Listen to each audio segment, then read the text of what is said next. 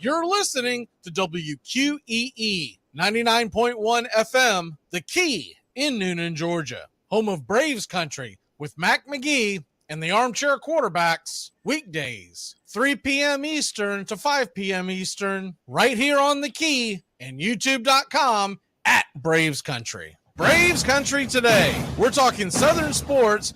We go live 3 to 5 weekdays right here on WQEE. Braves Country today. Southern sports talk with the voice of Braves Country baseball, Mac McGee. Joined every day from sports analysts from all over Braves Country, talking college football, the NFL, Major League Baseball, and what's trending in the world of sports. Braves Country today. We go live 3 to 5 weekdays right here on WQEE.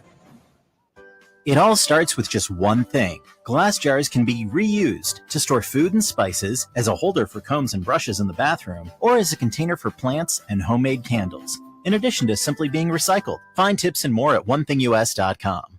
Hey folks, this is Mark White with The Mark White Show, and you can tune in to The Mark White Show every Saturday from 11 a.m. to 12 p.m. right here on Rock 99 WQEE The Key, the home of Southern sports and talk. I'm Amy Lawrence, and I'm up late, always, after hours, hanging out with you on CBS Sports Radio. Check it out, 2 a.m. Eastern, 11 p.m. Pacific. Enjoy sun-drenched days, epic stays, and plenty of room to roam in Greater Fort Lauderdale. Our hotels, attractions, and restaurants have taken the Visit Lauderdale's Safe and Clean pledge, so you can relax and explore with confidence. When you're ready for that well-deserved staycation, our 23 miles of golden beaches await. Find wide-open spaces to hike, bike, kayak, and paddleboard. Visit your favorite attractions, then dine out in style in dining rooms or al fresco on waterfront patios. Learn more at sunny.org. Braves Country today. We're talking Southern sports. We go live 3 to 5 weekdays right here on WQEE. Braves Country today. Southern sports talk with the voice of Braves Country baseball, Mac McGee. Joined every day from sports analysts from all over Braves Country, talking college football, the NFL, Major League Baseball, and what's trending in the world of sports. Braves Country today. We go live 3 to 5 weekdays right here on WQEE.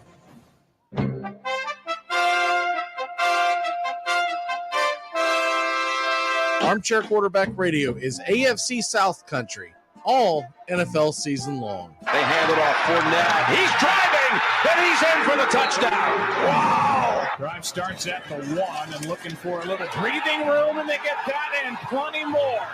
Derrick Henry still going. Stays in bounds.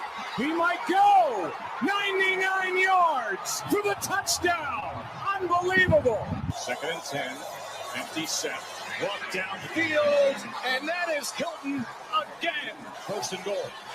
Ebron, what a year for him. Eric Ebron, touchdown, Colts. Slant, caught, touchdown, Marquise Lee. And he punched the ball into the stands. Deep, and he's got it. Keelan Cole, touchdown, Jacksonville. Stay locked in to the AFC South on Armchair Quarterback Radio.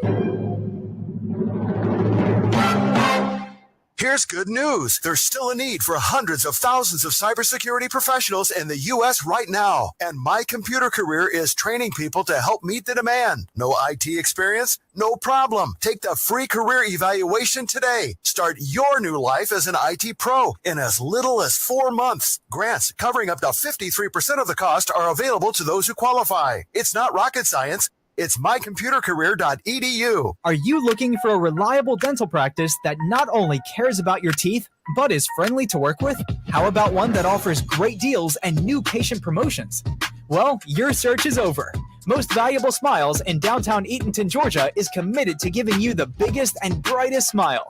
Right now, get a $99 new patient special, including x-rays and exam. Maybe you're looking for veneers. Most Valuable Smiles veneer special includes 1 free veneer with every 5 purchased. Or get that bright white smile you've always wanted by taking advantage of an exclusive $100 off Zoom whitening treatment when you book today. And don't forget that 2022 is almost over. That means most insurance policies will reset by the new year, and to avoid losing that extra money, you need to use it or lose it. Book an appointment today with Most Valuable Smiles in downtown Eatonton to lock in these exclusive deals. Call us 706-623-0318 or visit mostvaluablesmiles.com. Hey, sports fans, it's Rod Peterson here, host of The Rod Peterson Show, inviting you to join us daily for 2 hours of Atlanta's funnest sports talk right here on WQEE. I say fun because it is. You've never heard a show like it because we make the listeners a part of the show every day between noon and 2 p.m. Eastern. You'll hear plenty of the best sports talk, including the latest on the Falcons, the Braves, and more. And who knows, you might even hear you. That's the Rod Peterson Show, daily at noon, right here on WQEE 99.1 FM.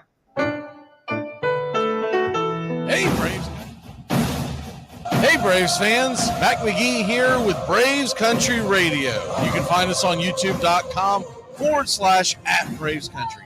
We're bringing you pitch by pitch, play by play of your Atlanta Braves all postseason long. Hear us right here on the radio or find us on YouTube today.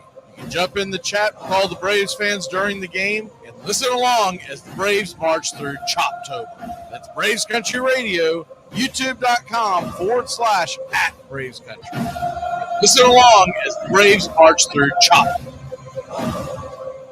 It's the best in sports and entertainment, and get locked in and locked down with Rhino Radio Penitentiary, 7 a.m. to 10 a.m. with your host, me, Ryan O'Neill, each and every morning, right here with the best in sports and entertainment, all the way from professional sports to college sports to River Dragons hockey and everything in between, including some of the very best local and national guests. It's the Rhino Radio Penitentiary, 7 a.m. to 10 a.m. Monday through Friday, right here on 99.1 FM WQEE. Braves Country today. We're talking Southern sports. We go live 3 to 5 weekdays right here on WQEE. Braves Country today, Southern sports talk with the voice of Braves Country baseball, Mac McGee. Joined every day from sports analysts from all over Braves Country, talking college football, the NFL, Major League Baseball, and what's trending in the world of sports. Braves Country today. We go live 3 to 5 weekdays right here on WQEE.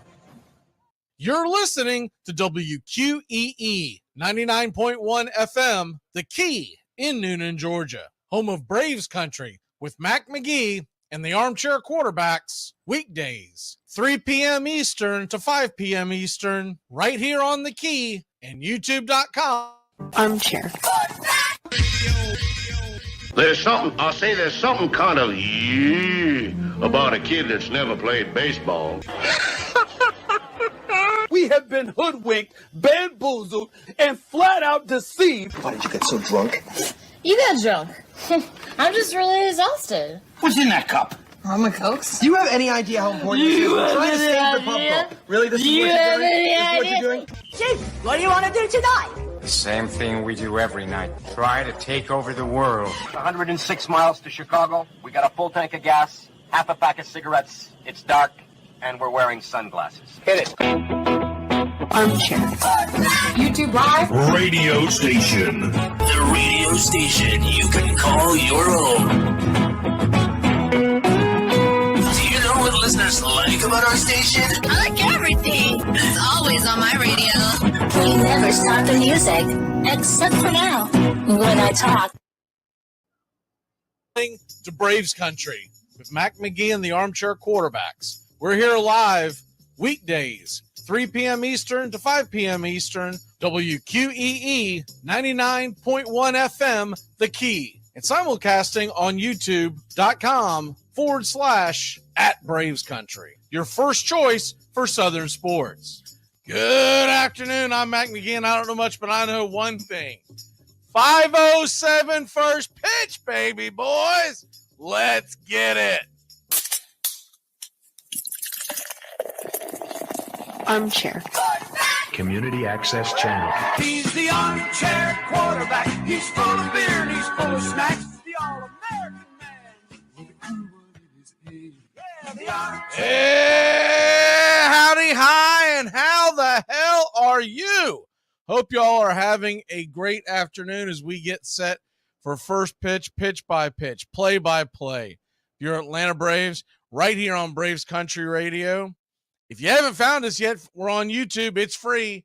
All you got to do is jump on in and enjoy the show tonight as your Atlanta Braves are trying to take the series lead. It's 1-1 heading into Philadelphia for 2 games. Got to take one of these 2, and then you would force a game 5 back home in Atlanta on Saturday night, or go out there and win tonight. We got Spencer Strider on the mound tomorrow night, and we would have an opportunity to knock Philly out, not even have to worry about a game 5. That would be perfect scenario. But we'll get into all that in the hour number 2. We're doing a full pregame show for your Atlanta Braves. So fret not, we are going to dive into Braves baseball leading up to first pitch, 5:07. Once again, we will have pitch by pitch, play by play of your Atlanta Braves right here on Braves Country Radio. Find us on YouTube today. Should be a lot of fun tonight. I believe the Braves will score some runs. You can't keep this offense down. And look, I know we had a little bit of an explosion on game 2.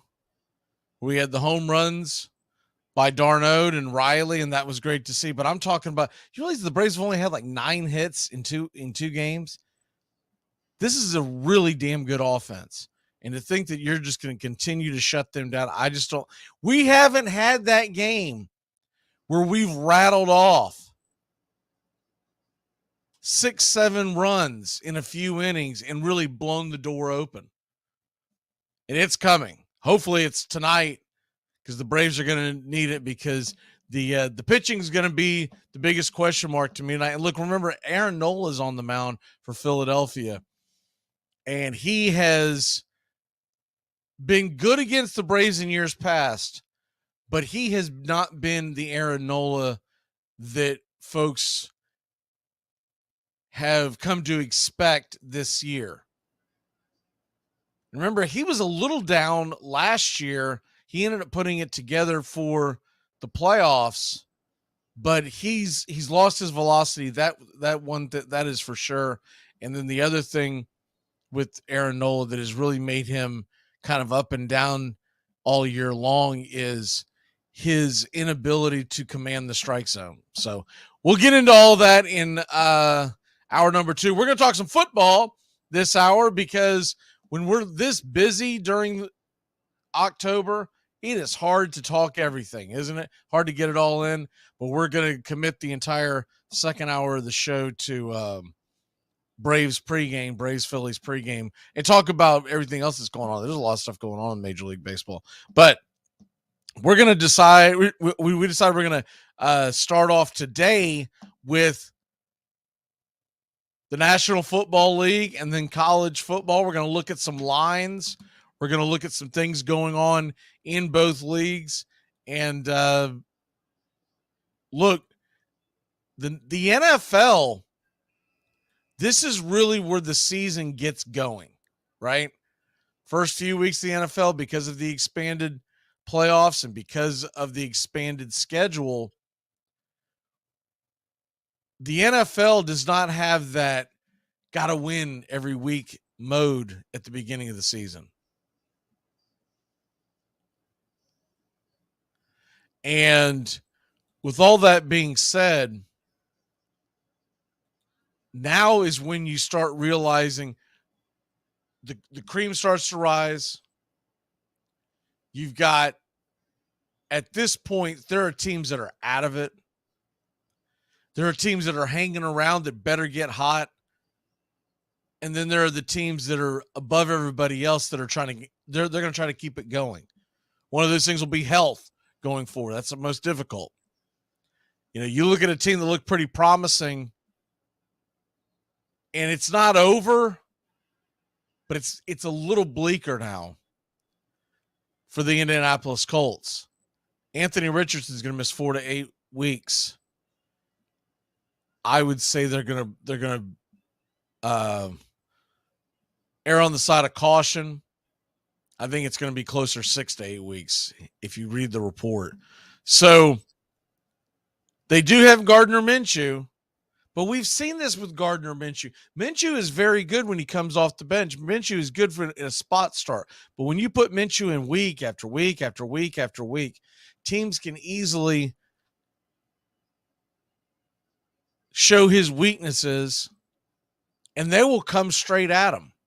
And they'll come at him with a lot of different looks, and that begins this week. So, and obviously, if there's a team that knows Gardner Minshew, it's going to be the Jacksonville Jaguars. I don't even know if he'll look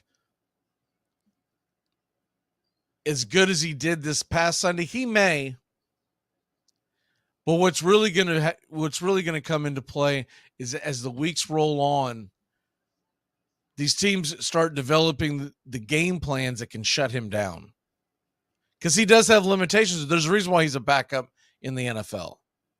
He doesn't have the arm strength.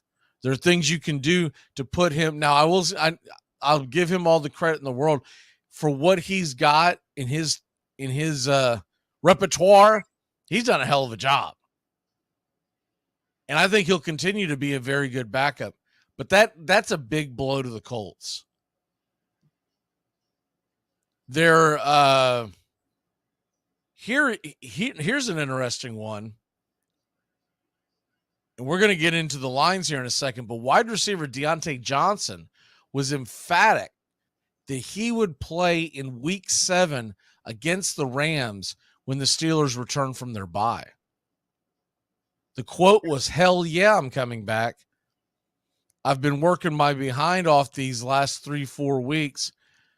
Today was one of those days to see how far I've come along. Everything looked great out there. I feel completely great and healthy. I would say I'm ready for Monday when we come back to start getting back to work." And that's the unquote. So that's good news for Steelers fans. I know they're really upset with Matt Canada, the offensive coordinator. In fact, they were chanting "Fire Canada" at the Pittsburgh Penguin game last night. That's how upset they are. They're at a hockey game opening night, and they are chanting for the Steelers to fire Canada during this bye week. Other news and notes: the Atlanta Falcons traded for wide receiver Van Jefferson. and they sent a 2025 6th round pick to the Rams for a 7th round selection in the same year. Now, this is Jefferson's 4th year out of University of Florida. This year, he has 8 catches for 108 yards, 6'1", 200-pounder. He's played in 49 games for the Rams, making 30 starts. And he had a really good year in 2021. It's fallen off a little bit. But really what this comes down to is the Falcons are looking for depth. And at the same token, the Rams, they are overflowing with wide receiver depth. They've got Cooper Kupp came back off the IR. You've got Puka Nacua, who's had a hell of a rookie season. You've got third-year man Tutu Atwell. I mean, this team is loaded. Now, you know what ends up happening. You make a goofy trade like this, and the next thing you know, it's your room doesn't look as deep as it used to. But they were trying to I think it's one of those situations where if they didn't do it, then there could have been a situation where they end up having to put them on waivers. And so they wanted to get something out of it. And it's a low risk, high reward for the Falcons as well. You're not giving up much. You're swapping a couple of low round picks, really not the end of the, you know, and look, the other thing is Desmond Ridder probably, you could argue, had his best game last week. And they're looking to get a little more athletic. And Desmond Ridder had 329 yards. Desmond Ridder also rushed for a touchdown. He threw for a touchdown. He rushed for the biggest thing I love what happened with Desmond Ridder. Not only did they get the win, he didn't turn the ball over. But the ball was being distributed, and you love seeing this. Pitts, London, and Jonnu Smith all had over 60 yards receiving. So I like what we're seeing so far in the growth of Desmond Ridder. Now, obviously, you want to see him put it together in back-to-back weeks. You want to see him look good again this weekend. I mean, look, he's got a home date with the Washington Commanders this week. Commanders defense has been very suspect. Not only do you want to get that win, but you'd love to see Ridder go out there. He doesn't necessarily have to throw for 300 yards, but you'd love to see him have a good, efficient game. Maybe they get more of the run game going. Maybe he doesn't have to throw as much. But so far, so good at home, right? I mean, so far, so good. They won the first 2 games at home. Then they come back last week and win at home. Technically, the Jacksonville game was a home game that was in London. But we all know that's not a true home game. So in the actual Mercedes-Benz Dome, the Falcons are 3-0. Technically, the Jacksonville game was considered a home game. But they get Washington this week. They're at Tampa Bay, at Tennessee, at home against Minnesota, and then at Arizona, and then they get the bye. You know, those are all winnable games. None of those games can you say are, you look at their roster compared to the Falcons roster, none of those teams have a superior roster. I do believe those are going to be difficult games to go in and win against Tampa Bay in Tampa Bay, Tennessee in Tennessee. Even Arizona usually plays pretty well at home. but you're not blown away going, oh man, that's a rough road. It's a pretty easy road if you compare it to other NFL schedules. So these next 5 weeks, we're sitting here at 3-2. These next 5 weeks, I think you would take another 3-2 run heading into the bye week and being 6-4. And I also believe if you're 6-4 heading into the bye week, there's a pretty darn good chance you're in first place in the NFC South. Now, you'd love to win 4 of those games and be 7-3, but let's be realistic on what the Falcons have been and what we can expect from them in this season. And when it's all said and done, I mean, this is going to be an important stretch because when you come out of the bye week, you're at home against the Saints. That's another favorable matchup, mainly because it's at home. Then you go to the Jets. Now, who knows what the Jets look like on December 3rd? We've seen flashes of Zach Wilson, but we've also seen Zach Wilson do some head-scratching things this year. And there's also been rumors of possible trades that the Jets could be involved in. Who knows?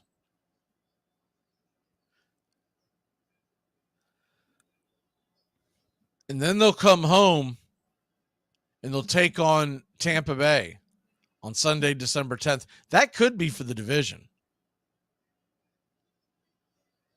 If not, then you're talking about the 2 matchups against the Saints in the back half of the season could decide the division.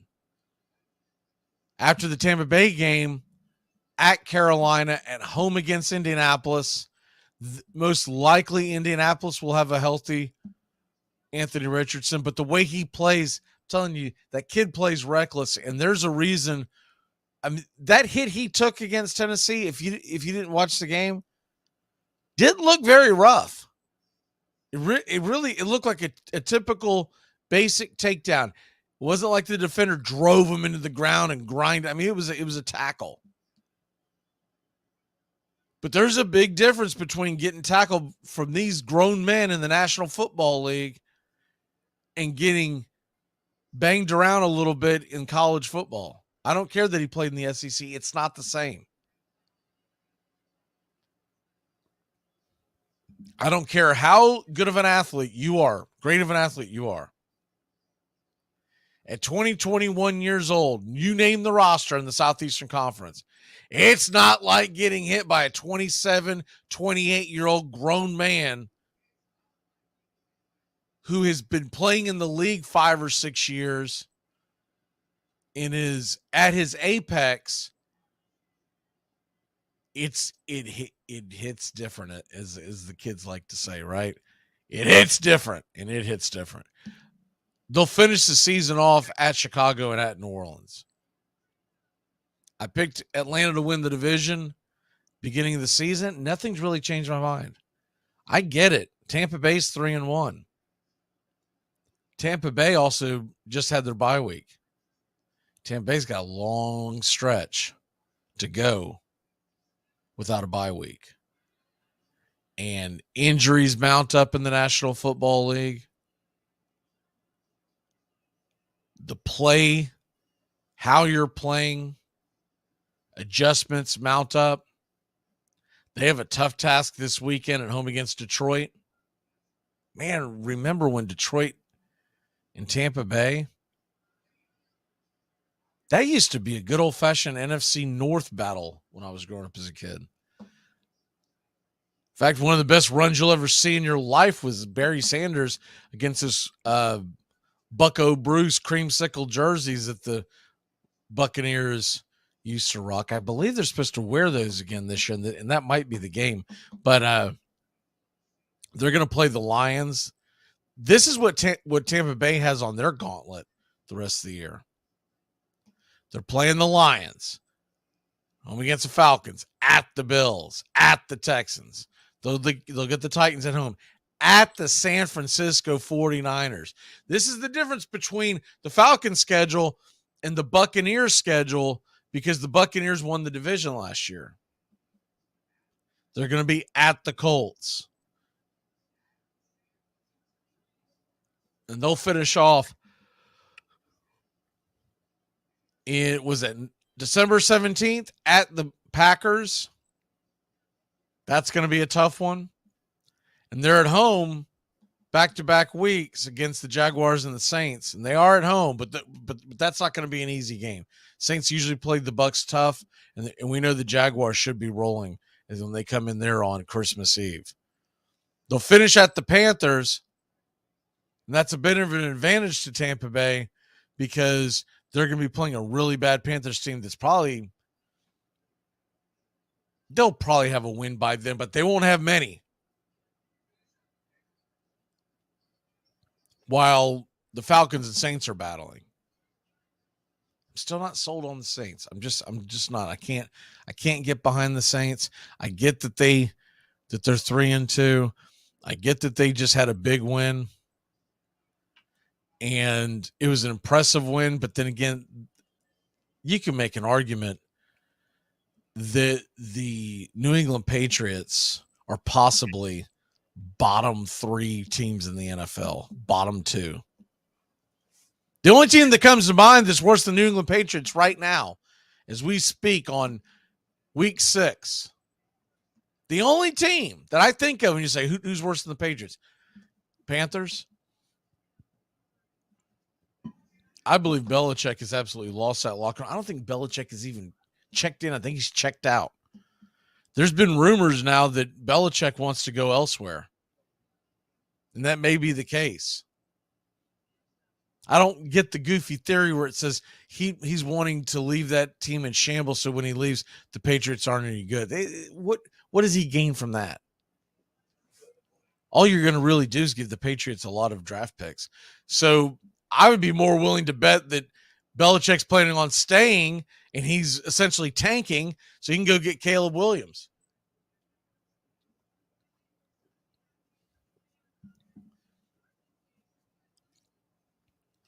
But back to what's going on in the National Football League in this week. I mean, this is where the rubber is going to meet the road for the next few weeks. You're going to see some separation.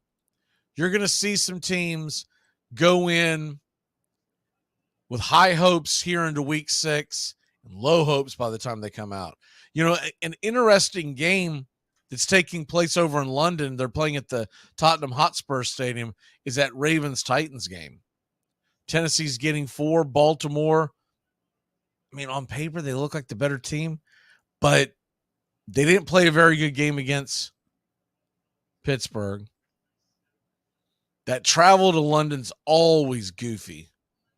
They're going to be physically banged up. Every time the Steelers and the Ravens play, that is a physical ball game, and they're about to play another physical football team. That is going to be a smash mouth rock fight in London. This is not going to be the game that's going to sell fans in that stadium who might be on the fence and going, I don't know. Do I like American football? Do I not? This is not going to be the game because there's not going to be a lot of points scored unless the defense is scooping scored pick 6 type of stuff because Titans are going to try to smash it. Ravens are going to try to smash it. They're both going to run into brick walls. The Titans gave up a lot of yards on the ground, and a lot of that was schematic, but you know they're going to be going in there fired up. But that's a huge game. It's a huge game for both teams. The Ravens don't want to fall to 3-3, and the Titans damn sure don't want to go to 2-4. You go to 2-4, Jacksonville's starting to look a lot better. You could be in everybody's rear view window quickly. Falcons game is big.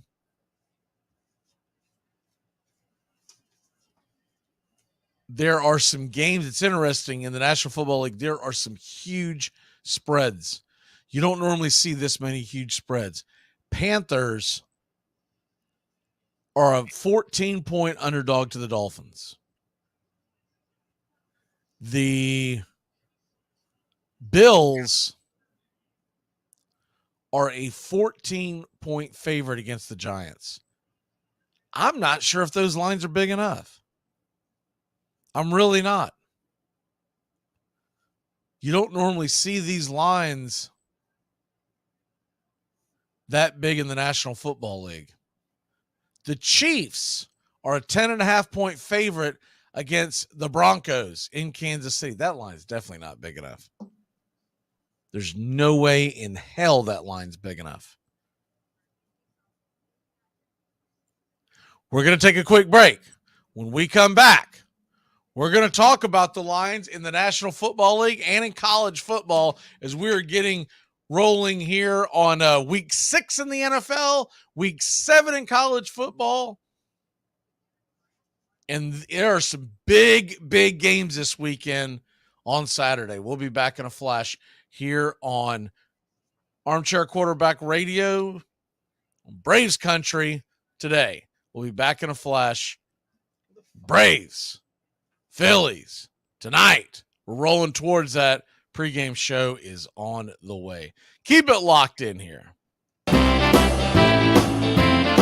Braves Country on YouTube Live, covering the AFC South and NFC South along with the rest of the NFL. Subscribe and like us today. Your first choice for sports talk, Braves Country on WQEE and YouTube.com/@Braves Country.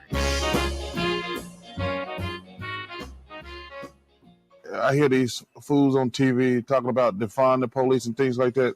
We need police reform and prison reform and things like that. Because you know who ain't going to defund the cops? Rich neighborhoods. So that notion they keep saying that, I'm like, wait a minute. We just going to leave. Who are people supposed to call? Ghostbusters when we have crime in our neighborhoods? ACC football covered like no other here on the Armchair Quarterback. Reggie Gillespie dives into the end zone. The winning points for North Carolina State. And the teams come together in the end zone, pushing, shoving between the pack and the heels as Gillespie has scored the winning points, his 5th rushing TD. But these teams need to be separated. The emotion boils over on the last play of the game as Gillespie goes to the end zone. And it's a sea of Carolina blue and State red. And Carruthers gets into it, and they've doused him, and now we've got a big brawl out of the field. Marring would have been the 200th victories for Bobby Bodden. Look at this. That's an ugly mess down there. This is ugly. Starting to get it cleared up down there, although there's still some bodies flying around. ACC football, backyard brawls all year long. Hey, folks, this is Mark White with The Mark White Show, and you can tune into The Mark White Show every Saturday from 11 a.m. to 12 p.m.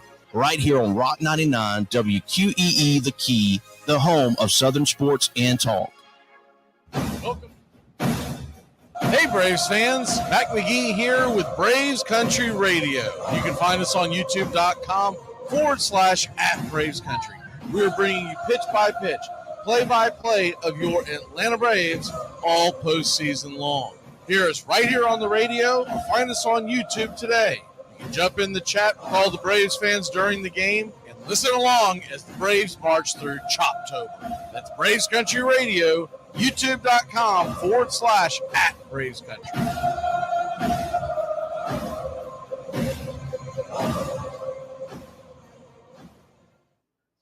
Wait a minute. Why do you want that beer so bad? Because he's thirsty, dummy.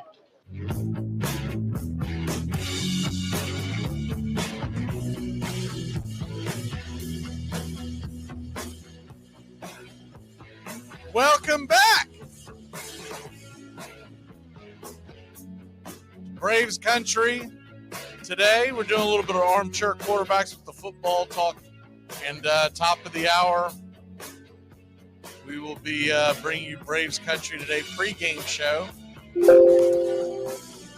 here on Braves Country Radio. Find us today, youtube.com/@Braves Country. If you're searching for it, just put Braves Country Radio in YouTube and you'll find us. And also, good afternoon to everyone on the WQEE and independent affiliates that have picked us up for today and tonight's action. And if you're listening to us on radio and you can't find us later on radio, once again, just go to YouTube. And one thing you'll like about going to the YouTube feed is on Braves Country Radio is a lot of interaction with folks and basically we all feel each other's pain. And we were, man, that was a rough one. That was a rough one on Monday night. When they came back, that was incredible. It felt like the sky was falling. You're like, man, what is going on with our offense? Yes, Wheeler's a phenomenal pitcher. I'm not taking anything away from him. But for him to just absolutely blowing the doors off of us, you kept going, man. All right, here they go. They're going to see him again. They're going to see it. They finally cracked his code and was able to get to him. And I don't believe he's going to pitch as well the second time. If we see him a second time, we would be Game 5 on Saturday, because if we have him going a second time in 5 days, the Braves see a pitcher that many times through the lineup in a 5-day period, that's an advantage to Atlanta. It's going to be a higher scoring game. And so I keep saying, if we can just get it back to Atlanta, we're going to win this thing. I don't think we lose tomorrow. I don't think Spencer Strider is going to go in there. I think you're going to see an elite performance from Spencer Strider. We'll get more into that here in a little bit. Okay. Some games of interest. We're going to go ahead and hit the SEC real quick. Hit those point spreads and everything. There are some big spreads, some blowout cities coming for the SEC. I mean, Georgia at Vanderbilt 31.5. And I don't know how in the world. I remember when I was young to betting and taking these games, I could figure it in my head that 31.5 points was too big of a spread. But you watch you as you get older and you watch these games, you see them unfold. Much like I talked about last week, if people tuned in to the Saturday morning kickoff show, the Armchair Quarterbacks kickoff show, if people tuned into that, I was the lone wolf on that stage that was saying Georgia's going to pound Kentucky. How in the world are they going to cross the 50 many times? Georgia's going to methodically beat them, da-da-da-da-da. I got a lot of pushback. And there's not many times where I do victory laps, but I got to do a victory lap on that one because I know what it is. A lot of these kids, when we're talking back and forth about this, they think in their heart of hearts, if you were to ask them, they probably think that they have more knowledge about the game of football than I do because I'm so involved in the world of baseball. That it couldn't be further from the truth. I've been watching football, college football, NFL for 40 years. It is by far my second favorite sport, and it's not particularly close. Baseball's king in my world. That doesn't mean I don't know the game of football. Just the more that you learn about baseball and fall in love with the game of baseball, it becomes number one. But football is right there with it. And one of the reasons, I'll be honest with you, one of the reasons why it fell out of favor with me as time moved on is that football got lesser and lesser football-like. Baseball's pretty much stayed the same. There's been a few changes in baseball, but nothing to the point where you're like, I don't recognize the sport anymore. The ticky-tack flags that they call nowadays, all the rules they've implemented, football is not what it was when I was growing up. It used to be hard, smash mouth, knock 'em, sock 'em, Christian Okoye running over you, Atwater coming through the line, Ronnie Lott coming through the line. You didn't dare go over the middle because you knew you're going to get your clocks cleaned. And it just, as they change the rules, the game's not the same. Probably for the better when you talk about the health for these kids. I get that part of it, but it's not a better product to watch. Well, you watch some of these games now and they're up and down the field because there's zero defense being played. That's not great It really isn't. Like people think, oh, that's so exciting. It's 62-60, 62-60 game. I will take a 13-10 smash mouth, every yard counts game any day of the week. But anyways, I may be in the minority on that, but I don't believe I am. I think a lot of folks north of, we'll say 35 to 40 years old, you get them honest engine talking, they miss the game. They miss the game that we once were. Yeah, we grew up on this romanticism of, man, you were a warrior. You were a gladiator. Now we're not too far from two-hand touch below the waist. But anywho, back to the rest of the story. Georgia blowing out Vanderbilt 31.5 points. There's no way I could take Vanderbilt. I don't know if I'm going to. I hate laying a lot of points. I just do. So I normally steer clear of games that are that big. But there's no way. I wouldn't even tease Vanderbilt. They're an absolute joke. It really is dumbfounding because they look like they were turning the corner last year. And now this year they're getting blown out. I mean, they got blown out by Florida. Florida's not a great team this year. They never were competitive in that game. Once again, we talked about this last week, but they've beaten Hawaii and Alabama A&M. It is a close game against Hawaii. That's it. Since then, it's been loss after loss after loss. I mean, you even lose it to UNLV. UNLV, this is not, first of all, this isn't basketball season. This ain't the running Rebels. Tark Sharks aren't out there. Larry Johnson's not getting lobs from Augman. But UNLV has been better in the past. That's not even a good UNLV team. So I'm steering clear of that. If I take it in any shape or form, I may even tease it the other direction so I can get a lower number for Georgia. But I feel pretty confident that Georgia's going to beat them by 5 touchdowns or more. Probably, if you were asking me what the score is on that game, this is one of the reasons why I'd be a little nervous taking the over-under in it. The over-under is 56. I'm probably going Georgia 52-0. I don't know how Alabama's going to score on Georgia. Not conventionally. Yeah, something goofy can happen, but not conventionally. Vanderbilt's going to put together a drive against that Georgia team. Stop it. Alabama, 19-point favorite against Arkansas. This is not a good Arkansas team. I thought Arkansas was turning the corner. Man, have they regressed. 19 points. Because Alabama has been sporadic offensively, that to me is a high number. So I'm probably avoiding that game altogether. The over-under is 46.5. That seems low. This Alabama defense isn't one that shuts folks down anymore. So they'll probably give up 14 to 17 points. And if they do that, the over is going to hit. Tennessee. Now, this is a fun one. Tennessee is at home against Texas A&M. They're giving up 3.5 points. It was lower early in the week, and I talked about grabbing the money line. At 3.5, I'm probably staying away. Because now the money line is shot up, and now there's not a lot of value in this bet. I believe Tennessee is going to find a way to win that game because it's in Knoxville.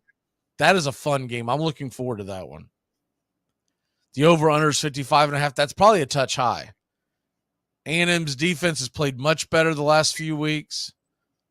I don't believe Tennessee is going to be able to score a ton of points. And A&M's offense is just an absolute it's been a mess for a long time, and it hasn't gotten much better this year. Here's another fun one.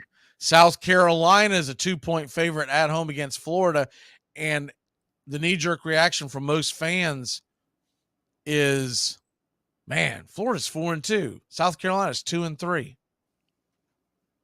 In fact, we have a buddy that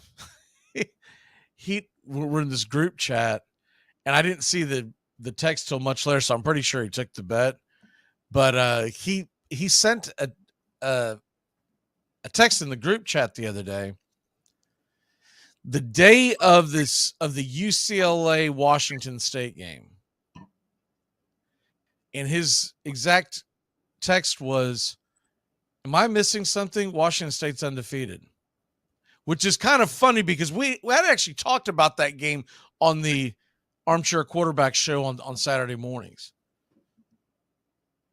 And I talked about the fact that I thought UCLA would probably get the W, and that if nothing else, I love the under, which the under was way under. That thing was even close. But your average Joe sees undefeated and they think that's a good team. You got to look at who they play. You also have to look at matchups. South Carolina tends to match up well against Florida. That is going to be a grind of a game. The over-under is 51.5, and I don't love taking the over in that one. Florida getting 2 points, what I would be more likely to do if you just wanted to stay in the same game, would probably be, and I don't think I'm going to take it. I have to look at other numbers as we get closer to the week due to our locks and everything. But just off the cuff, I'm thinking you take Florida and the under on a teaser, because Florida should be able to stay within a touchdown of South Carolina. Unless you really believe in South Carolina, then obviously you can take it the other way and you'd be getting 4 with South Carolina. But I don't know what to make of South Carolina. Their defense isn't what I thought it would be. Radler hasn't looked like we thought he would look. These are 2 not very good teams, but it's misleading because Florida's 4-2. But the 2 losses Florida's had have been on the road, and they've gotten punched in the mouth and not responded. That's a 3:30 kickoff, by the way. Auburn, LSU,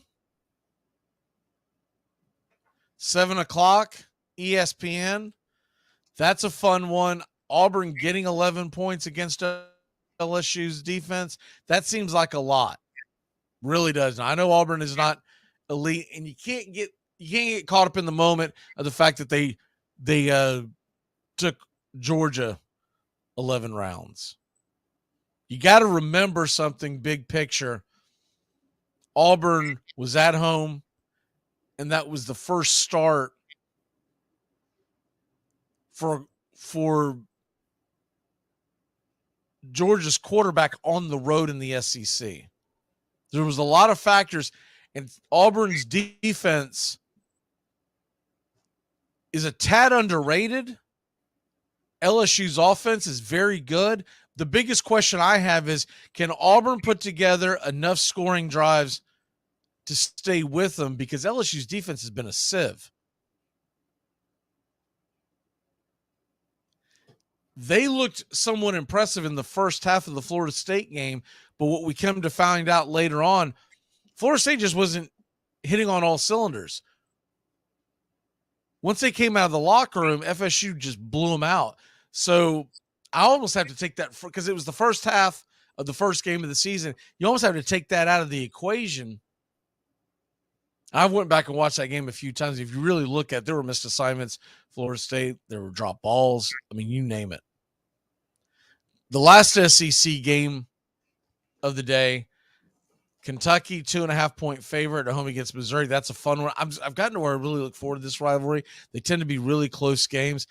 I would tend to think Kentucky at home, bouncing back from an embarrassing loss last week. I like Kentucky, but I will say this. Missouri's a dangerous team. Though it's in Lexington, Missouri is a very dangerous team. That to me is the best game of the day in the Southeastern Conference. It's not even close. But if I was going to rank the best games to watch this weekend in the Southeastern Conference, it would be Kentucky, Missouri 1, Tennessee A&M 2.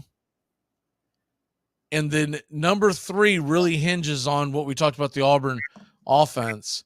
Auburn LSU is intriguing. If Auburn can't get the ball going, then it's probably Florida, South Carolina, because those two are just going to get down in the mud with it. They're just going to get in there and just South Carolina, Florida games always seem to come down to some goofy play that you can't forecast that turns the tide of the game. and they tend to be lower scoring affairs. They also tend to be games that really live off the turnover. Looking around the top 25, Indiana, Michigan. I mean, my God, Cupcake City. And when is Michigan going to play anybody? We looked at it the other day. I believe it's November 11th. If they lose one game, I'm sorry, but I'm going to have to start having a hard time putting Michigan or Penn State or any of the others in the playoffs because you're not playing anybody outside of that. Just because you get a win, because we know Ohio State, Michigan, and Penn State are all going to play each other, right? But you do a round robin of that, and they all get a loss. Where do you go? Let's say they all get a loss against each other. I'm not putting two of them in. Where do you go? The only way I'm putting two in is if you have like an undefeated Michigan and either Ohio State or Penn State possibly lost a very, very close game. And then you could make the argument. Ohio State playing Purdue, another just snore fest. Utah is at home against Cal. That should be a dominant game. There's some lopsided games. But this Oregon-Washington game, this is the game of the day. Talked about it the other day. I cannot believe this is not the night game on ABC. It's a 3:30 kickoff. It's not fair to the West Coast fans. 12:30 local time. The fans ought to be able to go out there and tailgate and raise cane and enjoy the game. So Oregon actually gets a big advantage because it is an early kickoff. I know the fans will be there. They'll be fired up, but that's an advantage for Oregon. Oregon's getting 3 points. Miami, North Carolina no longer has the shine. Miami should not be ranked. They're ranked 25th. They're barely hanging on with their fingernails. And I get it. It realistically won't matter if North Carolina takes care of business on Saturday night. But that's the Saturday night game. Miami, North Carolina over Oregon, Washington. That's a bad decision by ABC. Who knows if Braves and Phillies will still be going? Obviously, we'll be locked into that if it's going on. But if not, sorry, ABC. I'm watching USC Notre Dame. USC Notre Dame 7:30. Notre Dame's got a chance to put the kibosh on the USC national championship run, which is a farce to begin with. USC, first of all, they're not going undefeated. Second of all, they get in the playoffs. So they do run the table, they get in the playoffs. You think that USC defense is going to be able to match up with any of the top teams in the country? Please. Florida State is at home against Syracuse. Syracuse is 4-2. I get that. But Syracuse, first of all, they looked terrible on the road last week at North Carolina. They looked bad at home against Clemson. The 4-0 is a little disingenuous because it's against Colgate, Western Michigan, Purdue, and Army.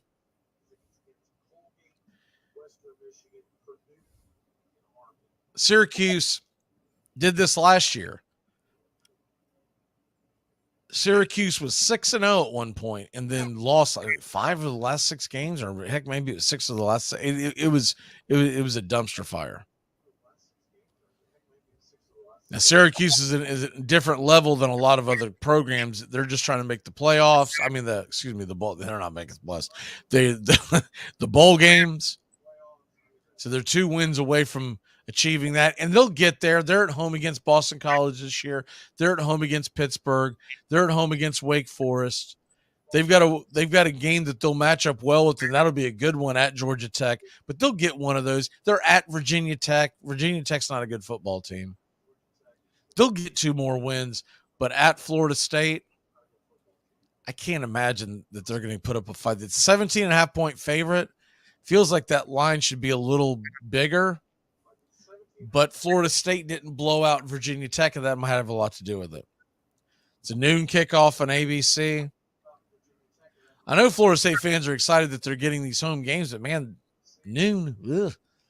Florida State doesn't tend to come out the gates well on these early kickoffs.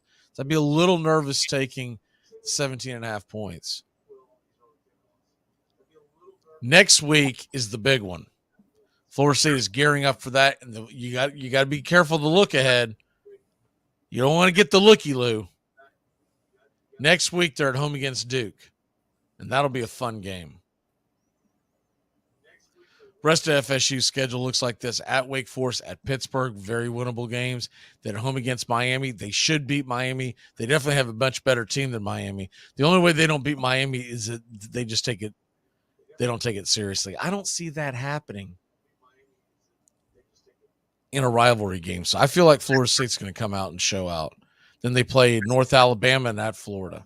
They've got a better team than Florida, but it is in the swamp. My guess would be that's a night game. It won't be an easy win for Florida State. Not in the swamp. It just isn't. If Florida State can get past the looky-loo this week and get ready for Duke, they win that Duke game, the FSU train could be headed to the playoffs. I did not think that they would be undefeated at this point going into the season, to be perfectly honest. I thought they were going to lose the game at Clemson, and they damn near did, and I thought they'd have a chance to right the ship if they got to the ACC title game, and that's how they would punch their ticket. I thought they would get a close loss and then punch their ticket that way. But they found a way to win that game at Clemson, and now things are starting to line up. But I've got to see a better performance out of Jordan Travis in a big game than what we saw against Clemson. Because against Clemson, and I noticed they did it again last week, they were throwing these 50-50 balls up. And they keep saying, in fact, the color commentator said, it's more like 90-10. Because if you really look at it, these guys are so tall and so athletic that they're just skying. Then why the hell aren't they catching the ball? Because they throw these 50-50 balls up, and they're not completing the passes. And every time I see this, it reminds me of when Mark Richt was the offensive coordinator at Florida State, and they were playing for the national title against Oklahoma, the 2000 year, the year that Winky won the Heisman.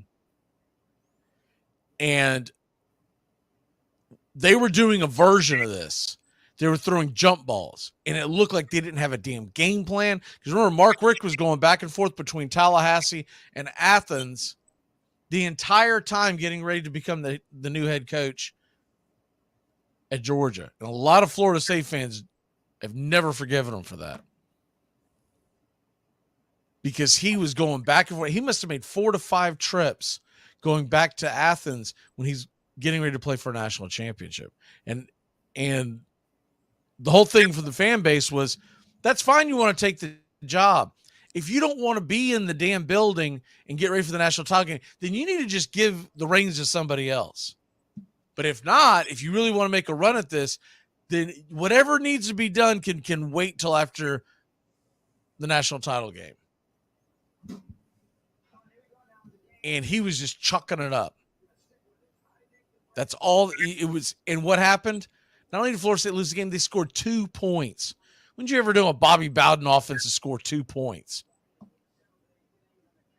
Back then I can remember reading those reports, and me and my dad would talk about it. I'd say, man, I think they'd be better off just telling him to hit the road and let Bowden design the game plan.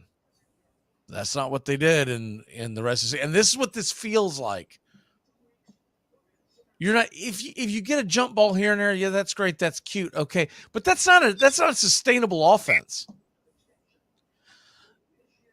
And I think a lot of it has to do with the fact that Jordan Travis is not healthy. So they don't want him out there running, so they're just chucking it up. And they figure that they got the athletes against teams like Virginia Tech, but you're gonna have to buckle down and come up with a real game plan. You get in the playoffs, you do that 50-50 crap against Georgia or whoever they face, they're gonna have much better athletes on the other end, and you may not get interceptions, but you're not gonna get a lot of success. Other games, that's about it. In college football, as far as big games, USC Notre Dame, that's a fun one. I'm hedging towards taking Notre Dame -2.5. What I want to see is where it falls on the team total for Notre Dame. It'll probably be somewhere around the 27 to 29 range. I'm going to take Notre Dame in the over on the team total. I just don't think Southern Cal can stop anybody. How are they going to stop Notre Dame? Notre Dame's got good athletes. Real quick in the NFL, before we have to hit the top of the hour and jam on about we're going to get ready for Braves versus Phillies Game 3. Pitch by pitch is coming your way. 5:07 first pitch. It's an early game today. Once again, Titans getting 4 points in London. I'm really thinking I'm going to take the Titans on that one. Not that the Titans are a great football team, and not that Baltimore's a bad football team, but it's in London. It's going to be a low-scoring game, and if you're going to give me 4 points in a low-scoring game, I don't care who the team is. I want those points in my pocket. That's a lot to cover, especially how we know most NFL games come down to one possession. Falcons -2.5 against the Commanders. I'm taking that all day long. I'm more likely to grab the money line, but I am taking that all day long. I think the Falcons are going to get the W. Bears and Vikings don't have a lot of interest in this, except for the over. The over-under is 44.5. That's bad. That's low. Bengals and Seahawks. Seahawks +3 at Cincinnati. Cincinnati struggling a little bit, looked a little better last week. Seattle is getting points. If I get that a 3.5, 4.5, might have to buy a point or so. I'm probably going to take Seattle just because I think it's going to be a close game. And remember, Seattle's also coming off the bye. So there's that as well. 49ers and Browns. 49ers 5.5 point favorite. This is a trap game. I'm staying away from it. It feels like a game where the Niners ought to blow the Browns out of the water, but they're going east. Looks like it's going to be bad weather. I'm steering clear of it. And there's not a lot of value on the money line, so I'm steering clear of that one. Panthers and Dolphins. No way the Panthers hang with the Dolphins. 14 points. You got to take the Dolphins on that one. Jaguars are a 4-point favorite against the Colts. I don't like that line for Jacksonville. I think the Colts can cover that. The Jaguars, they continue to until the Jaguars start performing in the red zone, more efficient in the red zone. It's a hard ask to ask them to give up 4 points in a division game. Saints and Texans. New Orleans is 1.5 point favorite. I believe Houston's going to win that game. Patriots and Raiders. Holy dumpster fire, Batman. Yeah. Really don't have an opinion on this, but Vegas is favored by 3. Cardinals are 7-point favorite at the Rams. I'm sorry. Rams are 7-point favorite at home against the Cardinals. Rams should be able to cover that, but it's a division game. I don't like the big spreads in division games. Jets are 7-point dog at home against the Eagles. This feels like the Eagles should blow them out of the water. The Eagles haven't been as dominant, though. They are 5-0. It's with smoke and mirrors. This is a stay away game for me. Lions at Bucks. That's one of my favorite ones of the weekend. I don't have a strong opinion on the fact that Lions are giving up 3. They're at Tampa Bay. We're going to see what Tampa Bay is all about coming off a bye week. This is a game that Tampa Bay should win if they're for real. This is a game that the Lions should realistically, on paper, win the game. They're giving up 3 points. I think that might be a trick. It's a trick 'em game. Giants, Bills. Man, the Giants just look bad. How in the hell they even have a win? 14-point spread. And the Cowboys are at the Chargers Monday night. By the way, Giants Bills is a Sunday night game. Good God. Please let there be some baseball on Sunday night. I am not watching that junk. Cowboys and Chargers. Dallas 2-point favorite at the Chargers. I just feel like the Cowboys are going to bounce back. The Chargers stink. Cowboys, I believe, stayed out there because back-to-back games out on the West Coast. I think they're going to out-physical the Chargers.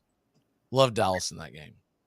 All right, let's take a quick break. We're going to step aside for a second, get you set up for the pregame show. We'll be back in a few minutes here on Braves Country today, coming your way on Braves Country Radio. Keep it locked in. Let's get it. Game 3, baby. Game 3.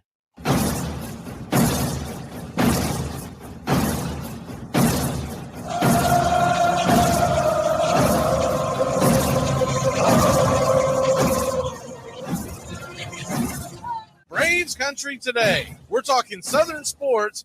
We go live to 5 weekdays right here on WQEE. Braves Country today. Southern sports talk with the voice of Braves Country baseball, Mac McGee. Joined every day from sports analysts from all over Braves Country, talking college football, the NFL, Major League Baseball, and what's trending in the world of sports. Braves Country today. We go live to 5 weekdays right here on WQEE.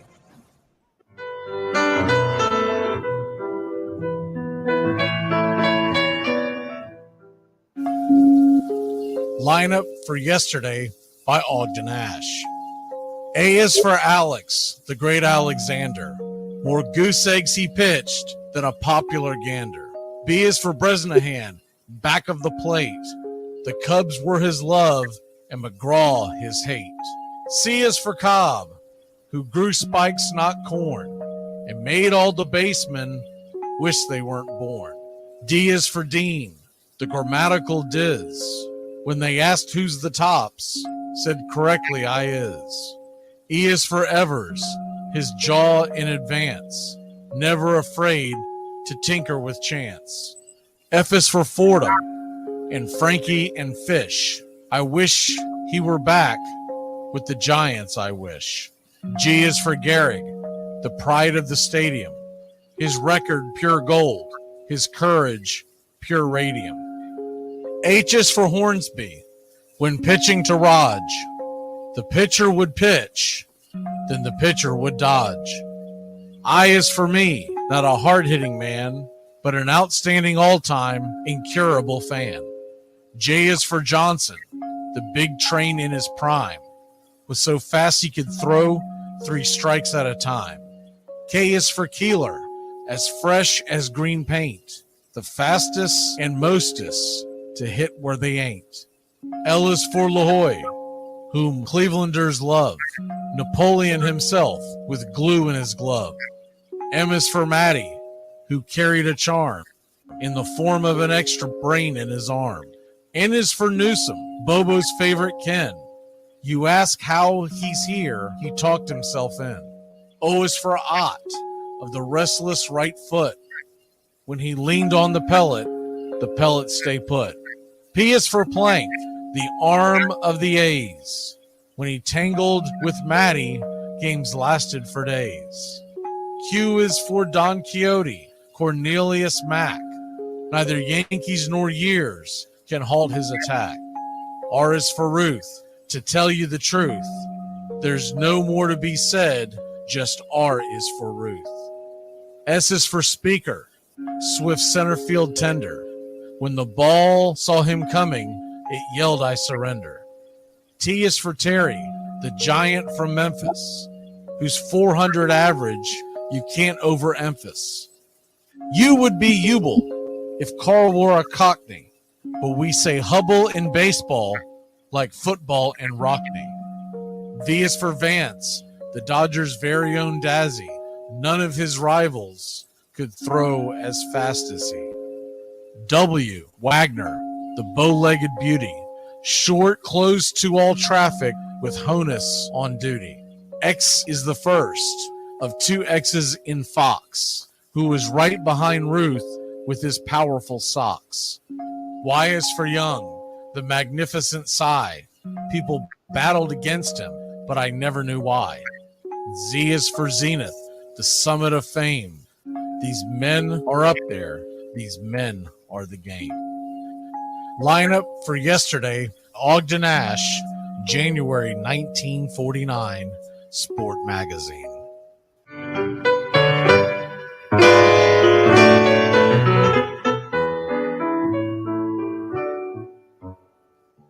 Armchair presents the world's first star in your own radio commercial. Okay, guys, whenever you hear this sound, insert your name.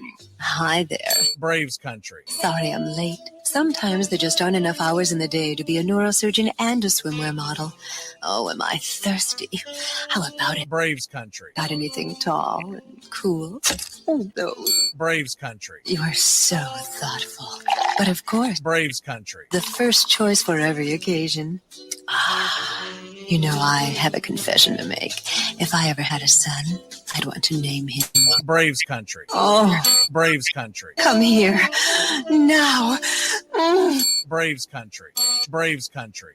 Braves country. Well, you did very well in your first commercial. Braves country. Have a Braves country. You've earned it. Armchair. Hey Braves fans, Mac McGee here with Braves Country Radio. You can find us on youtube.com/@Braves Country. We're bringing you pitch by pitch, play by play of your Atlanta Braves all postseason long. Hear us right here on the radio or find us on YouTube today. You can jump in the chat with all the Braves fans during the game and listen along as the Braves march through Choptober. That's Braves Country Radio, youtube.com/@Braves Country.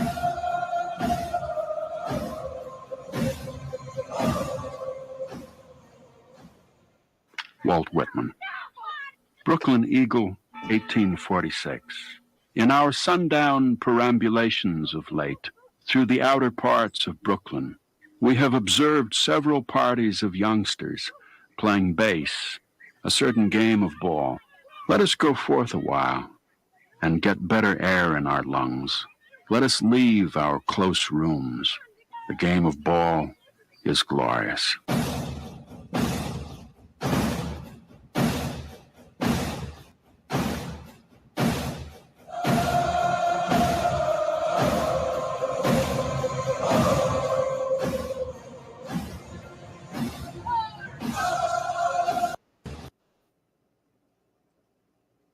You're in Braves country.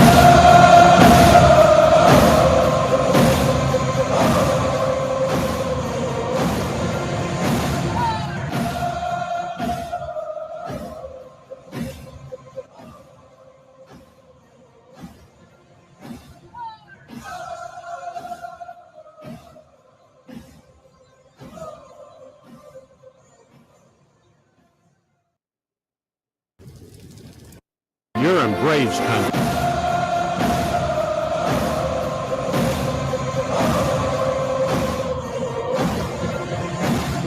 All right, let's try that again. We come out of the break, I hit every wrong button I could find. How are y'all doing today, Braves country? I hope you're having a great day.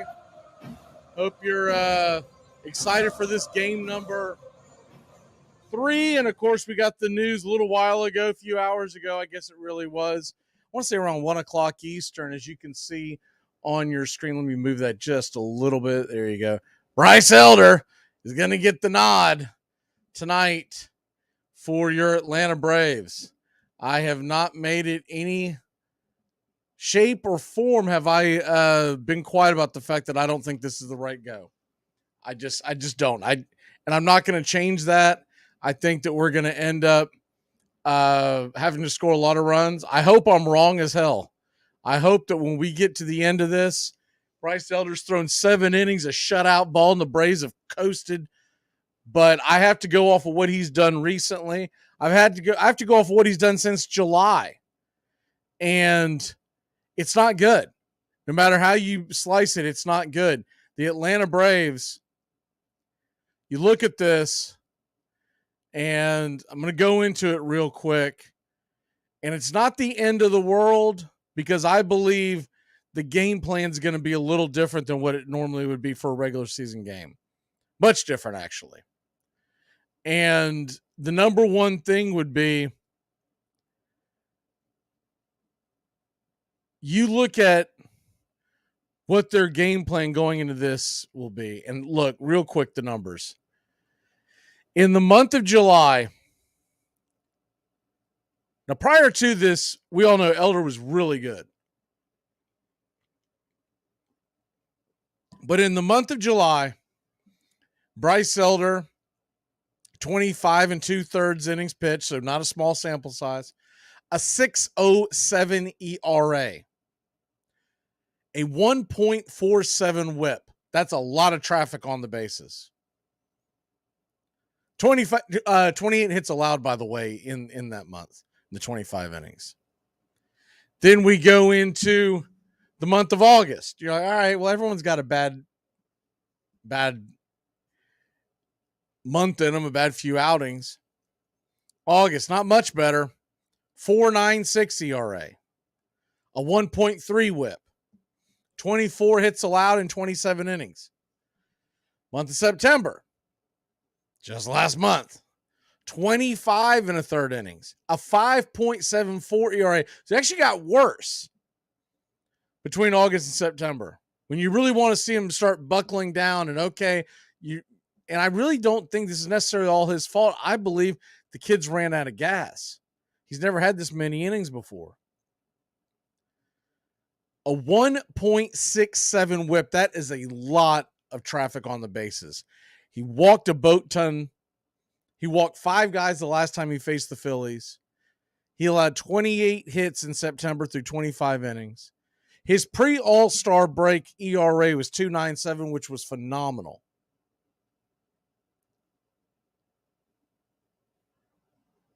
His post-All-Star break ERA, 5.15. His pre-All-Star break whip, 1.19. Pretty solid. It's about where you want a starting pitcher. That's kind of the line, right around the 1.2 and below. You're really happy with the starting pitcher with the whip that low. His post-All-Star break, 1.408. And it's even worse if you go back, but we won't have time to go all that. But it's even worse going back from the month of July on, and the month of June before. It's much more astronomical. But anyways, that's what they're going with. They're going with Bryce Elder. We're going to get into the game plan, what we believe it to be, here in a second. But I do want to go over the game from the other night in case you didn't catch the Braves country today, yesterday. Did want to touch on that a little bit. Look, that was a big win. That was a huge win. That's a momentum swinger. That's one of those ones. And look, fans can try to look it off. Players can say what they want to say, but that was a gut punch to Philadelphia. To have the Braves literally 12 defensive outs and a 4-0 lead, 12 defensive outs away from being down 0-2 and going back to Philadelphia for 2, it becomes daunting. There was a clip, I didn't have time to grab it, the one from AJ Mentor. He was talking about, and this was yesterday after a day to think about it, he was saying that at the time he was thinking, man, it looks like our season's coming to an end. That kind of tells you the mentality of a player. Because you still have another. I mean, I was a little concerned that he's ready to give up that damn quick. I'm like, come on, man. You what? But that's what he was saying. And Murphy, who was sitting right next to him, didn't have a lot of pushback. So that's the mentality going in. And then the Braves had the phenomenal comeback. The thing that really got it going that gets overlooked is that Acuna score. Acuna going from first to home off of the error where the ball goes off the glove of Turner coming from the outfield. That was huge. Here is the play, and we got a couple other clips. 4-0 your score, bottom of the sixth. Ozzie Albies takes the first pitch, swung on. That ball is laced into right field. That's going to get down for a base hit. Ronald Acuna Jr. goes first, third, and the Braves got something cooking. Finally, on the board with the base hit. The throw got away. Acuna did score. I thought he pulled back. Acuna scored, and the Atlanta Braves are on the board. It's 4-1. Went all the way around to score. TBS doing a bad job with the cameras, so I do apologize. Those listening on radio, Ozzie Albies roasted that one into the corner, and Acuna, when the ball goes off the heel of Trey Turner's glove and goes up high in the sky, good job by Acuna. He was watching it the whole way. Once there was any delay, he took off and scored, and the Braves are on the board. There's life in the building. That ain't over yet. So the no-hitter's gone. The shutout is gone. So that was the first run, made it 4-1. And, you know, the big thing that gets overlooked on that whole thing is that was our first hit. Ozzie hit that, laced that ball down the right field line. It was essentially a single, and it was going to be Acuna first and third with Ozzie, but there were still going to be 2 outs.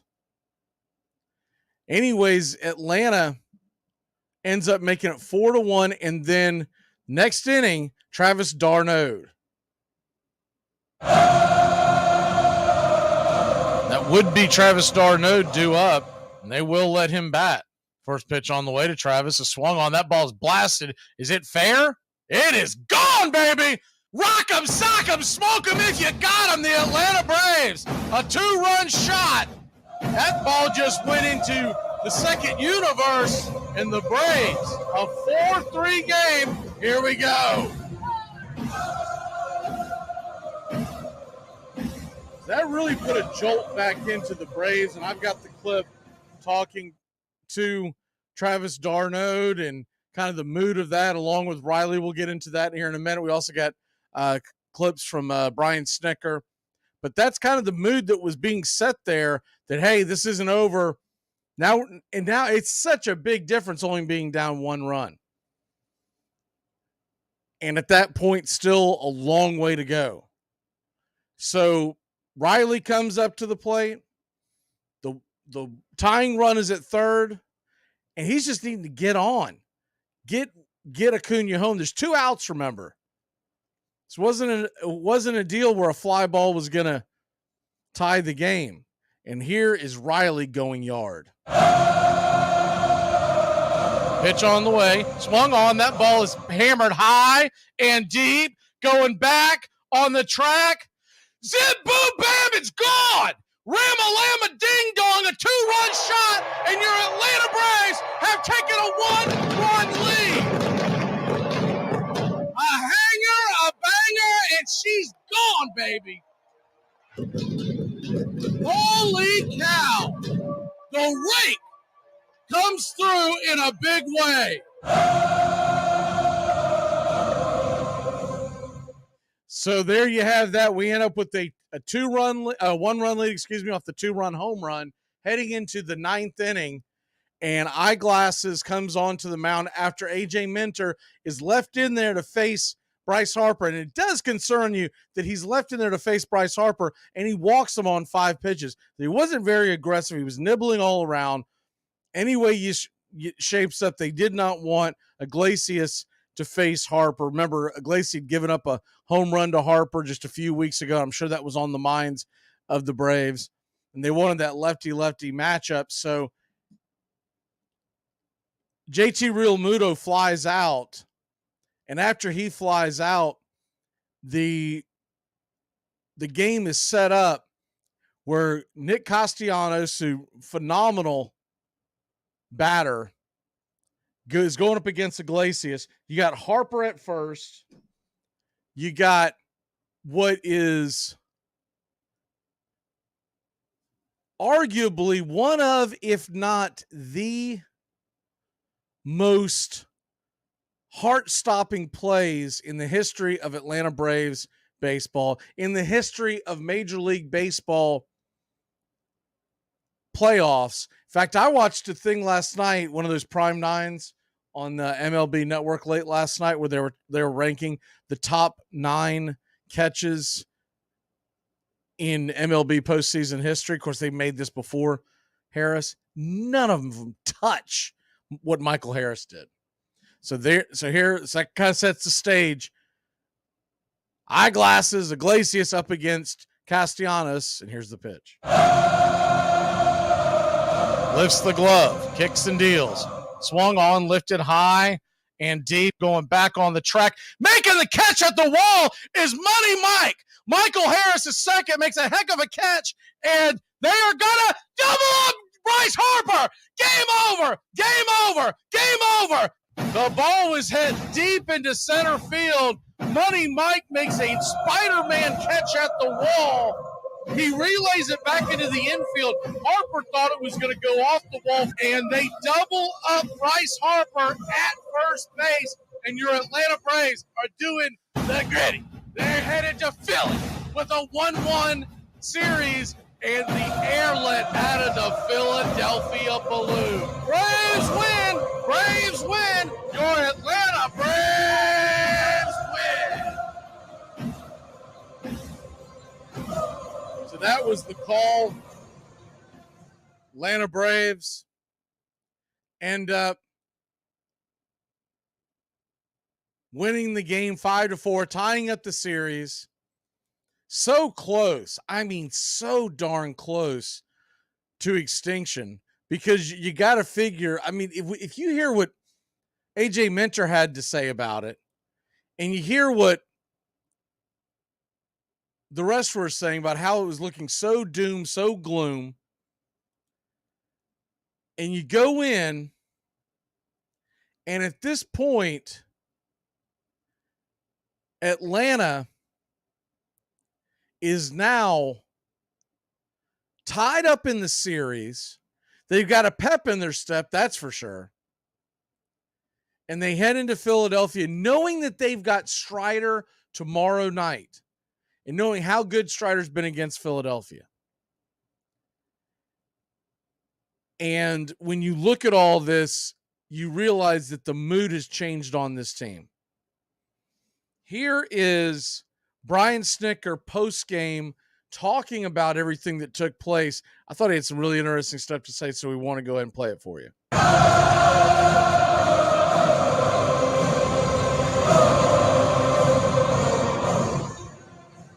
Snoop, what's going through your mind on that last play, and is that about as thrilling a defensive There's so much that went through my mind. I mean, I didn't know if he's going to run out of room. Then after he caught it, you know, it's kind of you go hoarse yelling. And great play by Austin. Great play by Michael, number one. But then the wherewithal of Austin, you know, to be continuing to watch the play and then make the big out. And with Austin, he had that walk-off in the NLCS a couple of years ago. How cool is that to see him? That was good. That was obviously, you know, really big at bat, and he just fought the heck out of it, you know, and I wasn't sure when he hit it initially if it was going to go, but, and then, you know, and then big, strong guys get that ball up in the air, man, they just keep carrying. So big time. What can a win in that kind of fashion do for you guys the rest of the series? No, it's not going to do bad. I know that. Be good to, you know, it's, you know, we got another day off tomorrow, and, you know, we travel and all that, but that's good because, like I say, it was, we had, I don't know, 13 innings or 14 innings of not a lot going on. So, you know, it was good to see. I think, you know, they finally amassed a few at bats after the layoff and kind of got back in their groove a little bit. Was it in that matchup, Wheeler versus Darno? Just were you somewhat surprised that he kept Wheeler in for the I'm sorry, I can't hear you. The Darno-Wheeler matchup? Were you somewhat surprised by that? And were you also just maybe happy about it because there is the familiar? You know, Travis is one of those guys that never panics in an at bat, and he you know, grinds through it at bat, and I don't think you know what, he's got a slow heartbeat, and he got a pitch and didn't miss it. Yeah, Wheeler was in control against Shaw for the first few innings. Were you just stressing to the guys, just be patient, just do anything to try to get him out of the game? Honestly, I don't say anything to him. I mean, they know what they're up against. They've faced him before. They know how good he is. I just have faith in those guys that they're they give you a hard 27. I mean, even if the first few of them aren't, they're never going to stop fighting in the batter's box. And, they know what a tough matchup that is with that guy, because he's one of the game's best. Fourth row in the middle. Brian, obviously Darnell used to be Wheeler's catcher back in New York. He's got a good career numbers off him. Is that one of the reasons he started tonight? Well, you know what? I've been matching he and Max up more than anything. When Max came back, they kind of started clicking. So I had kind of started pairing them off together was more than as much as anything. And Travis had a little success off of Zach also. So, all things included, I guess you'd say. What about Max Fried? He came out of the game. What about the arm and blister situation? Fingers are fine. His fingers came out fine. And, I think with Max, the biggest thing is he hadn't pitched in 18 days. So I think that's more than anything, but he felt good. And I think it was just, Max is a feel guy, and he hadn't been out there other than one day last week. And, he did a great job gutting through that thing and keeping the game manageable. Just what about the bullpen as a whole? They did a great job. They did a great job heading the ball off, and we kind of just had the mindset that we wanted to use the guys to try and keep the game there and give our offense a chance to come back. Yeah, when Acuna was able to score on that error, it seemed to just kind of give y'all's offense some life for the first time in that series. What was first thing we done really to give ourselves lives is, it's kind of nice to score a run. Been a while, but that was good heads-up play by Ronald. I mean, he didn't put his head down. He stayed aware, watched the ball, and got a great jump when they bobbled a little bit. But that's things like that have a way of kind of all of a sudden in the dugout's like, okay, it's okay, and then they kind of started energizing themselves a little bit.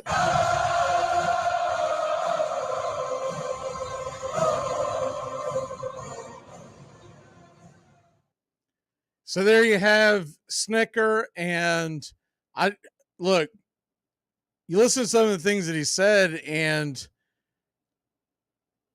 the one thing that you do get concerned about in general is that I get it, steady as she goes, I get all that, but you do wonder in those crisis situations, do the guys rally around each other enough, or sometimes, manager has to step in.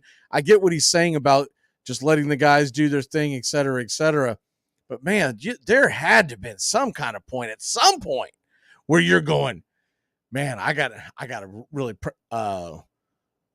get these guys fired up. You could read, if anyone watched that game, anyone was at that game, anyone listening there, you could feel the energy being sucked out of that place. They never really asked him much about it. I wish they had, but the media didn't get into detail about it. What's going through your mind when a guy's out there throwing a no-hitter through 5 and you're about to go down 0-2 in a best of 5? Once again, this is why I hate best of 5s. Best of 7s really are the way to go, especially in the game of baseball, because you can get a situation where a team, especially when you're going to give a team a long break. I hate the best of 5s, but it is where we're at. Now, this is Riley and Travis d'Arnaud after the game, and obviously they're being interviewed because of the big home runs that they hit. And of course, then Riley was involved in the play with Michael Harris II. And I think you want to listen to this. This is some pretty good stuff. You notice Travis d'Arnaud's back in the lineup today. And I do believe some of that has to do with the fact that they are looking for some spark out of their bats. They know that they're going to have to score runs with Elder on the mound.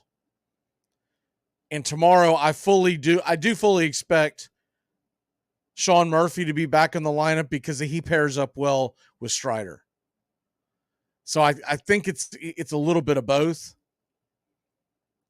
But Travis d'Arnaud came up in a big way. And of course, he's had great numbers against Wheeler. He has not had good numbers at all. We'll get into that in a minute, against Nola.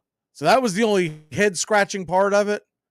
But he is in the lineup again, and Elder's getting the start if you missed that earlier. Here's Riley. Here's Travis d'Arnaud. When did y'all get a chance to hear this?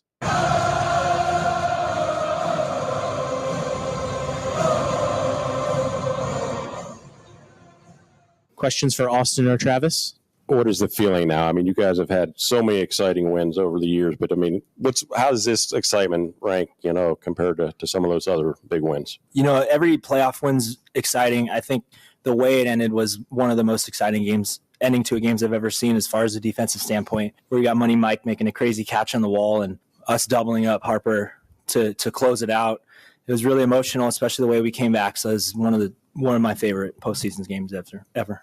To both of you guys, when Ronald scores on the bobble there, does that give the team a little energy? Yeah, I was actually looking down, putting some pine tar on my bat, so I didn't catch him actually scoring. But it's like I said, anytime you can get Ronald on the base, he's a threat. He's pushing his chances, and like I said, there's he's in scoring position a lot. So I think that just set it right there. Ozzie getting the hit right there, and then it just kept rolling. Travie with the big homer. Just a good win. Then Riles with the big homer, but Ronnie got the crowd back in it. I think that was the biggest thing. Got the crowd back in it and got momentum back on our side. Yeah, Travis, just going into that bat versus Wheeler, how much the familiarity, having caught him for years, helped, and also what was sort of your approach going into that? He's such a good pitcher. Truthfully, I think I just get lucky, and that at bat I was just trying to hit the ball in the barrel. My first at bat, I chased one that was over my head, and my second at bat, I flew one out. So I was just trying to get good contact, and I got rewarded with the extra base hit. So that's how I'm looking at it. You guys have done it so many times all year with the late runs, the late home runs. Did you feel just as confident tonight though against a guy like Wheeler when he was pitching as well as he did? I mean, yeah. I mean, we were trying to stay as positive as possible in that dugout. Everybody was saying, we just got to keep going, and he had an unbelievable night. He was very dominant, and like I said, I think guys just it's that next guy mentality, and I think it's just feeding off each other, and trying to get the ball rolling, and like you said, Travis said, it's once we got that crowd back in it, you think good things happen. And what was your view of Mike's play? I think the only reason I was in the position I was because I was screaming one, and just momentum just kept pulling me that way, and it ended up just being right spot at the right time. What was the feeling after that home run for Travis? After that error on the throw to second, and then you hit the home run. I saw your face. Like, was that like a relief or something after that home run? Errors happen. As long as it was a physical error more than a mental error. You just got to wash it off. But more than anything, there was still a lot of game left, so I had to stay calm and relaxed, even though I just hit a homer to put us down by one. That's why my face was the way it was. Austin, can you take us through your homer, and how did that moment kind of compare with the walk-off in the 2021 NLCS? Just trying to put up a competitive at bat. At the end of the day, you're not trying to do too much and just try to be in the moment. I actually stepped out and looked over, and Seitzer's, I sometimes overstride when big moments and get too, amped up, and he just kind of was, telling me to calm down, and I was just trying to put a barrel on the ball. It's all it was. It's definitely up there, with my top ones. And I think, like I said, for me, it's the crowd that does it. I mean, how loud it gets, fighting with this team. Just unbelievable team. Obviously still a lot of work to do. But, just going to enjoy this. Austin, that's not your average launch angle there. What are you thinking as that ball's that loft there, that home run, and then just explain that through when you hear the crowd erupt as you're going down the line. The only thing I was thinking of is I know there's a short fence down there. Hopefully it gets over it, and luckily it did. And just like I said, you just try to take those moments in because postseason's special. It's awesome time of year, awesome baseball. And like I said, do it with these guys. We fight 162 games out of the year plus spring. We're with each other so much. So just try to enjoy it with them as much as possible. In the front, Austin, it's always important to play well this time of year, but knowing, you had a disappointing NLDS a year ago, like how important was it for you to bounce back this year? Yeah, I mean, like I said, you try to learn with with every opportunity that you're given, good or bad, and just try to move forward, try to grow from it. Just trying to be the most complete human being and competitor and baseball player I can be. Austin, you mentioned your momentum carrying you towards second base on that last play. So you were not that far from Harper. By chance, did you get a look at him as he realized what was going down? No. Like I said, I was just screaming 1-1-1 as loud as I could, and just trying to see where the ball was going. And like I said, I think it was just one of those things where right place, right time.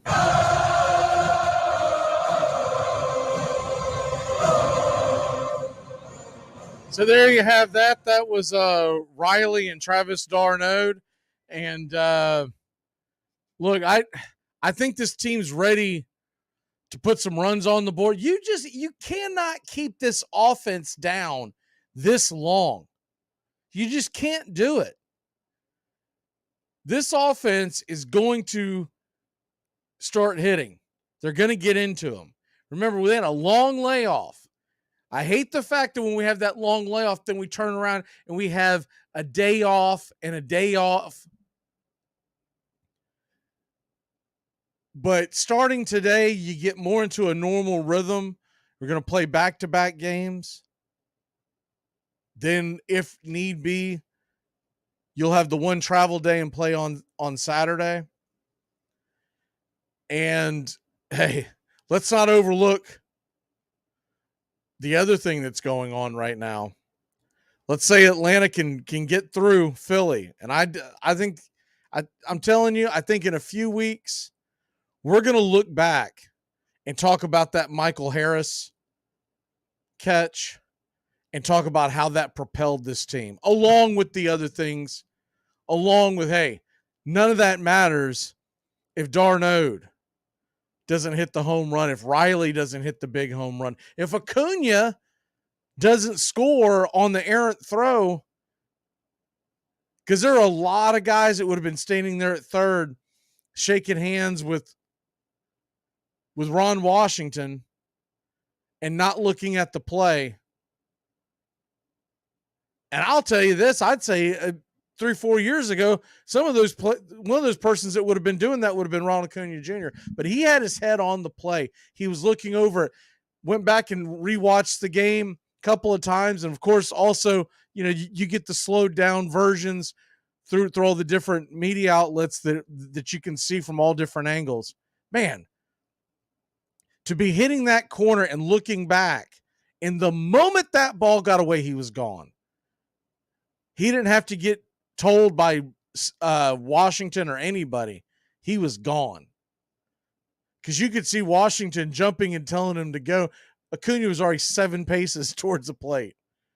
I thought it was funny that they're asking Riley about it. He said, man, I was putting pine tar on my bat. I didn't see the damn thing. Which, fair enough. I hope today that the offense gets going in a big ways today, because we're going to need it. Bryce Elder, he's getting the start. For some reason, you're just getting off work. You didn't see the news. They're starting with Bryce Elder. I do not believe that is the game plan. I don't think they're going into this game assuming that Bryce Elder is going to go 6 or 7 innings of just shut out ball and let's go. I think they're just going to have a very quick hook. The bullpen is obviously rested. They've got Strider on the mound tomorrow with full confidence of what he can do. Because some of this doesn't always come down to just, obviously, you're worried about the usage of pitchers. That doesn't come as much into play in October because you have all these built-in days off. What really comes into play is how often do you want the Phillies to see pitcher X, pitcher Y, pitcher Z? And of course, the Phillies are doing the same thing. So, and remember, they've got a well-rested Craig Kimbrell. He has not pitched since Saturday. So you could see a situation, though he's never been known to do it, but you could see a situation where he could be asked to come in and grab more than 3 outs today. So I think it's going to be imperative for the Braves to get off to a good start. Hey, how about we grab the lead? How about we put the pressure on them? And Aaron Nola has been up and down, but the one head scratching part of it, and look, I'll bite and I'll say, hey, maybe there's a very good reason for putting Travis d'Arnaud in the starting lineup, and maybe it works out. But the career numbers speak for themselves. Travis d'Arnaud is 6 of 36 against Aaron Nola, a 167 batting average. But here's the caveat. Here's the big but. He does have 2 home runs against him. And so that I can understand why they said, you know what? What the hell? We're looking for some offense. We're looking for a punch in that offensive lineup. If the Braves get a lead, don't be surprised if they pull d'Arnaud to have Murphy get behind the plate, because look, Murphy has not been JT Real Muto like defensively behind the plate this year, but he is an upgrade from d'Arnaud, obviously. Other guys' numbers, and this will go into, I'll go ahead and give it to you now. My pick to click tonight is Ronald Acuna Jr. I just think he's due. I think he's due to go off. I came close to grabbing Riley, but you hate going to the well that many times. So I'm going to go with Acuna tonight. He is 16 of 49 lifetime versus Aaron Nola. He has 4 home runs, 9 RBIs. He has struck out 12 times, but 8 of those 12 strikeouts came in the first few years of him facing Nola. Ozzie Albies is 15 of 59 lifetime versus Aaron Nola. So he's got a 254 average, 2 RBIs, nothing spectacular. But once again, remember, Ozzie Albies much better left-handed hitter this year than he has been years past. So I would not sleep on Ozzie. Austin Riley, he's got great numbers against Nola. 5 home runs, 9 RBI. He has struck out 16 times. It's not surprising considering Nola, righty-righty matchup, and Riley is known to chase him out of the zone. But 21 of 54 with a 389 batting average. That's insane. I just figured with the big hit that he had the other night, I'm like, I'm sticking with my pick to click as Acuna. Because Acuna can click in so many ways. He can do it stealing bases. He can just be using his speed like he did the other night, going first. I mean, he essentially went first to home on a single and an error it wasn't a significant error in as far as like this. It wasn't like that sailed into the dugout. It just barely popped off the glove of Trey Turner. Took a funny hop and it turned into a run. Matt Olson, by the way, small sample size, but he's hitting 227, 5 of 22 versus Nola. He does have a home run, but Matt Olson hits well in this park. He has always hit well in this park. So we do keep an eye on him. Marcell Ozuna, interesting enough, he's got 4 home runs. And remember, Nola's given up, was it 33, 35 home runs this year, somewhere in that neighborhood? I think the ball is going to fly tonight. And I did check the weather. Right now, as of about 7-8 minutes ago, the wind is blowing out to left center, left center, about 10 miles an hour. So I really think we're going to get a high-scoring game. Eddie Rosario, he has not fared well. He's 2 for 21, 9 strikeouts, no home runs. Orlando Arcia, he has not fared well against Aaron Nola. He's 2 for 19. And Michael Harris is second. He does have 2 home runs. Now, he's only batting 200. He's 4 for 20, but he's got 2 home runs. So what you have in the lineup tonight, all in all, if you add it all up, you've got 18 home runs against tonight's starting pitcher. The only guys who haven't gone yard against Aaron Nola in their career, Ozzie Albies, Eddie Rosario, and Orlando Arcia. if you're wanting to know about the Philadelphia and how they line up and how they do not have good numbers against Bryce Elder, but it's a very small sample size. Most of these guys have only seen Elder. The most is Bohm. He's 2 for 5 with 1 RBI. The guy with the best numbers, Castellanos, is also 5 at bats, 2 for 5 with 2 home runs. Marsh is 2 for 3, but he has not left the yard. So versus Bryce Elder, they have 2 career home runs versus our 18, but much bigger sample size. And the biggest thing with Elder, the last time he faced Philadelphia, more than anything else, he was not finding the strike zone. He walked 5 guys. That to me is going to be the key to tonight's game. Can you keep the free passes to a minimum? Make them earn their way, because the way when he's on, and we're just hoping that he's having a good game and not one of these bad games. He's been hit and miss. As I like to say, he's spotting dimes and eating onions, as the old Costanza line was.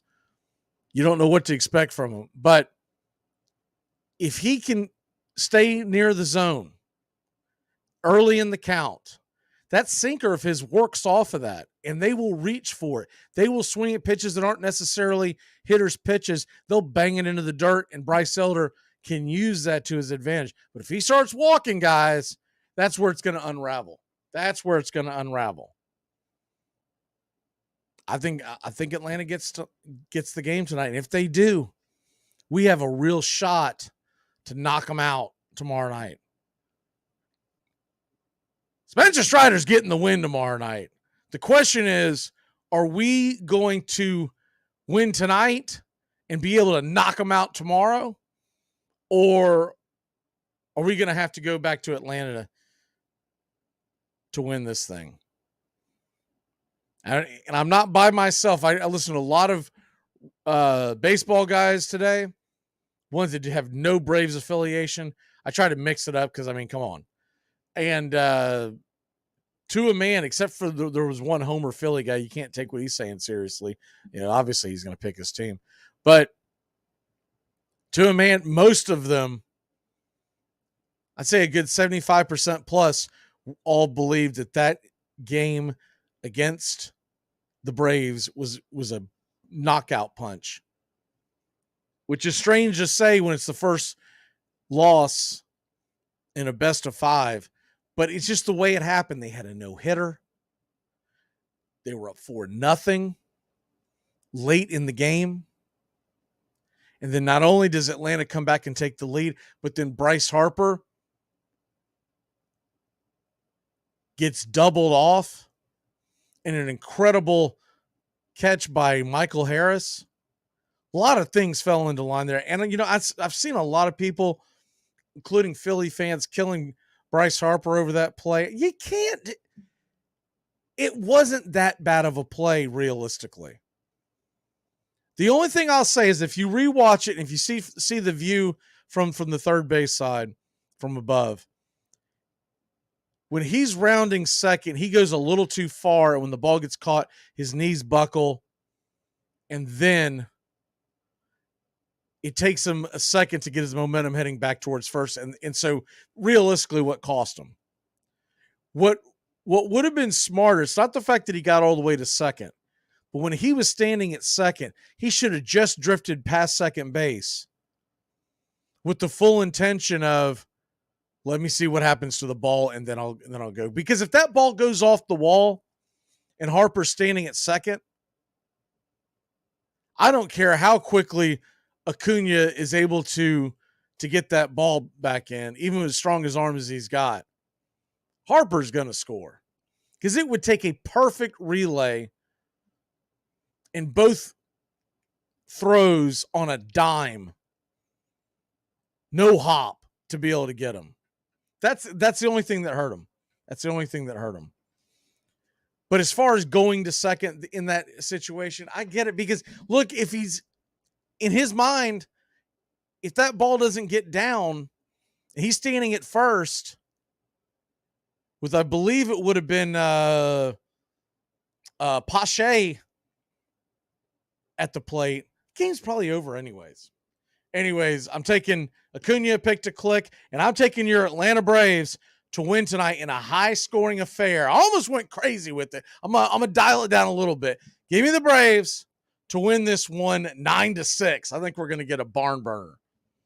All right, we're gonna step away for a second, get you lineups, all that jazz. Keep it locked in here to Braves Country Radio. Pitch by pitch, play by play on the way.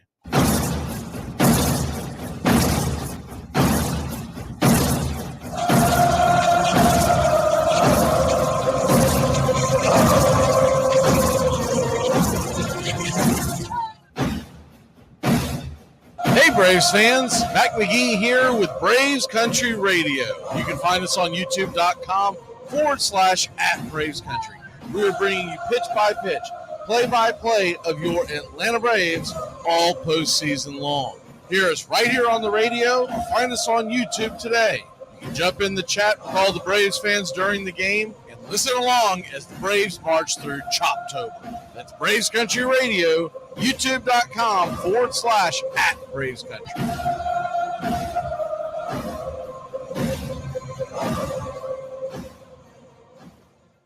After these messages, we'll be right back.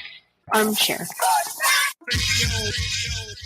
Well, the season's finally here. The Armchair Quarterbacks are back. Saturdays, 10 a.m., you'll be tailgating with the Armchair Quarterbacks. Mac McGee, Joey and Tones, and the rest of the Armchair Quarterbacks live, 10 a.m., Saturdays this fall. Talking college football, SEC, ACC, Big Ten, the NFL, fantasy football advice, and our picks against the spread. Right here on Braves Country HD, 99.1 FM, WQEE. Yeah, the Armchair Quarterback.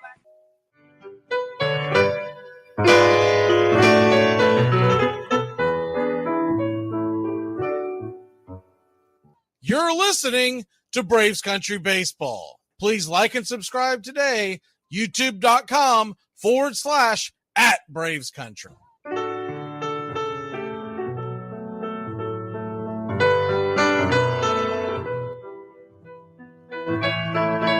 Casey at the Bat by Ernest Lawrence Thayer.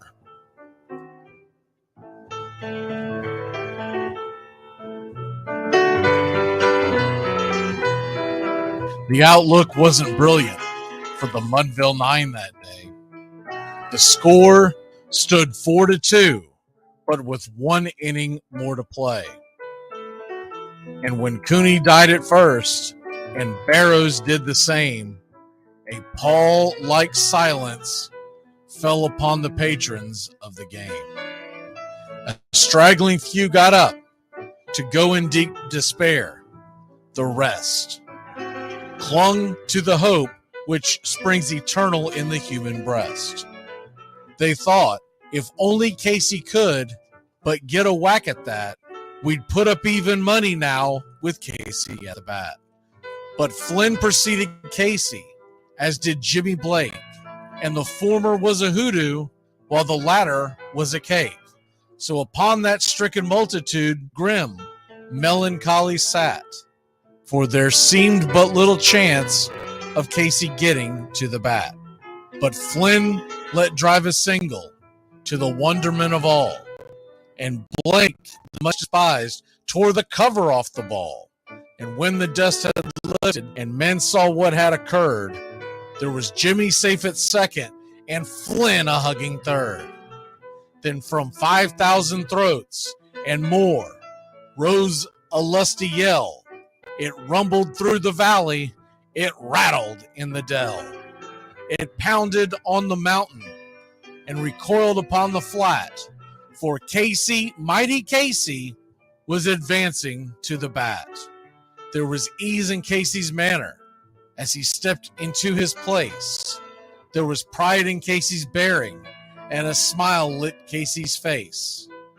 And when responding to the cheers, he lightly doffed his hat. No stranger in the crowd could doubt 'twas Casey at the bat. 10,000 eyes were on him as he rubbed his hands with dirt. 5,000 tongues applauded when he wiped them on his shirt. Then while the writhing pitcher ground the ball into his hip, defiance flashed in Casey's eye, a sneer curled Casey's lip. And now the leather-covered sphere came hurtling through the air, and Casey stood a-watching it in a haughty grandeur there. Closed by the sturdy batsman, the ball unheeded sped. That ain't my style, said Casey. Strike one, the umpire said. From the benches black with people, there went up a muffled roar, like the beating of a storm waves on a stern and distant shore. Kill him! Kill the umpire! Shouted someone on the stand, and it's likely they'd have killed him had not Casey raised his hand. With a smile of Christian charity, great Casey's visage shone. He stilled the rising tumult. He bade the game go on. He signaled to the pitcher, and once more the dun sphere flew. But Casey ignored it, and the umpire said, "Strike two!" "Fraud!" cried the maddened thousands, and echoed answered, "Fraud!" But one scornful look from Casey, and the audience was awed. They saw his face grow stern and cold. They saw his muscles strain, and they knew that Casey wouldn't let that ball go by again. The sneer is from Casey's lip. His teeth are clenched in hate. He pounds with cruel violence his bat upon the plate. And now the pitcher holds the ball, and now he lets it go. And now the air is shattered by the force of Casey's blow. Oh, somewhere in the favored land, the sun is shining bright. The band is playing somewhere, and somewhere hearts are light. And somewhere men are laughing, and somewhere children shout. But there is no joy in Mudville. Mighty Casey has struck out. Casey at the Bat, Ernest Lawrence Thayer, published June 3rd, 1888. San Francisco Examiner.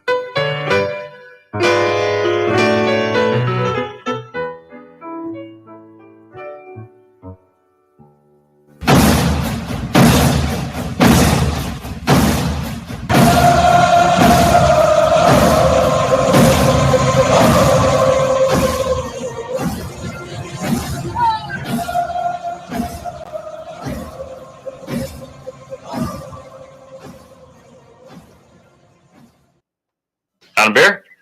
7 o'clock in the morning. Scotch? You can't drink like me. You can't smoke like me. So don't try and be like me. Let's party together. There's something kind of about a kid that's never played baseball. If baseball is about caring, about loyalty and rivalry, Baerga is 0 for 3. Left center field. Grissom on the run. The team of the 90s has its world championship. There's a very peaceful thing. It was created and played in pastures and meadows. There's grass, there's outdoors, there's everything that people thought was American and feel about America. You get in a ballpark, and it's the wonder of walking through that dark tunnel and seeing a huge open space where men play the little boy's game.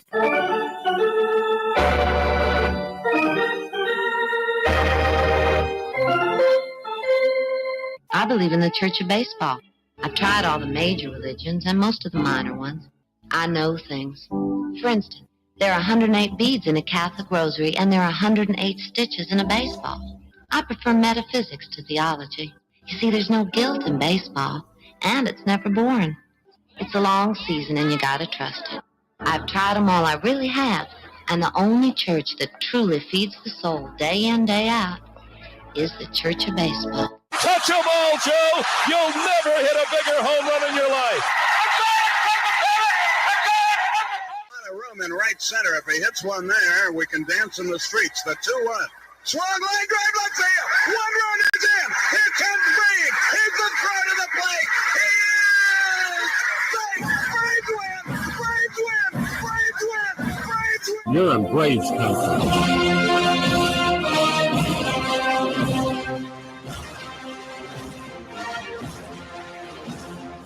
down to one strike here. Gurriel, the last hope for the Houston Astros. Here's the 0-2 pitch. Swung on, bounced over to Dansby. Dansby fires it over to first, and here comes the dog pile. Fire the cannons in the battery. Do the chop all throughout Braves country. Pop that top. Your Atlanta Braves have won it all.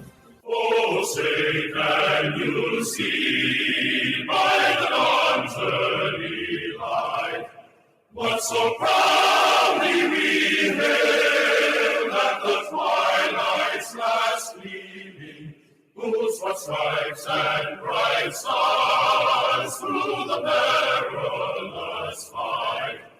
O'er the ramparts we once were so gallantly streaming, and the rockets red bells bursting in air gave proof through the night that our flag was still there. Oh, say does that star-spangled banner yet wave o'er the land of the free and the home of the brave? Play ball. Hey, howdy, hi, and how the hell are you? Pull up an armchair, girls and boys, and join us for Braves Country Baseball. We are live, and the scene is Citizens Bank Park, Philadelphia, Pennsylvania, where we're set to bring you pitch by pitch, play-by-play of your Atlanta Braves. Hi, I'm Mac McGee. Here are your starting lineups for today's action. Leading off and playing right field for your Atlanta Braves, it's Ronald Acuna Jr., 41 home runs, 106 RBI, 73 stolen bases, batting .337 in the 2023 season. Ozzie Albies batting second, playing second, 33 home runs, 109 RBI, 13 stolen bases, batting .280. Austin Riley batting third, playing third, 37 homers, 97 RBI, 3 stolen bases, batting .281. Matt Olson batting cleanup for your Atlanta Braves with 54 home runs, 139 RBI, 1 stolen base, batting .283. Marcell Ozuna, the designated hitter with 40 home runs, 100 RBI, a .274 average. Travis d'Arnaud is behind home plate for your Atlanta Braves with 11 home runs, 39 RBI, a .225 average. Eddie Rosario is in left field with 21 home runs, 74 RBI, 3 stolen bases, batting .255. And Orlando Arcia is playing short with 17 home runs, 65 RBI, 1 stolen base, batting .264. Patrolling center field for your Atlanta Braves, it's Michael Harris II. He has 18 home runs, 57 RBI, 20 stolen bases, a .293 average, and a Spider-Man catch at the wall in Game 2 that ended the game. On the mound for your Atlanta Braves, it's Bryce Elder. He's 12-4 with a 3.81 ERA with a 1.28 whip. 174 innings pitched, 128 strikeouts versus 63 walks. He'll be going head-to-head with Aaron Nola of the Philadelphia Phillies. Nola comes in with a 4.46 ERA and a 12-9 record.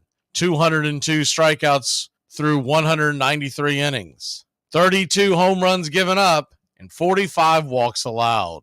Backing up Nola in the bottom of the first inning, it'll be Kyle Schwarber, the designated hitter, with 47 home runs, 104 RBI, and a 197 average. Trey Turner batting second, playing short, 26 home runs, 76 RBI, 30 stolen bases, batting .266. Batting third, playing first, Bryce Harper, 21 home runs, 72 RBI, 11 stolen bases, batting .293. And Alec Bohm is batting cleanup with 20 home runs, 97 RBI, 4 stolen bases, batting .274.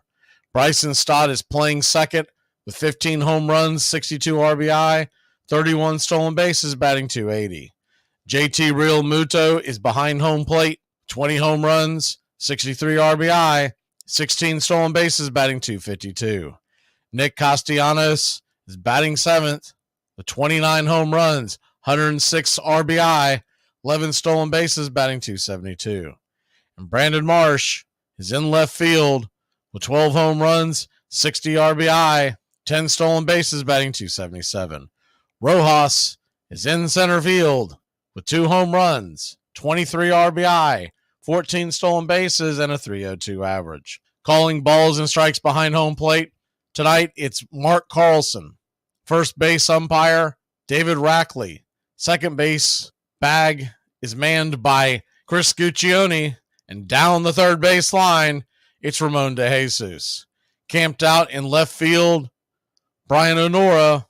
And way down the right field line, it's Ben May.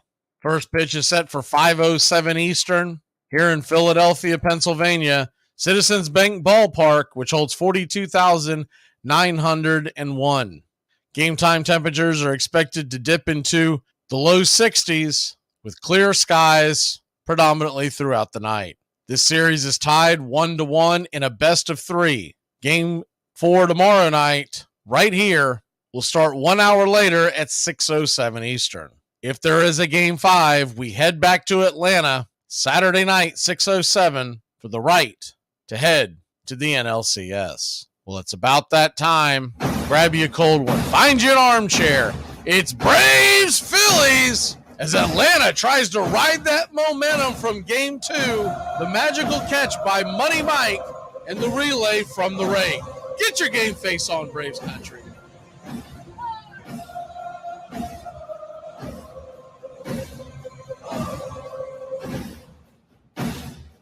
Get this bus moving. Stop. Come back. Too late. Roll call! Yeah, roll call! You're in Braves country.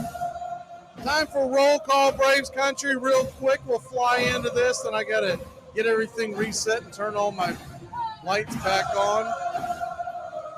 Good evening, Dolo, KMS, Brock, Jesse, Jameson, Danny, John, Robert. Good evening, Chris, Antoine, Brian, Packer fans, Hunter, Robert, Goat,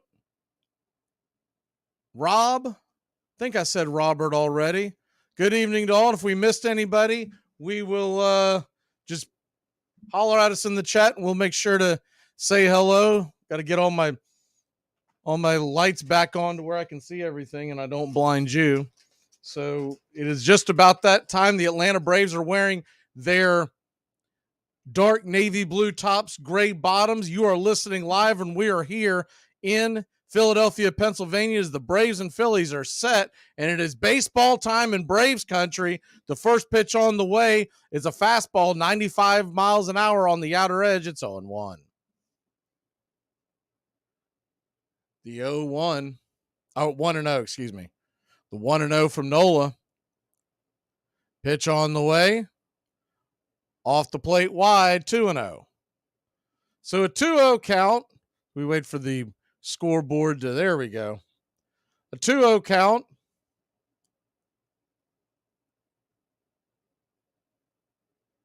Nola comes set, turns, kicks and deals. Swung on, fouled down the right field line. It was a hanger, a curve, just about the center of the plate. Acuna just got underneath it. It's 2-1. So a 2-1 count to Acuna. Nothing, your score. We're just getting started here. Game 3, series tied 1 apiece. The 2-1 pitch swung on. That ball is sliced over to first, in and out of the glove of Harper, but he'll stay with it. Steps on the bag, and there's one away. Acuna went the other way. They were playing the shift. Really one of the few places you could hit it and not end up with a base hit is right at Harper, and there's one down. One down. Sun starting to set here in Philadelphia. A little bit of sun out there in right field, but not much. Most of it's on the fans. Ozzie Albies comes to the plate. Ozzie Albies, open stance from the left side. The first pitch on the way. Fastball up top, misses. It's 1-0.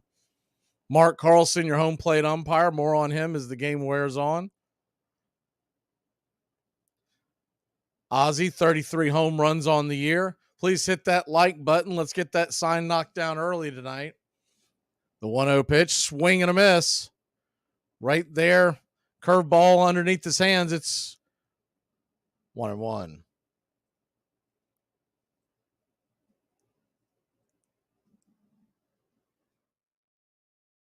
The 1-1 from Nola.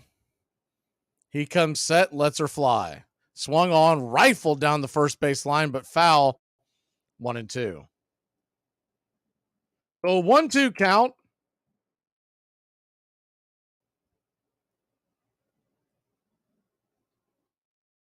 Nothing your score.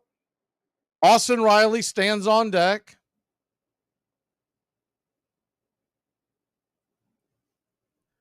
The 1-2 pitch, swung on, tap sat towards the first base side, but it goes foul by a plenty. First base coach EY grabs it and flips it into the crowd. We'll do it again at 1-2. Ozzy Albies not fared well against Nolan in his career. Phillies are playing him pretty honest on a bit of a pull, so there is a little bit of room down the third base side. The 1-2 pitch, swung on and missed. Strike 3, 95 up top, blew it right by him, and there's 2 away. So 2 down, and Austin Riley will come to the plate. Bryce Elder getting the start for the Atlanta Braves tonight, if you're just joining us. Didn't see the news.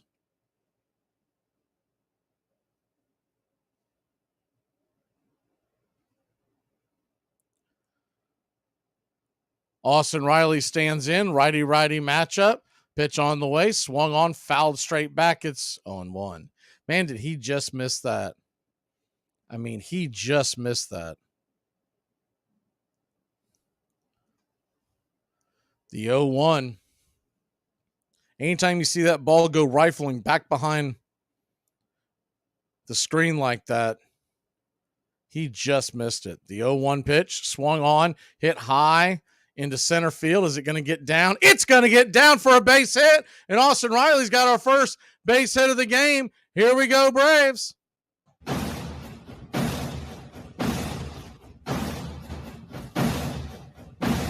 One on, 2 outs. They were playing Riley pretty deep on that one. Good evening, Carrie. We see you in the chat. Mike, good evening. Travis, D.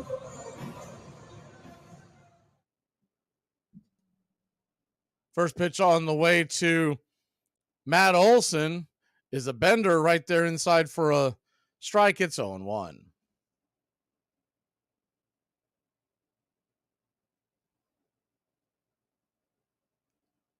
The 0-1.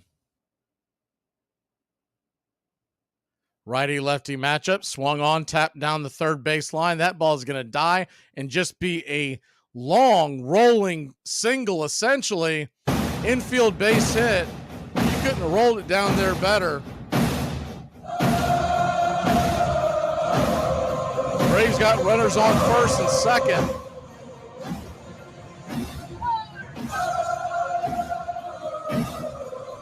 Two outs. Marcell Ozuna will come to the plate.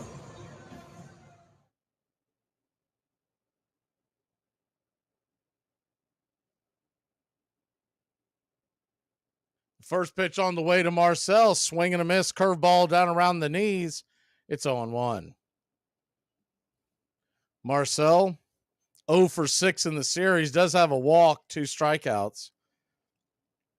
40 home runs on the year, 100 RBI. Is any kind of a base hit, a bleeder would score Riley. The 0-1 down and away, outside, 1-1. Standing on deck is Travis d'Arnaud.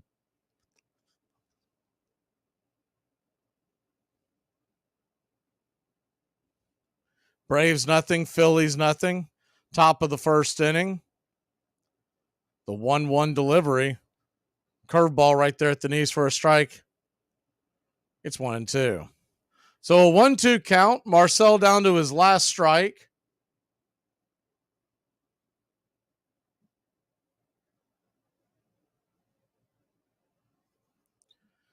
The 1-2 pitch.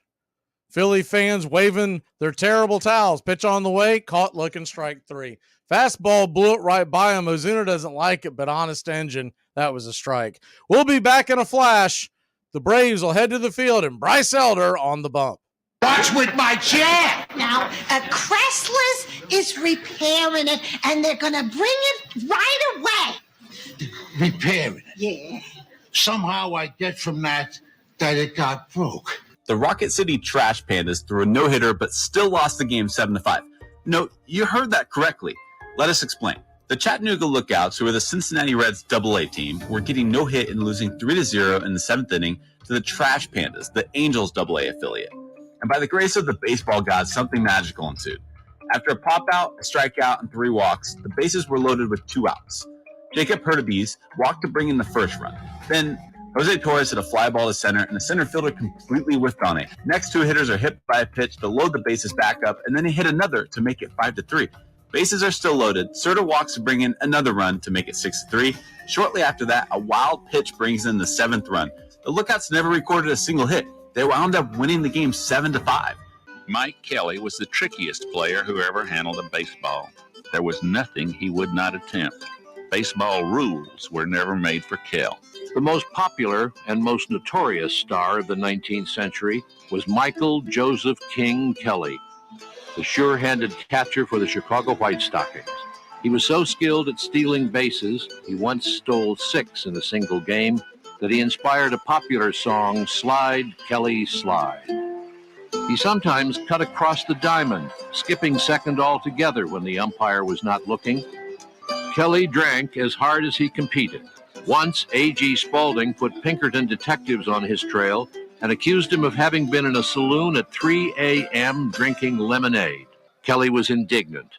It was straight whiskey, he said. I never drank a lemonade at that hour in my life.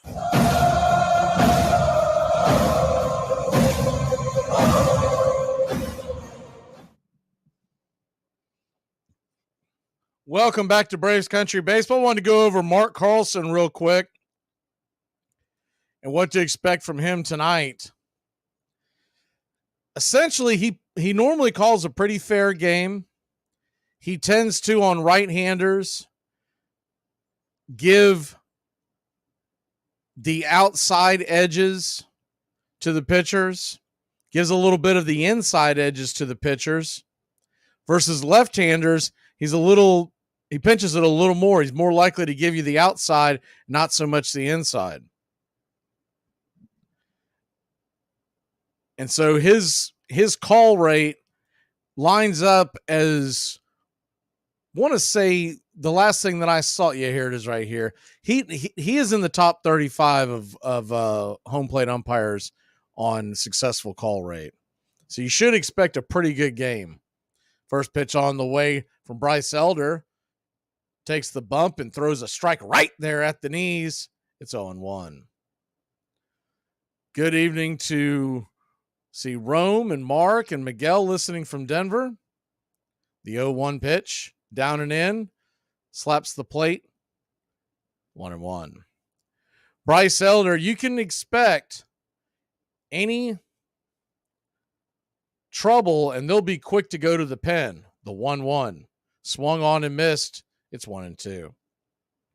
Braves are in the exact opposite situation that the Phillies will be in tomorrow. So it's almost like they're taking turns. Tonight is a game where the Braves hope to get several innings out of Bryce, but they'll be quick to turn it into a bullpen game. Tomorrow, with most likely Ranger Suarez on the mound for Philadelphia, same situation. The 1-2 pitch from Elder. Swung on, tap, foul, back out of play. We'll do it again. It's 1-2. Good evening, Moses from, was it San Antonio? Braves nothing, Phillies nothing. Game 3. Please hit that like and please subscribe today. We bring you pitch by pitch of your Atlanta Braves every game throughout the postseason. The 2-2 pitch is in the dirt. Or 1-2 pitch is in the dirt. It's 2-2. So a 2-2 count. You got Schwarber, Turner, and Harper due up.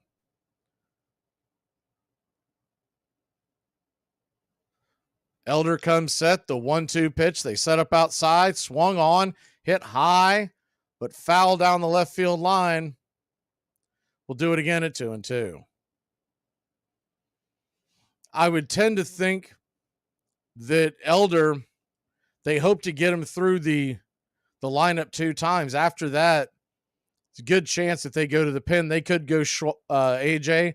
It really depends on is the 2-2 misses outside, ball 3-3-2. Where are we at in the game, and where are they at in their lineup?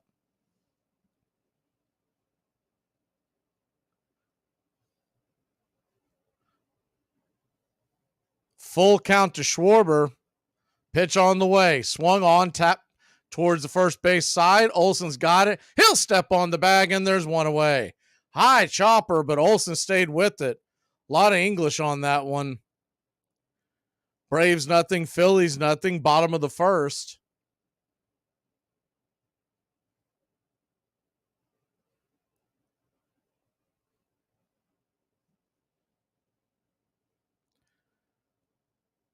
Coming to the plate now, Trey Turner. Harper standing on deck with the righty on the mound. Harper goes to the 3 slot, Bohm to the 4. With the lefty, they trade places. The first pitch on the way to Turner's right there for a strike, top of the zone. It's 0-1. The 0-1 to Turner. Pitch on the way, swung on, grounded foul down the third base line. It's 0-2. Bryce Elder, a lot of debate on whether or not he should get the start, and no Braves country is on pins and needles.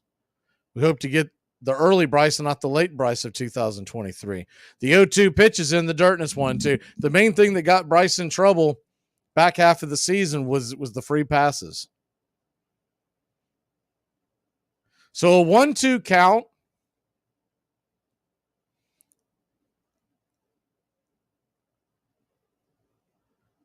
Righty-righty matchup, pitch on the way. Did he go around? They're going to check down the line. Got him! Strike 3. Trey Turner will head to the bench. He does not like it. He gives the evil eye to first base umpire David Rackley. Tell you what, side view tells you this. If you're a Braves fan, you say, heck yeah, he went. If you're a Phillies fan, you say, heck no, he didn't. It is literally one of those 50-50 calls. I'd say he probably went, but if you're a Phillies fan, I can understand why you'd say not. That'll bring Bryce Harper to the plate. First pitch on the way to Bryce is off the plate high and wide for a ball. It's 1-0. Good evening, Willis, Yelton, Rob, or as he's affectionately known, Yelaton. The 1-0 pitch in the dirt, 2-0. So a 2-0 count from Bryce. Pitching around Harper, but you don't want to start putting ducks on the pond.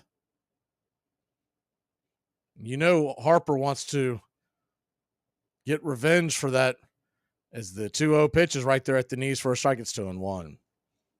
He can say that he's okay about it and whatnot, but you know it was on his mind the last 36 hours of getting doubled off at first to end game 2. The 2-1 from the Texan. Turns, kicks, deals, swung on, fouled down the line, down the left field line. Deep ball, but plenty foul. It's 2-2. So a 2-2 count from Bryce. You'd love to see him get a clean inning to get going. If you're just joining us, the Braves put 2 on in the top of the first. We're unable to score. The 2-2 pitch on the way. Swing and a miss. Strike 3. Set him down, Joe. His fingers are so. We'll be back in a flash here on Braves Country Baseball. Hi, I'm your biological dad. Hi. My name's Rob. Well, that's ironic. Why is that? Because it's kind of like what you did in my childhood. Armchair. You'll do anything to stay healthy. So isn't it time to think about your water? Aquasana water filters remove contaminants other filters don't, like lead, bacteria, viruses, and pesticides. Up to 99% of 88 contaminants, while leaving vital minerals you need like potassium, calcium, and magnesium. Visit waterfilter.com now for pure, delicious water and the ultimate peace of mind. Aquasana. Better water, better you. Braves Braves Country today. We're talking Southern sports. We go live 3 to 5 weekdays right here on WQEE. Braves Country today, Southern sports talk with the voice of Braves Country baseball, Mac McGee. Joined every day from sports analysts from all over Braves Country, talking college football, the NFL, Major League Baseball, and what's trending in the world of sports. Braves Country today. We go live 3 to 5 weekdays right here on WQEE. In order to save us all some time, I will call all the males Daves and all the females Debbies. Debbie's actually my name. Then, out of fairness to the others, you will be Slagathor. Kelly and other carousing Chicago players were widely blamed for losing the championship to St. Louis in 1886. That winter, an exasperated Spaulding sold Kelly to Boston for the unheard-of sum of $10,000.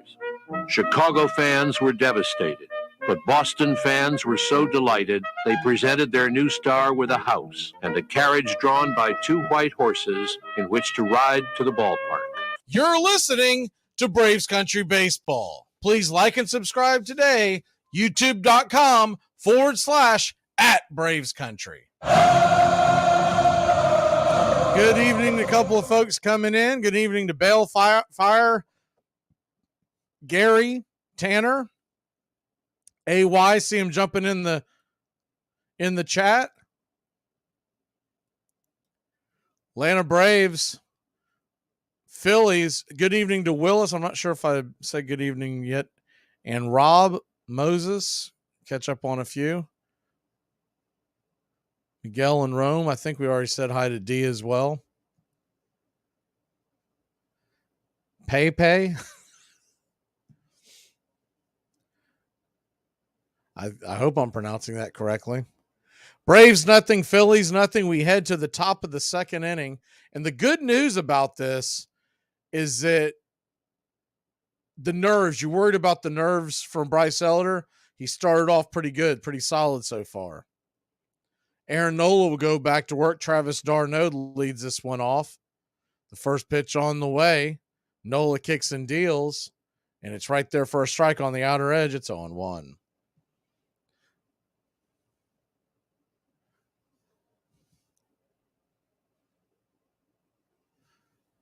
Braves nothing, Phillies nothing. Righty-righty matchup. Nola turns and deals. Off the plate wide, 1-1. So a 1-1 count.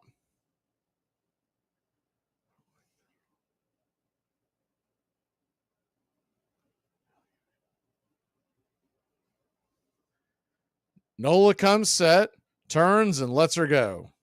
Swung on, grounded over towards third. Easy play. Bohm's got it, flips it over to first. Throws it in the dirt, but a good stab by Harper, and there's one away.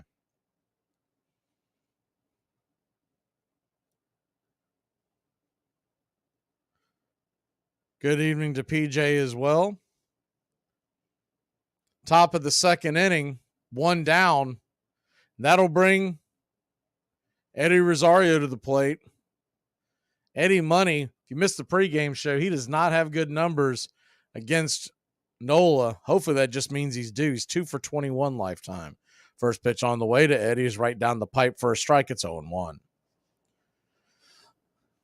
Same thing with Orlando Arcia. He is very bad against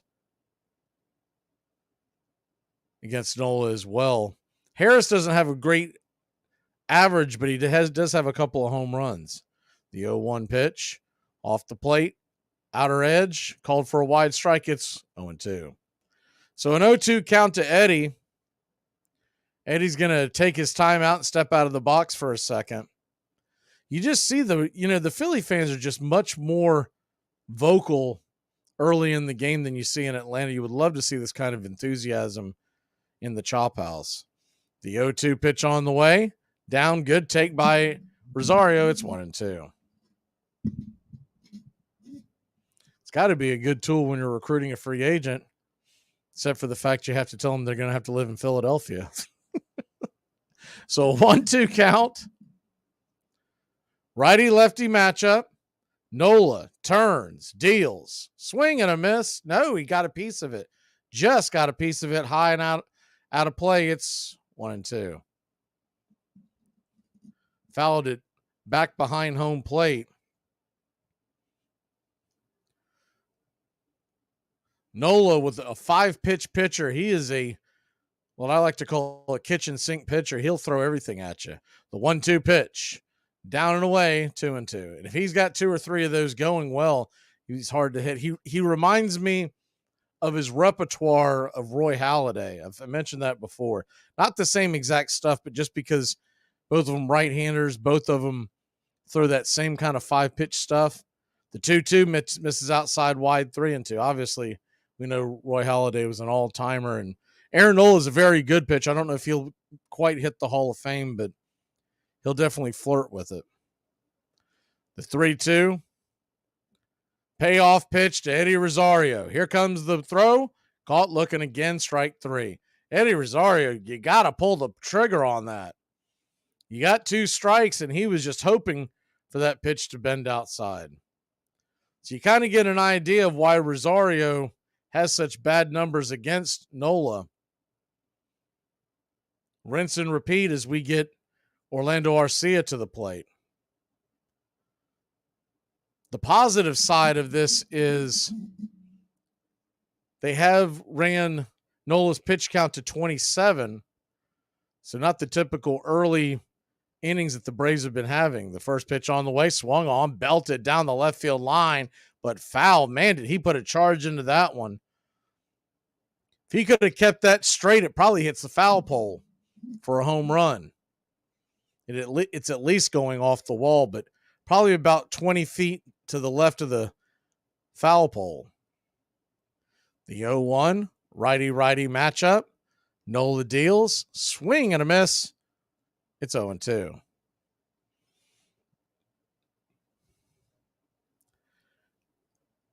So an 0-2 count.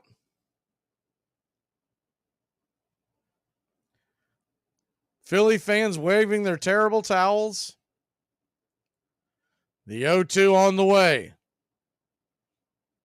Did he go around? They're going to say he did. Strike 3. Not sure about that, but Orlando's not arguing it. We'll head to the bottom of the second. We are scoreless in Pennsylvania.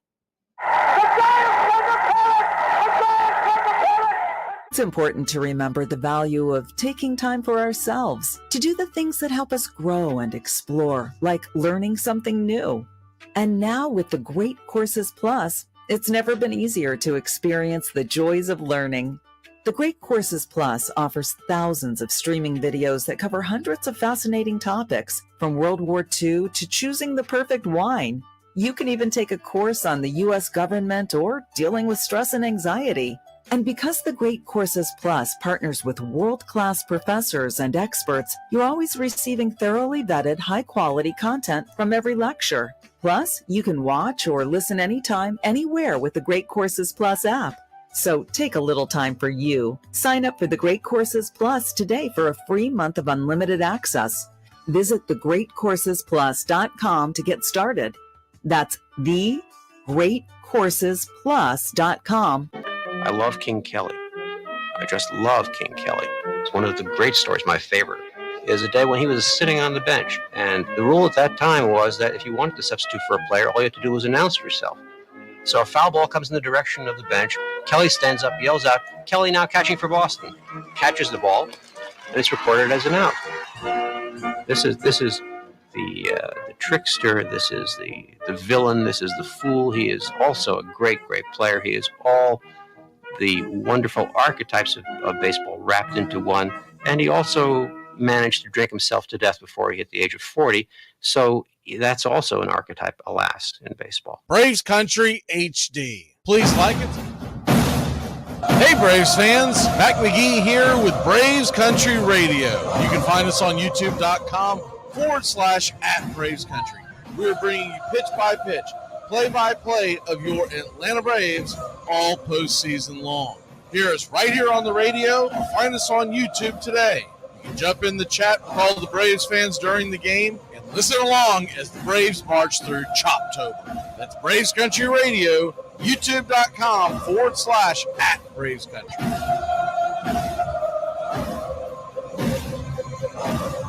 Welcome back.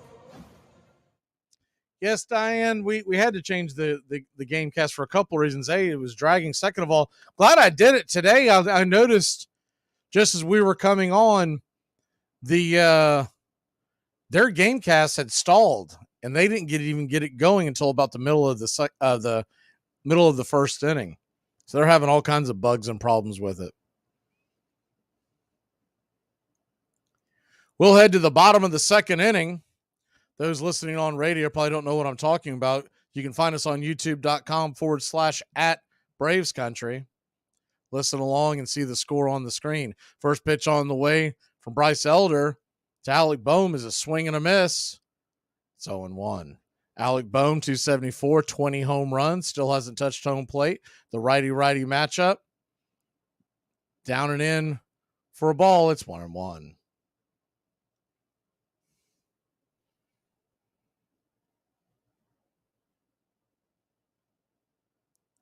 The 1-1 from Elder. Turns and deals just off the plate wide, 2-1. So a 2-1 pitch from Bryce. Boehm, Stott, and JT Real Muto due up. 2-1 pitch, swing and a miss on the outer edge. 2-2. Elder went 3 up, 3 down in the first inning. Good start for Bryce. The 2-2. Swing and a miss, strike 3. Boehm went chasing that one way out of the zone, and there's one away. That was more of a bad swing than a great pitch, but we'll take it. Happy birthday, Underwater.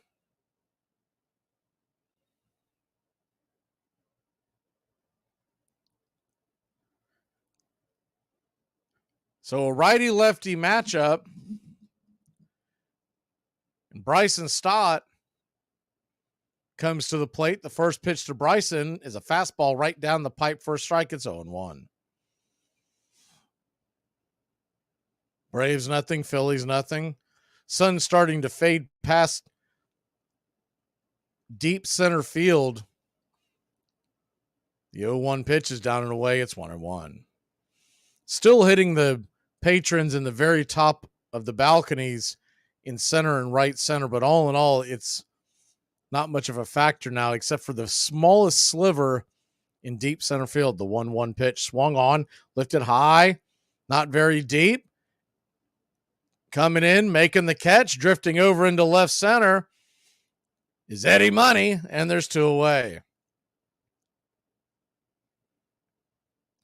You know, the one thing we all keep waiting on is where's that Eddie Rosario that was Eddie Money in 2021? He was money at the plate.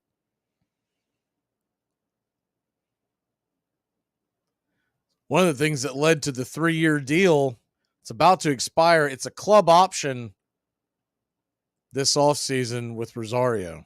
It's a mutual option, excuse me. First pitch on the way from Elder to JT Real Muto is a swing and a miss strike. It's 0-1. You'd love to see Elder to get out of this inning pretty quickly. He's pretty economical right now, 26 pitches. The 0-1 pitch, swing and a miss. Just under the hands, the sinker goes, and it's 0-2. So an 0-2 count to JT. Braves nothing, Phillies nothing. Due up in the top of the third will be Harris, Acuna, and Ozzie. The 0-2 pitch, down and in. Sinker tried to get him to chase that same pitch. This time he backed off. It's 1-2. I love when the lineup comes in like that, when it's Harrison back to the top of the order, because it's really like having 2 leadoff hitters. The 1-2 pitch, swing and a miss, strike 3. Bryce Elder is absolutely dealing so far. We will head to the top of the third. It is scoreless in Philadelphia. Girls that eat pickles and like thoroughly enjoy eating them, and I'm not talking about like on a burger or anything, but like pickles from a pickle jar. They're always hot. Like, what's with it with hot girls and pickles? I don't understand you. It all starts with just one thing. When recycling, rinse out jars and cans, and avoid recycling wax paper or paper soiled with food. This will reduce recycling contamination. Find tips and more at onethingus.com. What's your one thing? Braves Country today. We're talking Southern sports. We go live 3 to 5 weekdays right here on WQEE. Braves Country today, Southern sports talk with the voice of Braves Country baseball, Mac McGee. Joined every day from sports analysts from all over Braves Country, talking college football, the NFL, Major League Baseball, and what's trending in the world of sports. Braves Country today. We go live 3 to 5 weekdays right here on WQEE. What I told him was that I agreed with him in principle, but that the courts had treated players as property and would likely do so again, and that his attempt, while a principled one, was, I thought, doomed to failure. And I worried about his knowing the kinds of chances he was taking, that he was going to end his career in a case that probably was a loser. The lawyers for the major leagues would not talk for the cameras, but in the courtroom they argued that the reserve clause is essential to the future of organized baseball, that without the reserve clause, all the rich teams would get all the star players. But Arthur Goldberg maintains that the reserve clause, tying a player to one team for the rest of his life, is in violation of the 13th Amendment. That's the amendment against slavery and indentured servitude. Hey, Braves fans. The season's finally here. The Armchair Quarterbacks are back. Saturdays, 10 a.m., you'll be tailgating with the Armchair Quarterbacks. Mac McGee, Joey and Tones, and the rest of the Armchair Quarterbacks live, 10 a.m., Saturdays this fall. Talking college football, SEC, ACC, Big Ten, the NFL, fantasy football advice, and our picks against the spread. Right here on Braves Country HD, 99.1 FM, WQEE. Yeah, the Armchair Quarterback.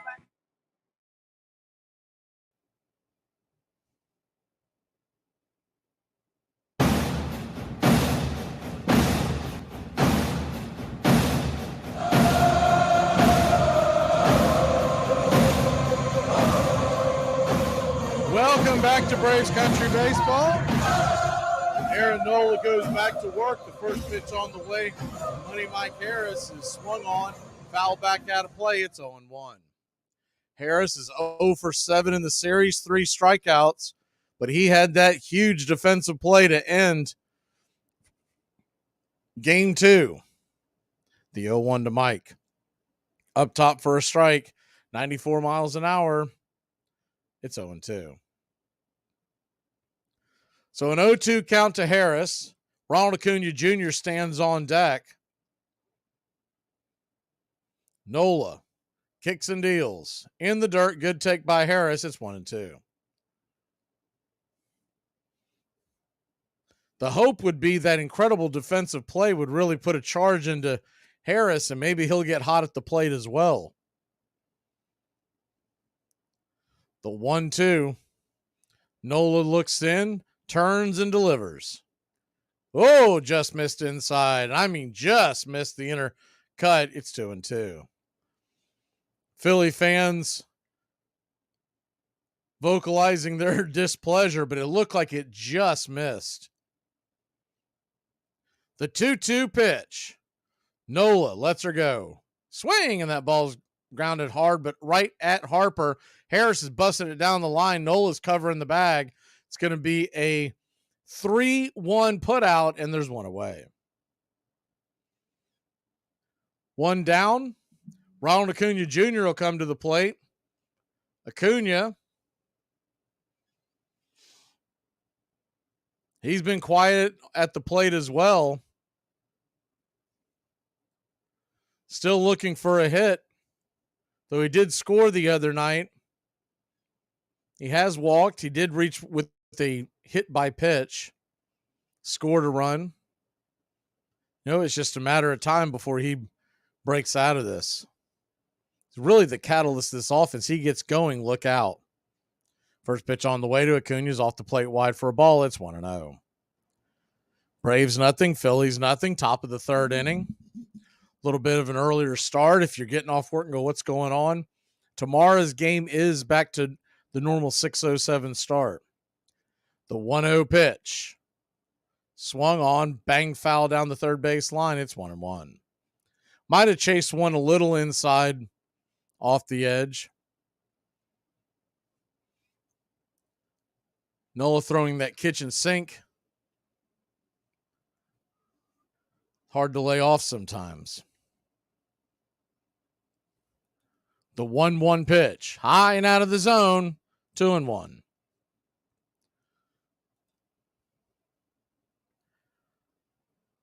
So the count now in the favor of Acuna on a 2-1 count. Nola comes set. Turns and deals. Swung on, roasted down the right field line, and that's going to get down for a base hit. Ronald Acuna Jr. rounds first. He's headed for second. Head first slide. He is safe!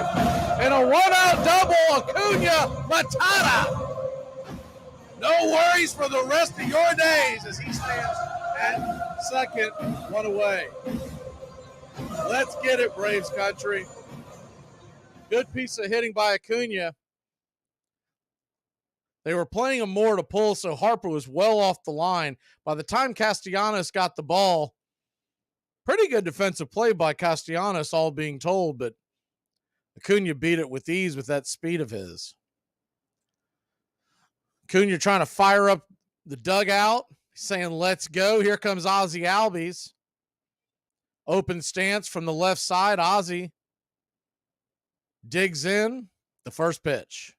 Swung on. That ball is rifled down the right field line. That's going to get down for a base hit. Here comes Ronald Acuna Jr. He will score!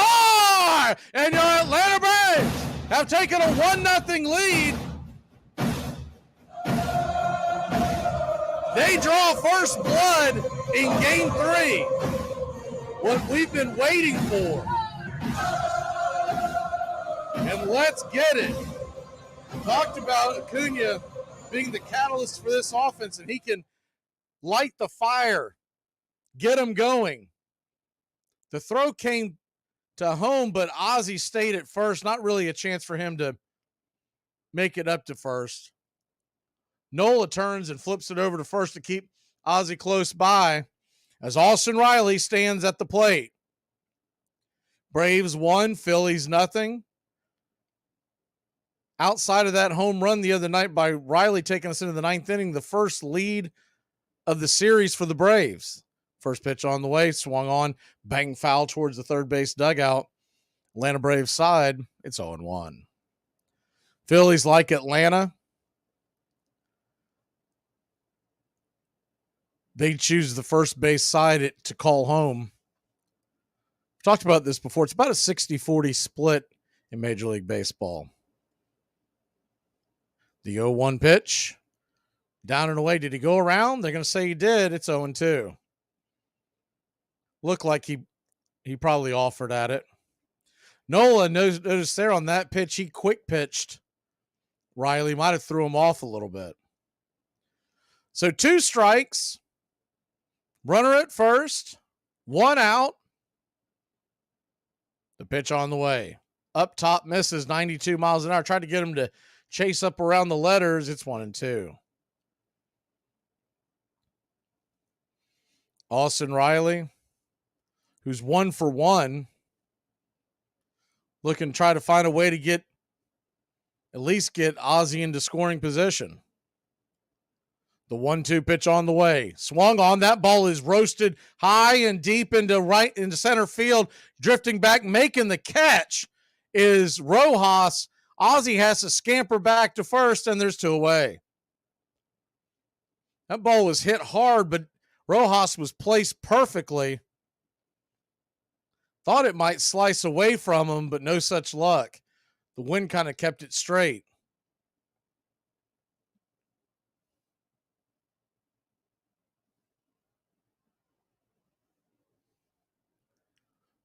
Righty-lefty matchup. Matt Olson stands in. The first pitch on the way to Matty. Up top, misses for a ball. It's 1-0.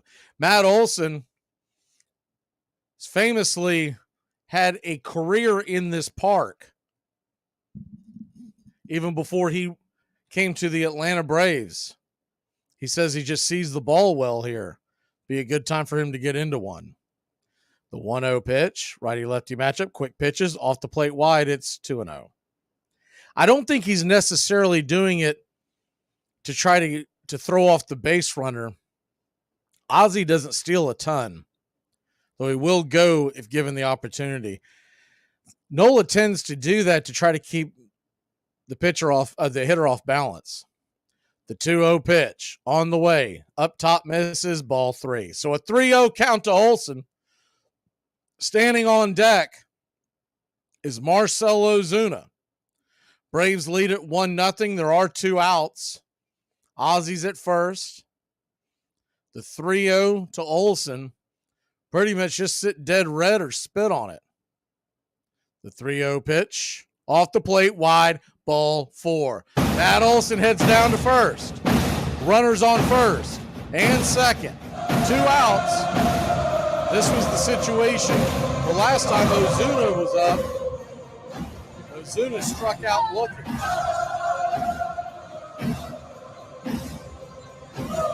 Going out and having a little powwow on the mound. Philadelphia Phillies taking that quick timeout as the entire infield comes out there to talk to Aaron Nola, along with the Philadelphia pitching coach, Caleb Gotham. Braves lead at 1-0. Aaron Nola sitting at 48 pitches here in the top of the third, which isn't terribly high number, but if the Braves can keep it pushing, can start getting away from them. I'm sure they're talking about the options. Remember, Darnold's on deck. In theory, as Glavine and Maddox used to always say, if the bases aren't loaded, there's a base open. So in theory, they could pitch around Marcell to get to Darnold, who has not had good numbers lifetime. The first pitch on the way to Marcell Ozuna, swung on and roasted down the third base line, plenty foul, way out in front of that. It's 0-1. Braves 1, Philly 0.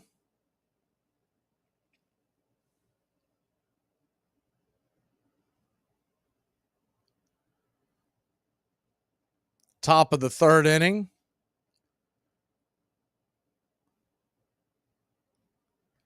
You got Olson at first, Ozzie at second. The 0-1 from Nola lets her fly. Down below the knees, called for a low strike. Ozuna doesn't like it. And I can't blame him on this one. The one he got upset about it the first time definitely looked like a strike in his first at bat. This one was below the knees. The Braves dugout is going bananas, and you can't blame them. That was a terrible call. But nobody's perfect, so you got to get it back to it. The 0-2 pitch, off the plate wide, try to get him to chase that bender off the plate.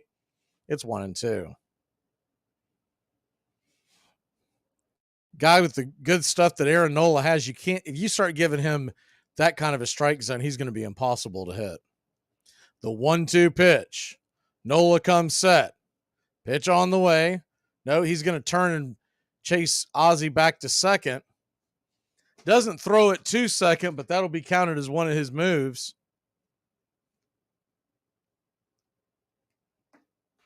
Braves 1, Phillies 0. Top of the third. The 1-2 delivery from Nola.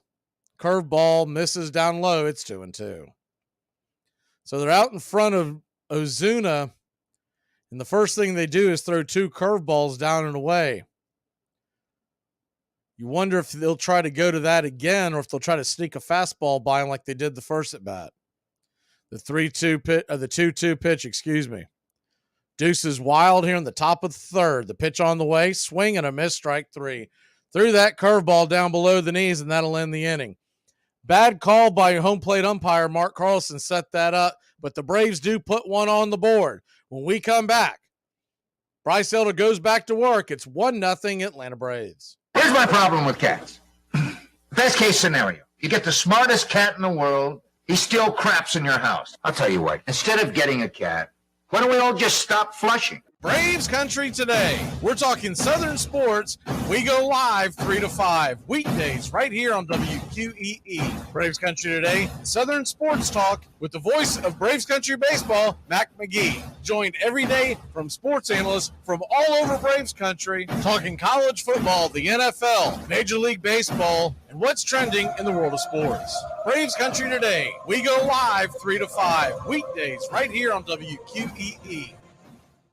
I was a natural-born kicker, bent upon making trouble for others.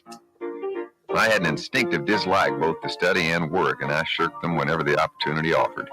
Cap Anson. His real name was Adrian Constantine Anson, but those who cheered him for 27 years knew him first as Baby, then as Cap, and finally as Pop. He was the greatest player of his century. Anson played every position but pitcher for the Philadelphia Athletics, then joined Spalding's Chicago White Stockings and became first baseman and captain. He batted over 300 for 20 consecutive seasons, drove in 1,700 runs, and was the first man ever to accumulate 3,000 hits. Chicago fans loved Anson, but his players did not. He was too stern a taskmaster for that, imposing bed checks, levying $100 fines for beer drinking, insisting they report for a new early season workout he called spring training. Cap Anson was the symbol, one writer said, of all that was strong and good in baseball.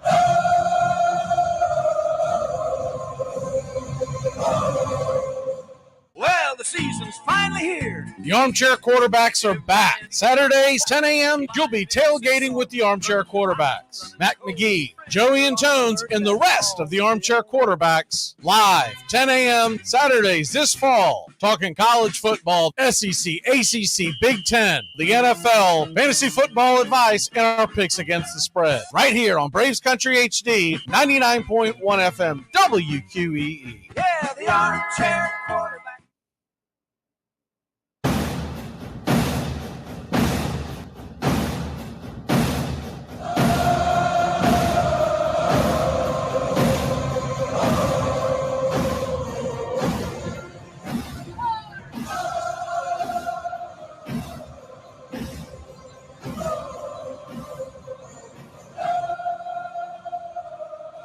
Welcome back to Braves Country Baseball.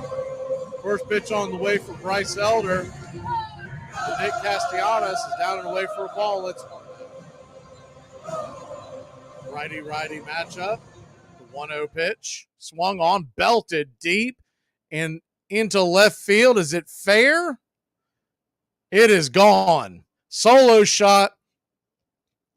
And Bryce Elder coughs up the lead as quickly as he got it. 1-1 your score. Bryce Elder gives up the solo shot. The Phillies are on the board with their first hit and their first run of the game. Just cannot hang a pitch like that in there to Castellanos. Terrible pitch by Elder. So we're back to the drawing board. 1-1 your score, bottom of the third. First pitch on the way to Brandon Marsh. Swung on and bang foul down the first base line. It's 0-1.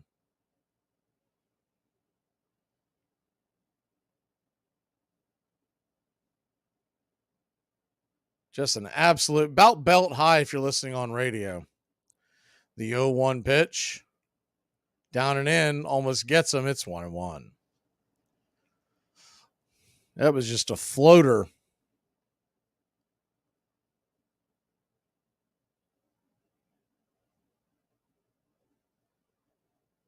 So a 1-1 count. Pitch on the way, swing and a miss. It's 1-2. Elder has to stay down. He doesn't have the velocity to blow it by past the pitchers, past the hitters.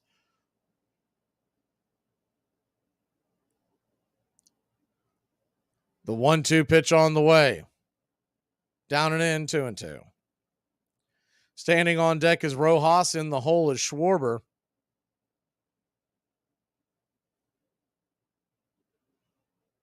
Braves 1, Phillies 1, bottom 3.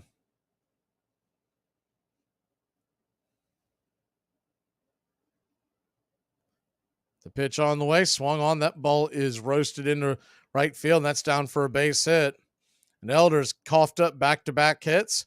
Phillies have a runner on first, nobody out.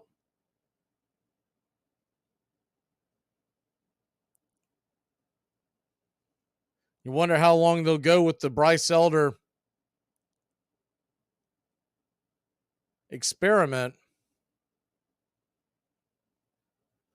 They're starting to see him well, and they're starting to smack him. So back-to-back hits. Starts off the bottom of the third. 1-1 your score. The first pitch on the way to Rojas is popped up foul. Man, that's a bad bunt by Rojas. That's a terrible bunt. He bunted it into the Braves dugout on the fly.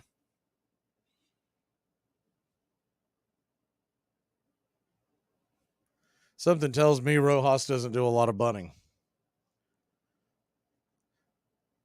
The way he laid that bat down. A.J. Smith-Shawver is warming up in the Braves bullpen. He's getting loose. So we'll see when he starts picking up the ball, probably not too long from now. Talked about this in the pregame. Thought that the game plan would be around the third, fourth inning is when you would see Elder leave and Shawver enter. But that's assuming everything goes well. You could get him a lot earlier than that. I think what they would love to do is bring Shawver in the top of an inning, the beginning of an inning. The 0-1 pitch swung on, pops it up, can of corn in the infield. Underneath it, camping, making the catch is Olsen, and there's one away. So one down.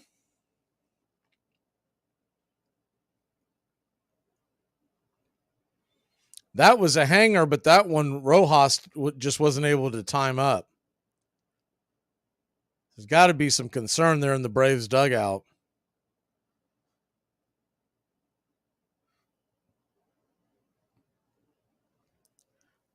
Kyle Schwarber comes to the plate, 47 home runs on the year. The first pitch to Schwarber swung on, banged over to second. The only play is going to be to first, and it's a 4-3 put out for out number 2. That's the good news. The bad news is the go-ahead run stands at second in scoring position with Bryce Harper coming to the plate. You wonder what the game plan will be here for Elder. I'm sorry, it's not Harper. I got ahead of myself. It's Trey Turner coming to the plate. Not much better. So righty-righty matchup.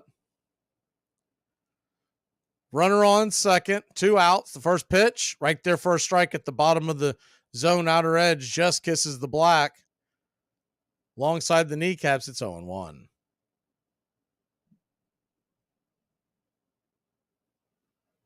The 0-1.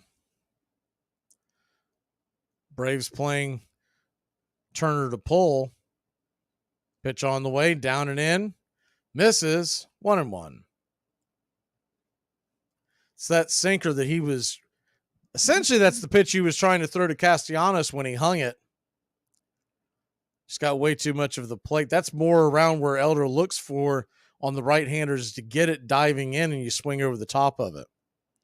The 1-1 pitch, just below the knees, but that is the exact same pitch, exact same location that they called the strike on Ozuna. Braves do not get the call here. It's 2-1. 2-1 the count. Elder comes set. Pitch on the way. Right there for a strike on the outer edge. It's 2-2.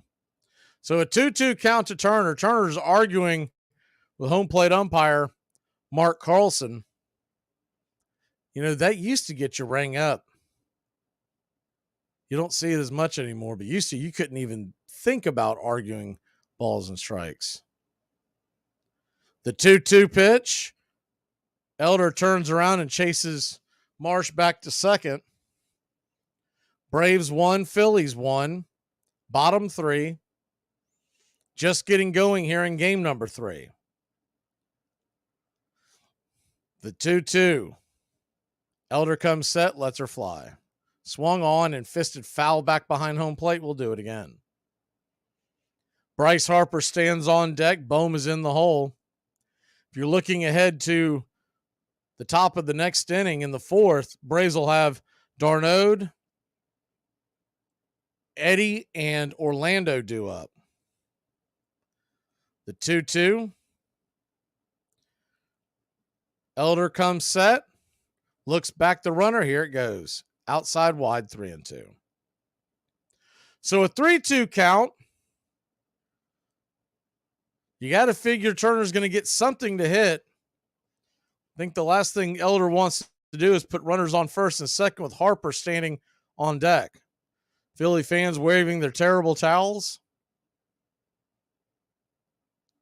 Righty-righty matchup.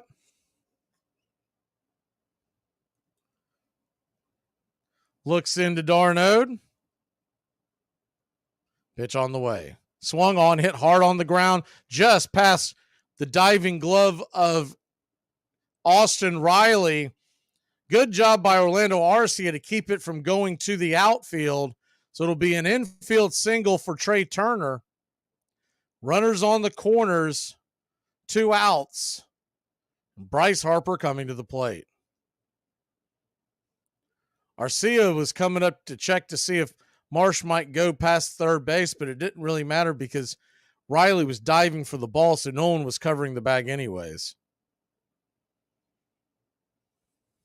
Turner stands on first, so you know he's a threat to go. Runners on the corners, 2 outs.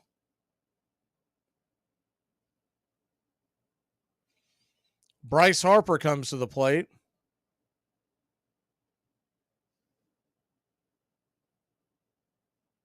Bryce Harper 0 for 1.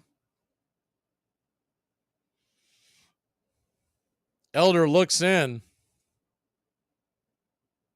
Big spot here in the game in the early going. The first pitch on the way, swung on, hit high and deep down the left field line. Foul and out of play. It's 0-1.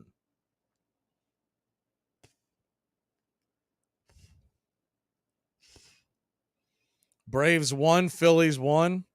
You believe that? Bryce Harper's hit .478 career against the Braves in the playoffs. Good night. The 0-1 pitch. Just off the plate wide. 1-1. Standing on deck is Bohm. So if you look at it, in theory, you could pitch around Harper to go to Bohm. Then the bases would be loaded and there'd be nowhere to go. The 1-1 in the dirt, 2-1. So a 2-1 count. That might be very well what they're doing. Not giving Harper anything good to hit. Good block by Darno. That ball could have easily gotten by. Marsh has pretty good speed. He would have scored. Runners on the corners, 2 outs. The 2-1 pitch. Hanger, and that ball's gone. If it's fair, and it looks fair. Yep, 3-run shot. And like we talked about in the pregame show, Bryce Elder was a poor choice to start game number 3. It's 4-1 Philadelphia. And the Braves a day late and $1 short getting to that bullpen. An absolute hanger as Bryce Harper does the throat cutting sign as he hits home plate.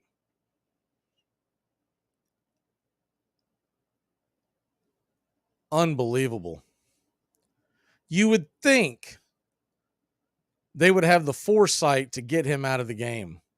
But if you remember in that 2021 playoff run, the Braves were very fortunate to have a team that was hot. There wasn't a lot of great managing that was done that 2021 season. First pitch on the way to Alec Bohm is swung on, roasted into left field. That'll get down for a base hit with these.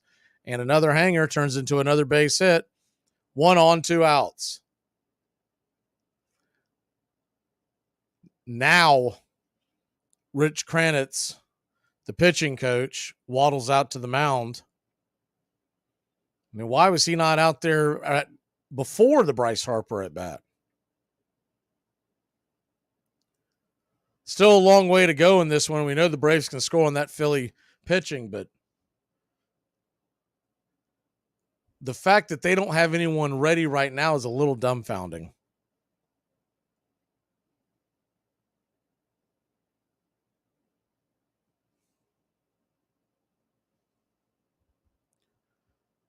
So, Krantz will get back into the dugout. Braves trail 4-1.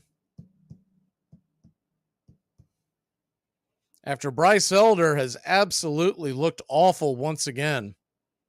Tonkin is now warming up in the bullpen, so they don't know what the hell they're doing.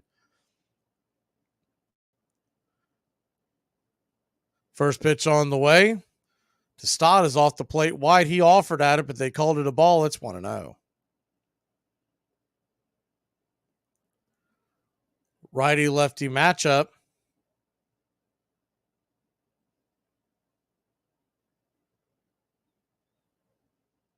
Runner on first, 2 outs.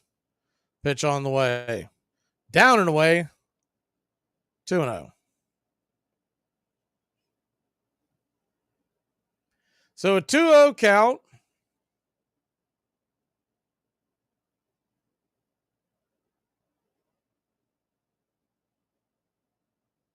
Elder trying to stop unraveling out there. The pitch on the way. Swing and a miss. 2-1. They should have looked at it big picture. For Elder to go out there and have 2 good innings, they should have taken the money and ran and had someone else set up to go innings. And I get why he started the 3rd inning, but first sign of trouble, they should have had someone already warming up and ready to roll. The 2-1 pitch. Off the plate wide. Ball 3, 3-1.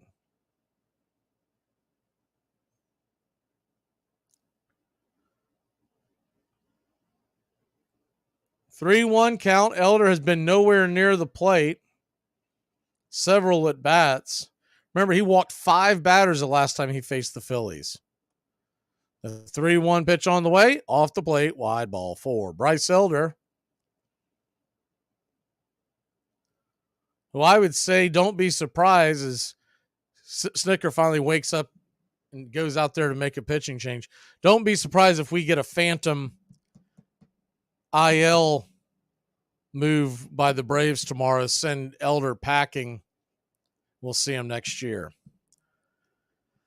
Elder will go hit the showers after pitching just 2 2/3 of terrible baseball. We'll be back in a flash, and Michael Tonkin will try to put out this fire. Braves trail 4-1. Still a long way to go. After these messages, we'll be right back. Here are some baseball facts you might not have known. In 1978, the Yankees handed out candy bars with Reggie Jackson on the wrapper called Reggie Bars. When Jackson was playing for the Baltimore Orioles, he said, if I played in New York, they'd name a candy bar after me. In a 1947 college baseball game between Yale and Fordham, each team had a very notable player. The first baseman for Yale was future President George H.W. Bush, and the Fordham center fielder was legendary Dodgers announcer Vin Scully. H.W. Bush and Yale would go on to win the game 3-1. Hey, Braves fans, I'm Mac McGee with Braves Country. We'll be right here on the key all year long giving you Braves Country baseball, pitch by pitch, inning by inning of your Atlanta Braves. Make sure to catch Braves Country right here on the key. We go live 3 to 5, and we'll keep you up to date on the upcoming schedule for Braves Country. That's Braves Country HD and Braves Country baseball right here on the key. Enjoy sun-drenched days, epic stays, and plenty of room to roam in Greater Fort Lauderdale. When you're ready for that well-deserved staycation, our 23 miles of golden beaches await. Find wide-open spaces to hike, bike, kayak, and paddleboard. Visit your favorite attractions, then dine out in style in dining rooms or al fresco on waterfront patios. Learn more at sunny.org. You see a guy hit the ball out the ballpark, grand slam home run to win a baseball game. And that same guy can come up tomorrow in that situation and miss the ball and lose the ball game. It can bring you up here, and don't get too damn cocky, because tomorrow it can bring you down there. See? But one thing about it, though, you know it always will be a tomorrow. I think you should retire. Come on, Frank? I'm sorry, but Maria's my wife. And if I can't support her in this, then she'll be like an ice pick in my ear until I die.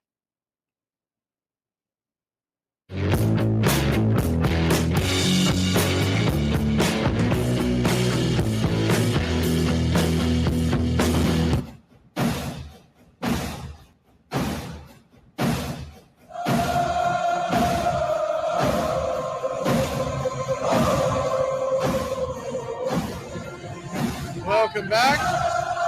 Braves trail this one, familiar territory, 4-1. Bryce Elder out of the game, but he's left the two ducks on the pond. He's given up 4 runs. Michael Tonkin comes into the game, trying to put the fire out. Runners on first and second, 2 outs. All the damage being done in this inning. First pitch on the way, off the plate wide, 95 miles an hour. It's 0-1. Facing JT Real Muto. He's 0 for 1 with the strikeout.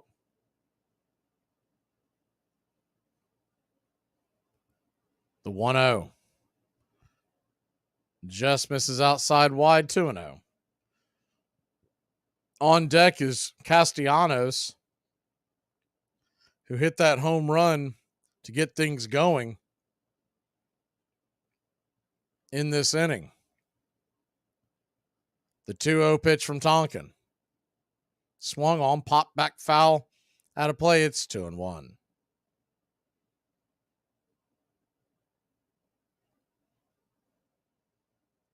What's the most dumbfounding and head-scratching about this is it's not like the Braves are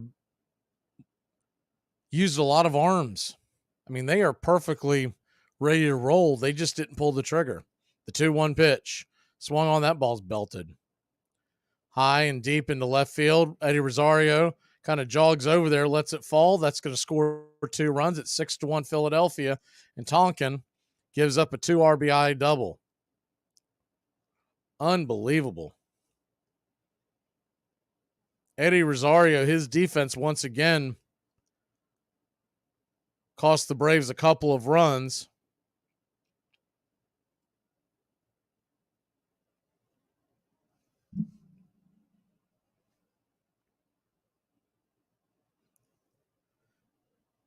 That was a hanger up top. And you look at Eddie Rosario.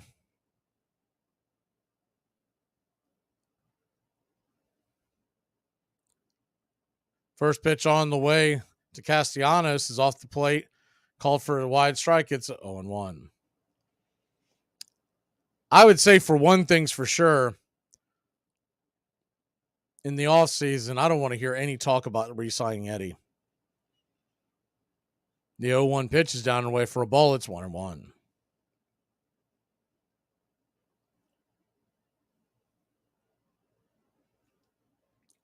Philly 6, Atlanta 1.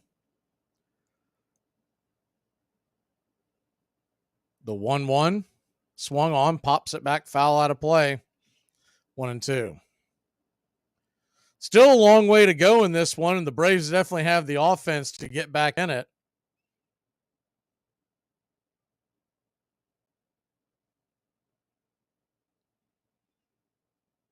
I don't know if walking Harper is the answer. The answer was to get Elder out of there. I mean, it was an absolute joke. He was unraveling. This isn't new for Elder. He hasn't earned the right to stay in there. The 1-2 pitch, swing and a miss, strike 3.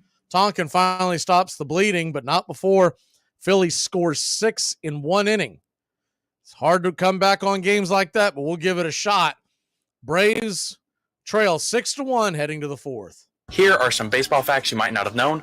At Fenway Park, which is the home of the Boston Red Sox, there is a lone red seat in the right field bleachers. The seat signifies the longest home run ever hit in the ballpark. The home run was hit by Ted Williams in 1946 and was officially measured at 502 feet. In 1985, third baseman Mike Schmidt criticized his own Philly fans for booing him by calling them uncontrollable and beyond help. Once he got back to Philadelphia, he was scared the fans would throw stuff at him on the field, so he decided to wear an outfit of a wig and sunglasses. If you ever want to break into Randy Johnson's house, you might want to think again. When being interviewed about gun violence in 1995, Johnson was quoted as saying, "I don't own a gun, but I keep a bag of baseballs near our bed. If someone breaks in, they better be wearing a batting helmet because I'm going to throw at their head." Baseball is good, an honorable profession, a great challenge. It has blessed me, I blessed it, and it has blessed our country. Branch Rickey. He was born on an Ohio farm in 1881 and named Wesley Branch Rickey for John Wesley, the founder of his family's Methodist faith. He was a pious, hard-working boy who memorized scripture, taught himself Greek, Latin, and algebra, and promised his mother never to drink or swear or violate the Sabbath. But he was mad about baseball, learned to play in the backyard with a ball stitched by his mother, followed every move of the Cincinnati Reds, and became a good enough catcher with the Duck Run, Ohio team to consider a professional career. Still, the game was not a proper livelihood for a God-fearing young man, and so he abandoned baseball to teach school in Turkey Creek, Ohio. But Branch Rickey would one day become what one sports writer called the most original mind and the best organizer the game has ever produced. And in 1947, he would help make baseball, in truth, what it had always claimed to be, the national pastime.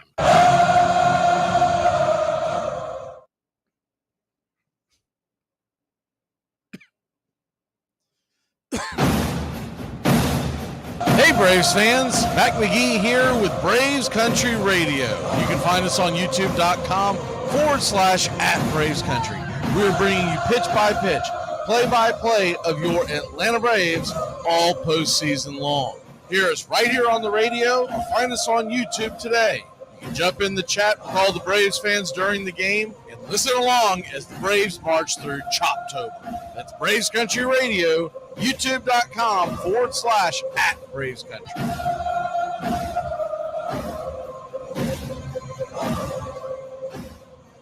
Welcome back to Braves Country Baseball. Braves trail 6-1, still a long way to go. The first pitch on the way to Travis d'Arnaud is the check swing foul. It's 0-1.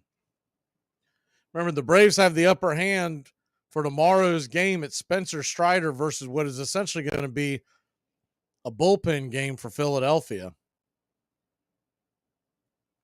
If the Braves hit tomorrow, they should win that game. The 0-1 pitch, swing and a miss up top, it's 0-2. Which means, excuse me, if they can't come back from this one, it would mean that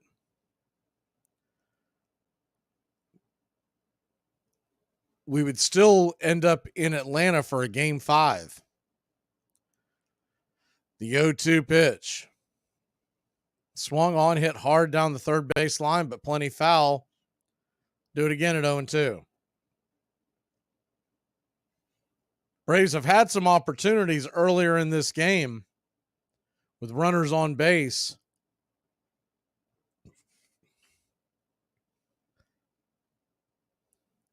The 0-2 pitch. Nola lets her go. Swung on, pops it up. That'll be an easy out. Into center field. Rojas makes the catch, and there's one away.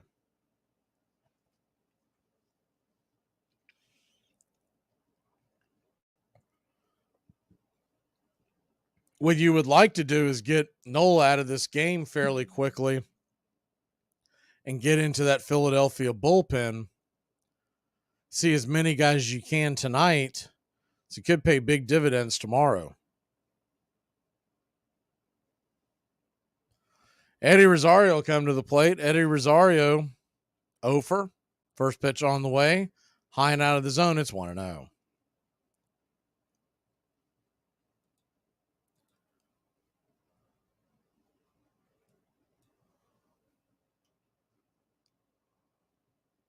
The 1-0.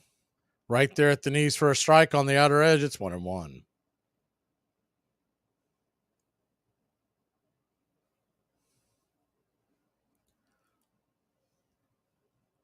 So a 1-1.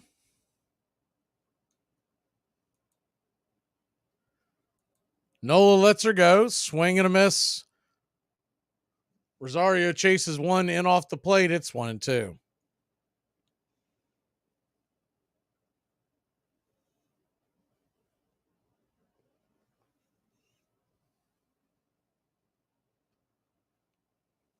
The 0-2. Swing and a miss, strike 3.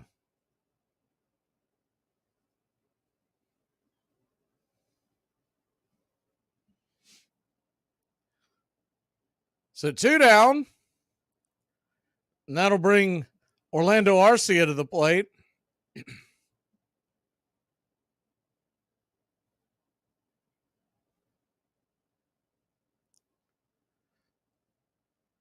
Orlando Arcia stands in, righty-righty matchup. The first pitch on the way, right there at the knees for a strike. It's 0-1.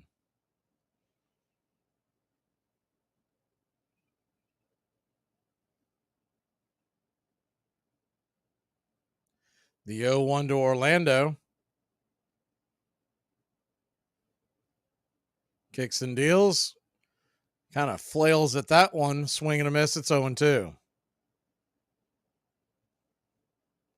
So an 0-2 count. Philadelphia fans on their feet waving the terrible towels.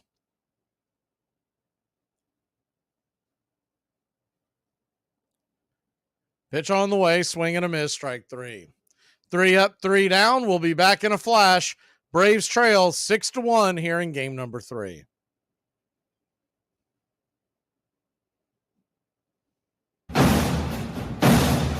Hey Braves fans, Mac McGee here with Braves Country Radio. You can find us on youtube.com/@BravesCountry. We're bringing you pitch by pitch, play by play of your Atlanta Braves all postseason long. Hear us right here on the radio or find us on YouTube today. You can jump in the chat with all the Braves fans during the game and listen along as the Braves march through Choptober. That's Braves Country Radio, youtube.com/@BravesCountry.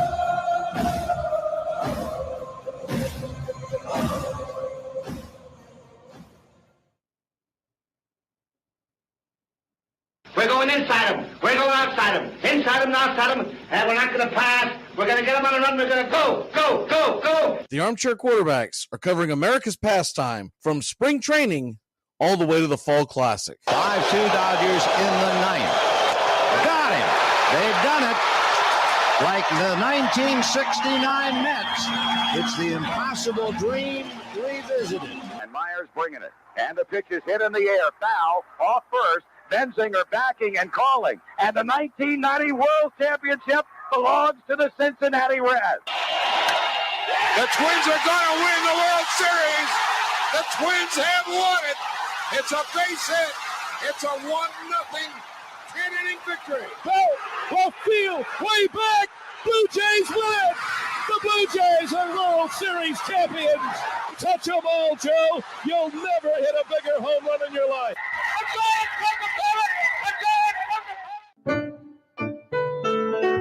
Hey Braves Country, Braves Country HD is bringing you Braves Country Baseball. Braves Country comes to you every Tuesday night and Friday night and 2 bonus games every week. Hi, I'm Mac McGee and we'll be bringing you play-by-play, pitch-by-pitch of your Atlanta Braves. It's free to listen. Please like and subscribe. YouTube.com/@Braves Country. Braves Country Baseball for the fans, by the fans. Hey, can I tell you one thing? That's 3 holding fielders on 1 football team and a quarter and a half. That ain't funny. There's something very American about being a poor loser, refusing to shake the other fellow's hand. He says he's a scoundrel. He always was a scoundrel, and he's even more than a scoundrel now that he's beat me. And there's something likable about that in people. It's bad sportsmanship.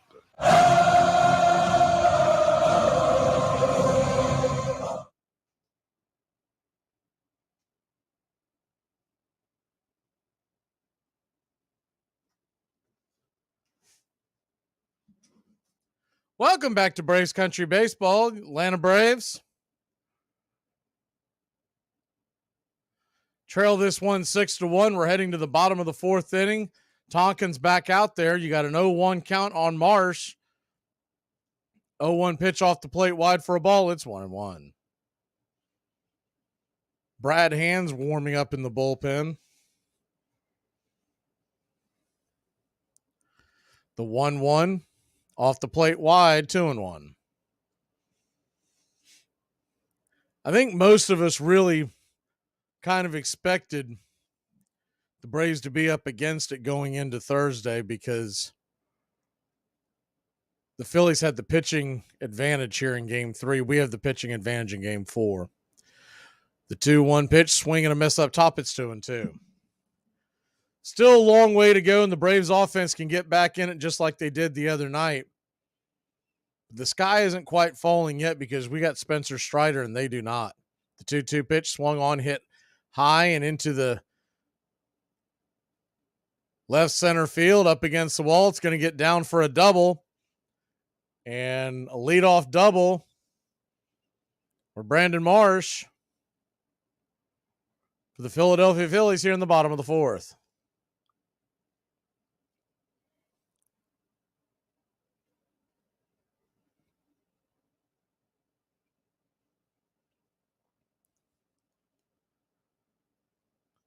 They're interviewing the Kevin Long, the pitching coach, right? Hitting coach, right? What could he say? Well, they're hanging everything over the plate, and Bryce Elder ain't worth a damn, so I don't know what to tell you, but, thanks for leaving him out there as long as you did. First pitch on the way to the number 9 hitter, Rojas, is down and away for a ball. It's 1-0. This all goes back to when we were at the trading deadline, and we talked about how the Braves did not make a move for a starting pitcher. The 1-0 pitch is swung on and hit over towards third. Riley fires it over to first. Marsh takes off, head first slide into third. They apply the tag. They say he's safe. You got a runner at third with one out. Braves are not going to challenge it. Marsh looks like he beat him pretty easily.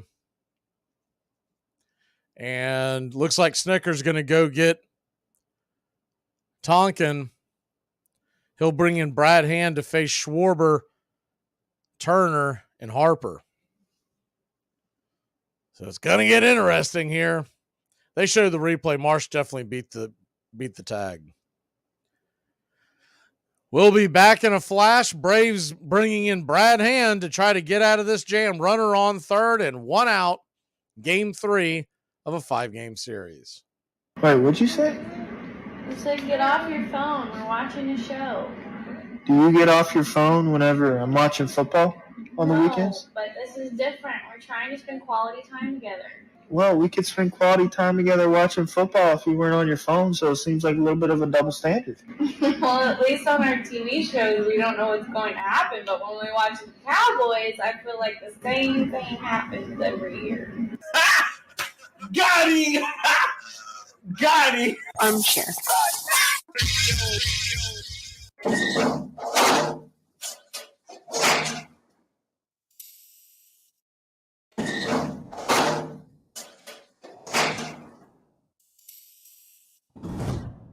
World Series chance for the first time since 1995. I'm going to take a quick break to pour me a drink, by God, and then I'll meet y'all here. Anyone who wants to hang out and celebrate, we're going to keep this feed going. And let it get it, baby! It's about damn time! Flood's first trial had been in federal district court in Manhattan in 1970. I think Kurt Flood on the stand was treated miserably by the federal judge. He almost taunted him. A judge who showed great respect for almost all witnesses. From the bench, the judge asked Kurt Flood, this is not as easy as playing center field, is it? With a sarcastic tone in the middle of a difficult cross-examination. No active player dared testify on his behalf. Only owner Bill Veck and a handful of retired stars came to Flood's defense.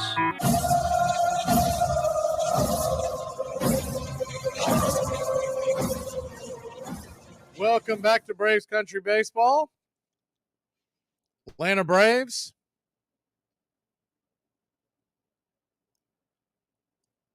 In a tough spot here, down 6-1. Brad Hand's coming on to face Schwarber, Turner, and Harper. Runner at third. Good speed. And Brandon Marsh is only one out. So Hand's going to have to try to find a way to get out of this without giving up another run. Braves trail at 6-1. Game 4 tomorrow night, 6:07 first pitch. Spencer Strider versus essentially the Phillies bullpen.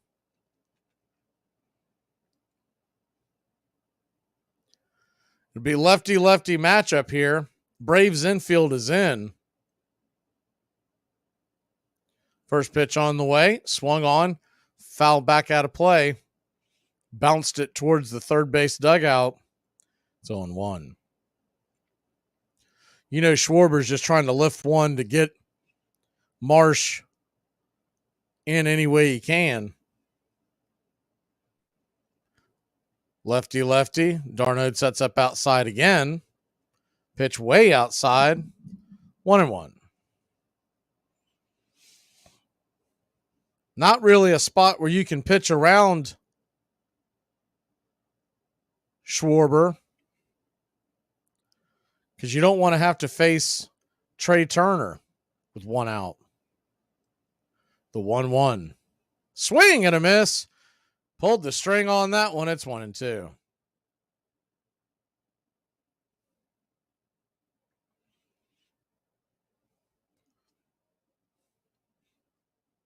Phillies 6, Braves 1. If you're just joining us, Bryce Elder got absolutely pounded, and the Braves brass were slow to go get him out of the game. The 1-2 pitch. Swing and a miss. Strike 3.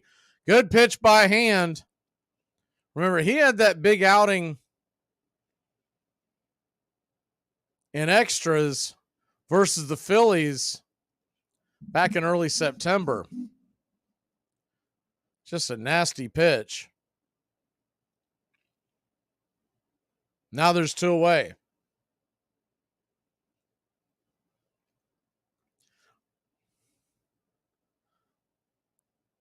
Lefty-righty matchup. Pitch on the way. Swung on. Banged towards the third base side. Might have went off the foot of Turner. He's kind of gingerly walking around. It was either that or he got a stinger on his hand.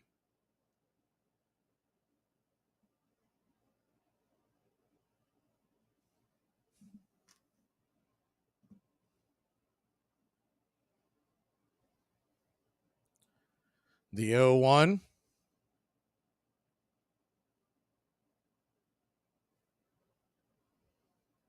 Pitch on the way. Inside.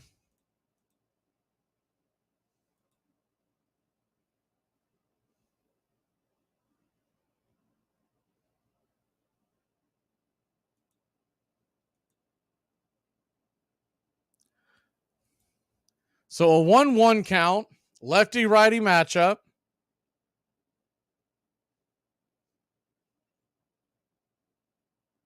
Pitch on the way. Swung on, grounded over towards third. Riley's got it. Fires it over to first. Turner was slipping out of the batter's box, and that'll end the inning. Are they going to say that was foul? Maybe. Oh, yeah, it was foul. My mistake.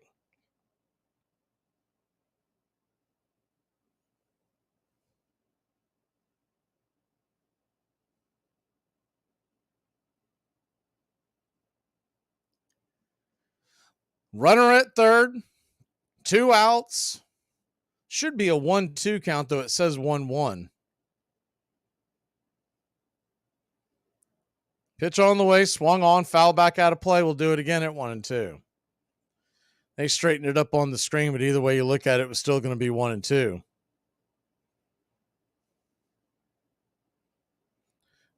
One-two count. Brad Hand come in to try to put the fire out.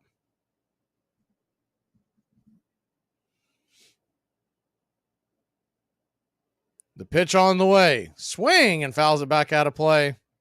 Do it again.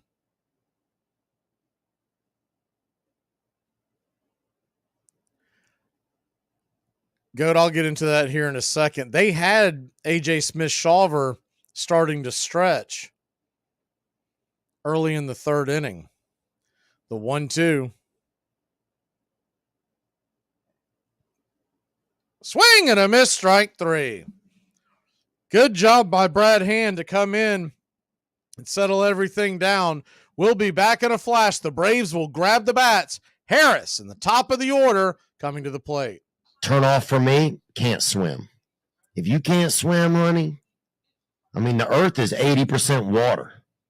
So if there's, if there's a tsunami and you trying to get on my back, bye, I'm doing me. I'm doing me. You know what I'm saying? I ain't your floaty. I ain't nobody floaty. Armchair. Enjoy sun-drenched days, epic stays, and plenty of room to roam in Greater Fort Lauderdale. Our hotels, attractions, and restaurants have taken the Visit Lauderdale's Safe and Clean pledge, so you can relax and explore with confidence. When you are ready for that well-deserved staycation, our 23 miles of golden beaches await. Find wide-open spaces to hike, bike, kayak, and paddleboard. Visit your favorite attractions, then dine out in style in dining rooms or al fresco on waterfront patios. Learn more at sunny.org. The legality of Major League Baseball's controversial reserve clause is now in the hands of the Supreme Court. The case involves the trade of Curt Flood from St. Louis to Philadelphia. That case for Flood is being argued. It was so difficult for the fans to understand my problems with baseball. Also today, I was telling my story to deaf ears because I was telling my story to a person who would give their firstborn child to be doing what I was doing. And he just could not understand how there could be anything possibly wrong with baseball. For nearly 3 years, Curt Flood had been in the courts, fighting a one-man battle with Major League Baseball over the reserve clause. Despite the advice of the Players Union, he had left the game in 1969 rather than be traded against his will.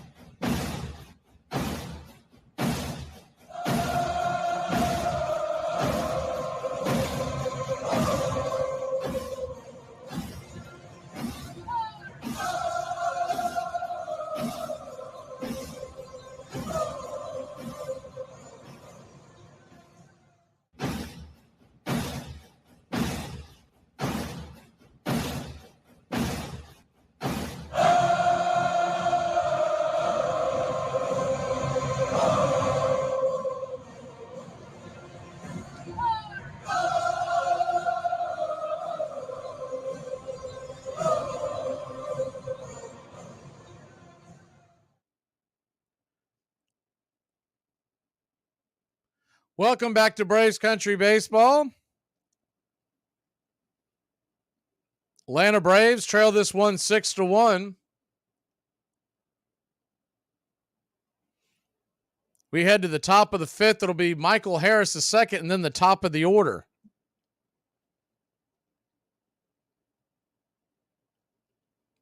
Nola goes back to work, 64 pitches into the night. First pitch on the way is a curveball inside for a ball. It's 1-0.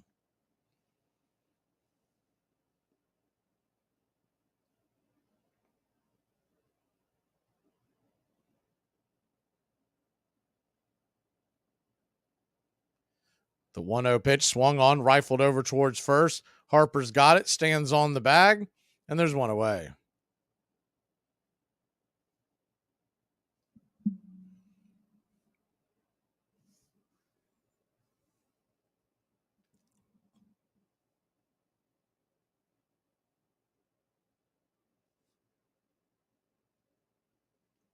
So one down, and Ronald Acuna Jr. will come to the plate.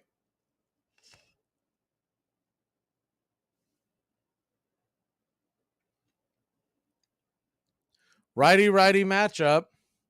Acuna versus Nola. The first pitch on the way, swung on, foul back out of play. It's 0-1.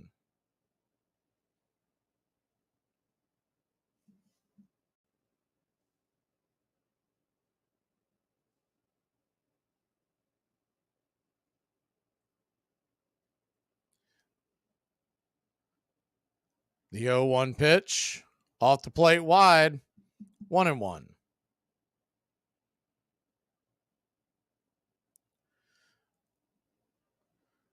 Aaron Nola hasn't pitched that great of a game. The Braves have had opportunities to get runs across, just couldn't come up with the big hit, the 1-1 pitch. Swung on, rifle back up the middle, and that'll come in through for a base hit. 1-out single, and the Atlanta Braves got something cooking here in the top of the fifth. A.J. Smith-Shawver is now warming up in the Atlanta bullpen. Thought that might be the order of the day. Kind of figured that Brad Hand will be asked to go back out and face Harper. And then most likely you bring Shawver in for Bohm, unless you feel really frisky and want to get him through stop, but they may want to save him for tomorrow. First pitch on the way to Ozzie Albies is swung on and bang foul down the first base line. It's 0-1.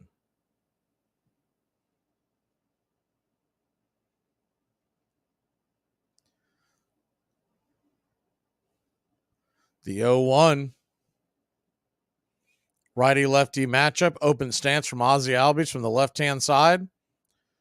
Pitch on the way, off the plate wide.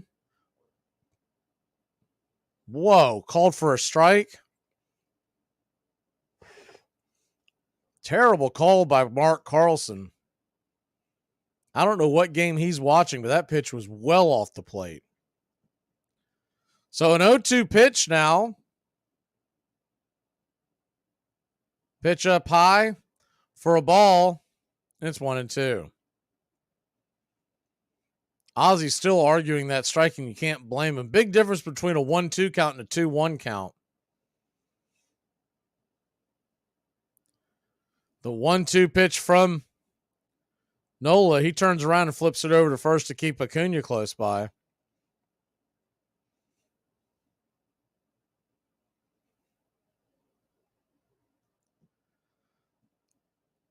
If you're Nola, you can't be that preoccupied with a runner on first and a 5-run lead. You got to go after the batter at the plate. The 1-2 pitch.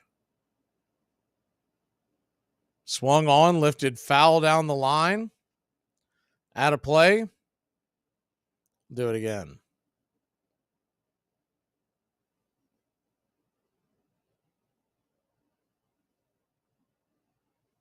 So a 1-2 count. Runner on first, 1 out. Austin Riley stands on deck. If you're Ozzie Albies, you're just trying to keep the line moving. Pitch on the way, swung on, lifted high. Pop up, can of corn just past the infield for out number 2. Stott makes the catch.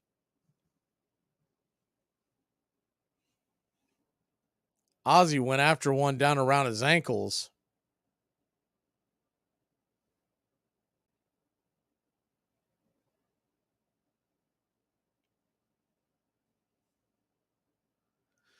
So Austin Riley comes to the plate. Braves trail by 5. They trailed by 4 in game number 2, and we saw how Philly choked that away. So still an opportunity for the Braves to go out here and put some runs on the board as they're starting to get their bullpen warmed up. Hoffman and Braum, they're trying to buy some time. Real Muta's out there talking to Nola. They're really trying to buy time. And, you know, home plate umpire Carlson finally starts making his way out there. Should have broken that up before then.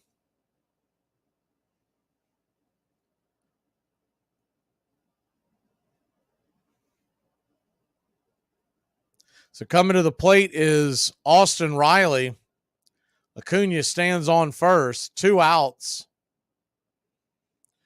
Righty-righty matchup.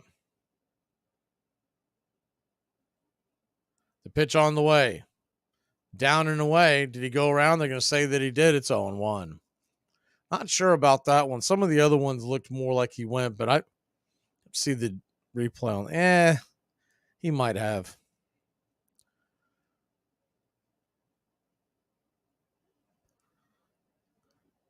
Oh, 1 count. Acuna leaning towards second. Pitch on the way, high and out of the zone. Almost like a pitch out. It's 1-1. Hoffman and Strom are warming up.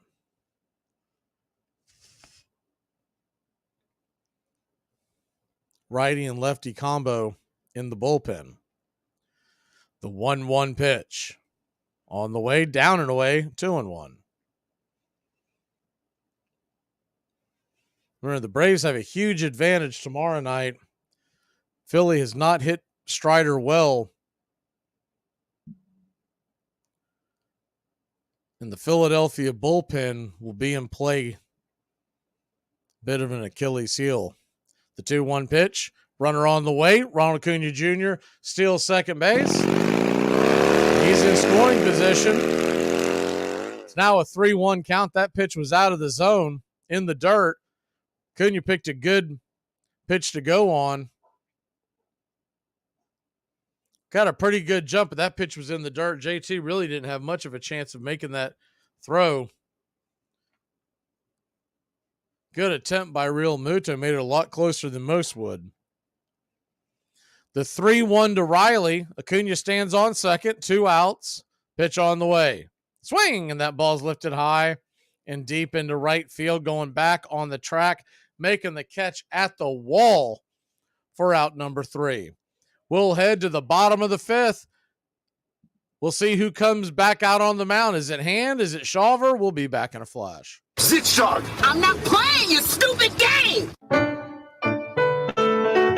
Hey, Braves Country. Braves Country HD is bringing you Braves Country Baseball. Braves Country comes to you every Tuesday night and Friday night and 2 bonus games every week. Hi, I'm Mac McGee, and we'll be bringing you play-by-play, pitch-by-pitch of your Atlanta Braves. It's free to listen. Please like and subscribe. YouTube.com/@Braves Country. Braves Country Baseball for the fans, by the fans. Here are some baseball facts you might not have known. The legendary Derek Jeter holds a pretty impressive record. He's played the most games at one defensive position without ever playing another, with 2,674 games at shortstop. Hall of Famer Jim Palmer is arguably the best Orioles pitcher ever. He had the most wins in the 70s and was remarkably good at limiting homers. Over his 19-year career in the league, Palmer never gave up a grand slam or allowed back-to-back home runs. Herman Long was a shortstop who played at the turn of the 20th century who set a record in 1889. The record he set was the most errors in a single season with 122, which he accomplished in just 136 games. For reference, the most errors by a player in 2021 was only 24. Armchair. 1889. If I cannot get my release, I must protect myself in another way. I'm over 40 and my fielding ain't so good, though I can still hit some. But I will say this, no man is going to sell my carcass unless I get half. Deacon White, Pittsburgh Alleghenies. There was a time when the National League stood for integrity and fair dealing. Today it stands for dollars and cents. Once it looked to the elevation of the game and an honest exhibition of the sport. Today its eyes are on the turnstile. Players have been bought, sold, and exchanged as though they were sheep instead of American citizens. John Montgomery Ward.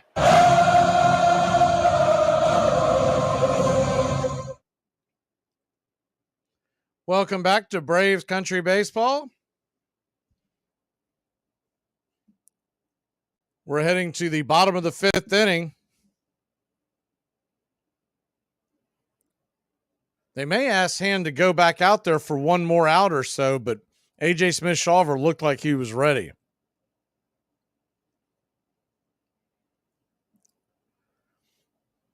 And I can pass along a little note from one of the guys running the board back at the station, because there's a reason why they put it in the little banner that runs down below. They're just tired of the ugly comments. So once again, if you troll, it just like he put it perfectly. Jason said that we're not going to continue to keep comments in there for people who have no friends and are trying to get their feelings out there. First pitch on the way to Bryce Harper, swung on, foul back out of play. It's 0-1. I mean, he sent that to me. I mean, that hit the nail on the head.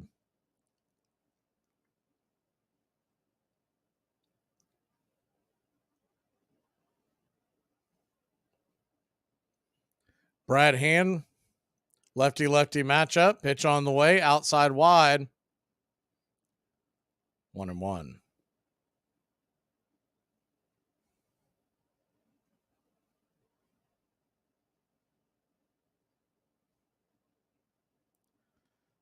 The 1-1.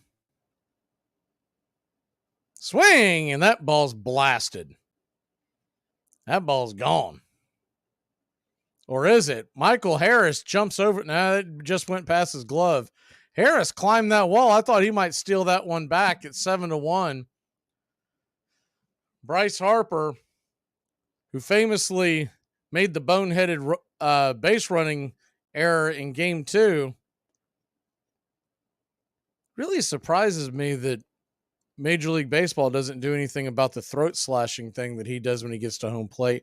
If you remember years ago, National Football League would fine players. You can't throw flags, obviously, in baseball, but you could, in theory, fine and kick guys out for it and suspend them. I guess they don't care about that much anymore. He's staring. He keeps staring at RC. I don't know what that's about. But I would say next time he's up, just plunk him in the ribs. Doing a stare down. I don't know if RC has said something to him. I mean, Bryce Harper's always been a chump. The 0-1 pitch swung on, foul back out of play. It's 0-2. I know Harper's always had more bark than bite. I'll never forget Papelbon choking him out in the dugout. Still one of the best videos in the history of baseball, where he tried to act like a hard ass and his own teammate Papelbon choked him out in the dugout. The 0-2 pitch down below the knees, 1-2.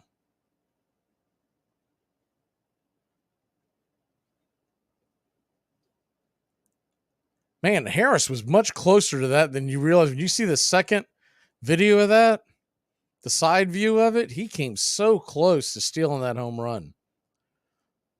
That would have been hilarious. But you wonder how many more times RC is just going to sit there and take it.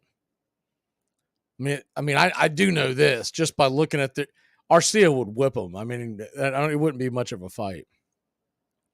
The 2-2 lefty righty matchup. Pitch on the way, swing and fouls that back. We'll do it again at 2-2. As Pedro Martinez famously once said, sometimes you just got to give a man the rib sandwich. And someone in that Braves bullpen should send the message to Harper. That's 2 stare downs and the throat cutting thing that he did. And once again, Harper has been known to have a lot of bark, and then if he gets pushed, he cowards. I don't know who's going to be the first one to do it to Bryce, but I can think of a couple of them in that dugout. The 2-2 pitch inside misses, 3-2.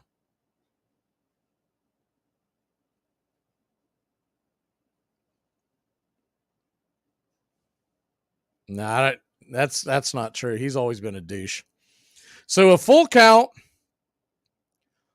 Lefty-righty matchup. Pitch on the way. Down and in. Ball 4.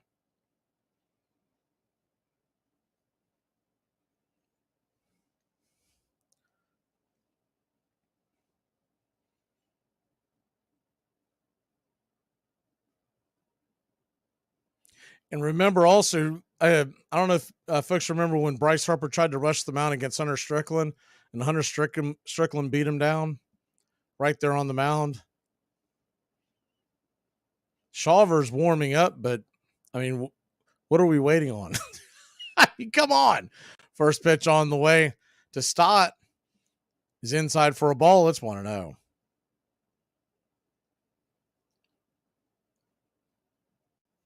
The 1-0. Hand lets it go. Swung on. Sliced into left field. Making the catches, Rosario. Good play by Rosario. Fires it back into the infield. And here comes Snicker. That'll be it for Hammond. The SSAJ will make his maiden voyage into the playoffs. We'll be back in a flash here on Braves Country. Bo Body. What does the first B stand for? What are we doing? We're making acronyms. Okay, what does the first B stand for? Business. I like it. We need a new manager. Here are some baseball facts you might not have known, Part 18. Kirk Gibson walking off Game 1 of the 1988 World Series is one of the most iconic home runs of all time. Despite how famous the play is, nobody knows where the home run ball itself is located. The bat, helmet, and jersey from that moment are all accounted for, but the ball has seemingly disappeared. Camden Yards is where the Baltimore Orioles play their home games. The ballpark was actually built very close to where Babe Ruth was born. In fact, Ruth's father allegedly owned a pub exactly where center field is today. Kevin Youkilis is known for having a very interesting batting stance. He's also known for working a lot of walks and having a great mindset at the plate. Over his 10-year career, he had 297 plate appearances that went to a 3-0 count, and every single time he didn't swing the bat. Armchair.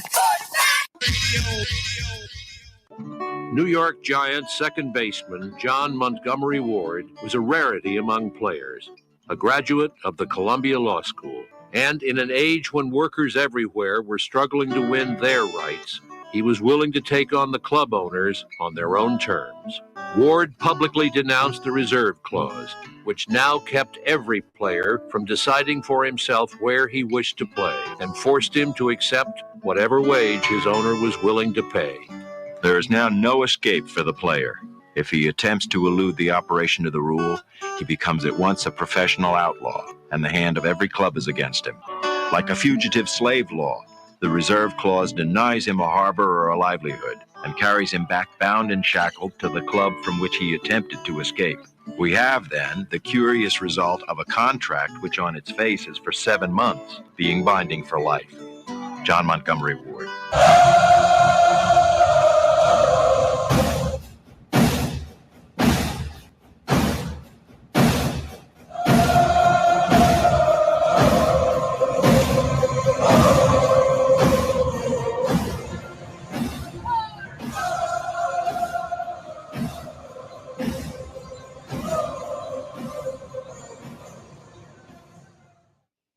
Welcome back to Braves Country Baseball.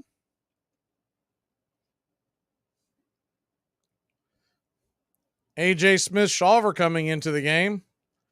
And I say you at least leave AJ in long enough to bean Bryce Harper right in the temple.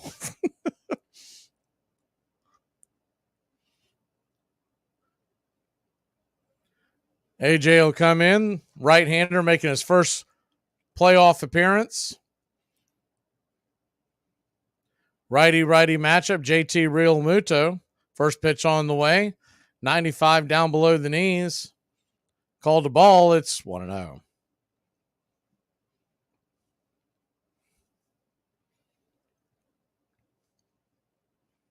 The 1-0. Pitch on the way. Down below the knees. 2-0. So a 2-0 count, 1 out. Bottom of the 5th inning.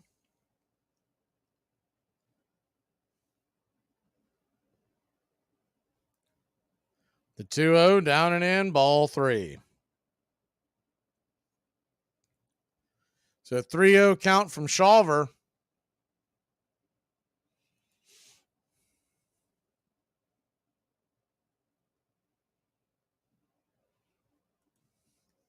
Come set, ball 4.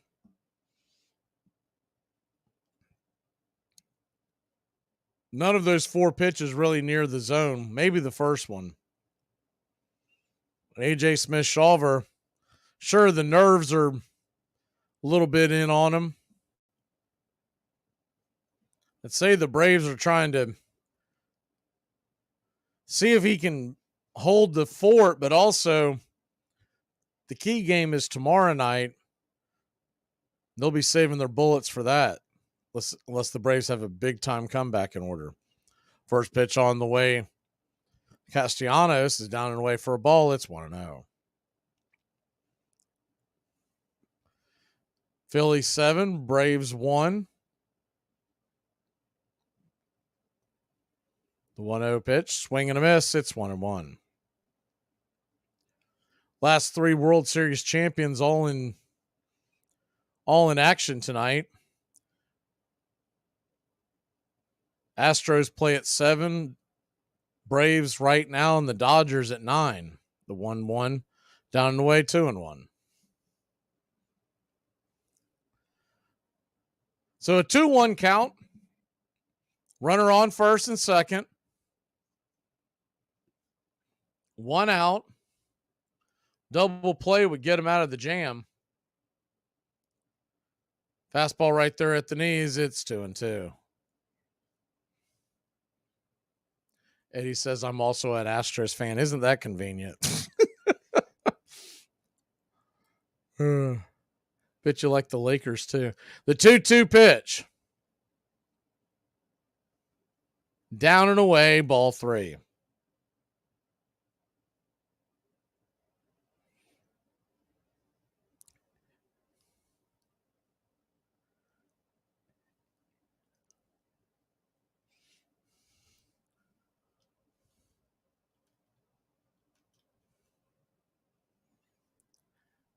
The 3-2 on the way, swung on, blasted high and deep into center field, drifting back, making the catch is Harris for out number 2.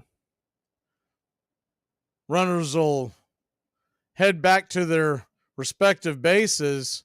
Both went about halfway in hopes that ball was going to get over Harris's head.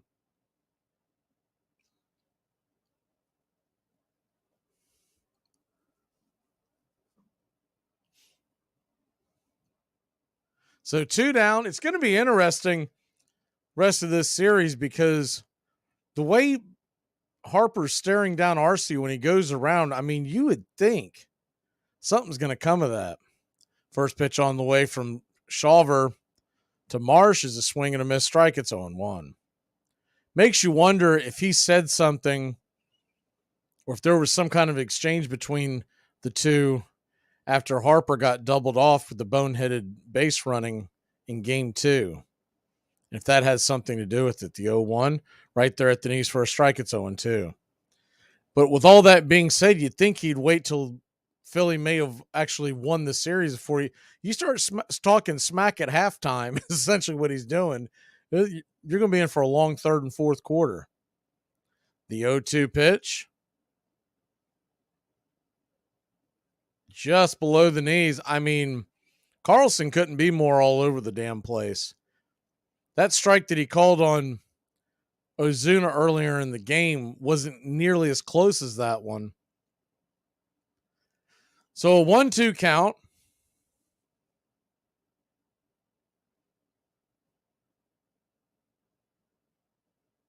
Righty-lefty matchup. AJ steps off the rubber for a second.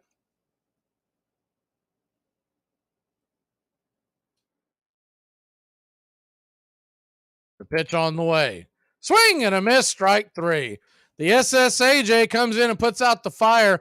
Braves trailed by 6. What you'd really love to see, no matter who you're a fan of, is Arcia get a single and stand next to Harper at first. We'll be back in a flash here on Braves Country. How you doing? Hi, sir. I would like to look at your most expensive Hank Aaron card, please. Got just the one. Only 4 in circulation, $31,000. Oh, well, that's very, very fine. Yeah. Let me look at your least expensive Hank Aaron card, please. Here are some baseball facts that you might not have known. Stan Musial is one of the most underrated players of all time. He had 3,630 hits, which puts him 4th on the all-time list. But weirdly enough, Stan the Man had exactly 1,815 hits at home and exactly 1,815 hits on the road. At Jewelers Mutual, we're a little obsessed with jewelry. Obsessed like auctioneers with talking fast. 50, we're going to hit so. Pop stars with auto-tune. Yeah. And dentists with asking questions. So, how did he propose? After they've put their hands in your mouth. Great. Yes, we've made jewelry our obsession for over 100 years. We love it so much, we named our kids Ruby, Amber, and Opal. Venti soy latte for Opal? At Jewelers Mutual, we insure jewelry and only jewelry, which is why people who are also obsessed with jewelry trust us with theirs. You get a whole lot of something with Farmers Policy Perks. So much, I'm going to have to speed things up. You can get the Farmers Signal app, and that could get you up to 15% off your auto policy. That's just for using the app and driving like the normal speed limit, adhering, full stop, making lane change, signaling human being you are. Get a whole lot of something with Farmers Policy Perks. Start with a quote by calling 1-800-FARMERS. We are farmers. Bum, bum, bum, bum, bum, bum.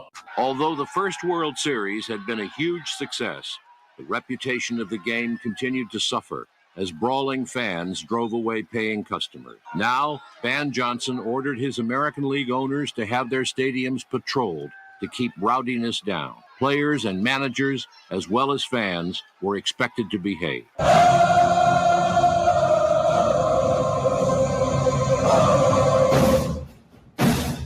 Hey Braves fans, Mac McGee here with Braves Country Radio. You can find us on youtube.com/@Braves Country. We're bringing you pitch by pitch, play by play of your Atlanta Braves all postseason long. Hear us right here on the radio or find us on YouTube today. You can jump in the chat with all the Braves fans during the game and listen along as the Braves march through Choptober. That's Braves Country Radio, youtube.com/@Braves Country.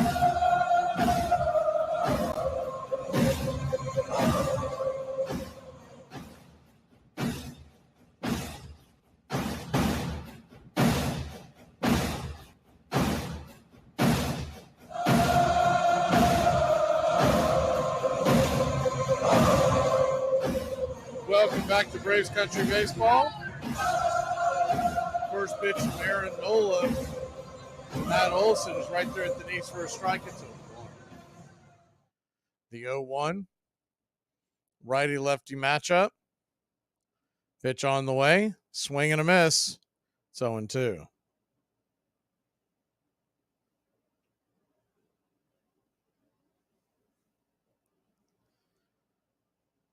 So an 0-2 count. Nola turns, kicks, and deals. Olson swings at one well off the plate. Strikeout, out number 1. 1 down and Ozuna coming to the plate.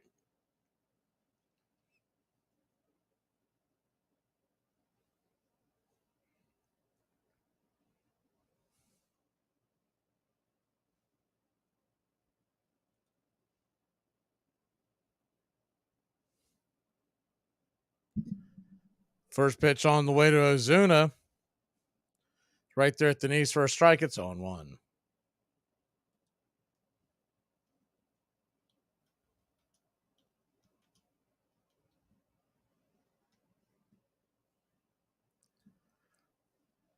The 0-1 pitch swung on, belted into left field. That's going to get down for a base hit. Making the sliding stop is Marsh. Ozuna will be held to a 1-out single. Good defensive play and hustle by Marsh. I don't think there was much of a chance of Ozuna thinking about going 2. Last thing you want to do is get caught with your hand in the cookie jar, trailing by 6. 1 on, 1 out. Good piece of hitting by Ozuna. Good to see him wake up a little bit. That'll bring Travis d'Arnaud to the plate. D'Arnaud, righty-righty matchup. The pitch on the way. Swung on. Popped up. Fouling out of play. It's 0-1.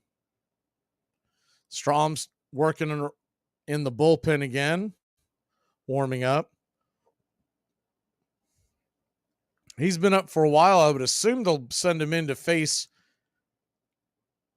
Eddie Rosario, which means the Braves would probably pinch hit with Pilar or a couple other options. The 0-1, they set up inside, pitch on the way. Well inside, called for a strike. Terrible call by Mark Carlson. It's 0-2. So an 0-2 count. Nola lets her fly. Just misses outside. 1-2. Runner at first, 1 out. Standing on deck is Eddie Rosario.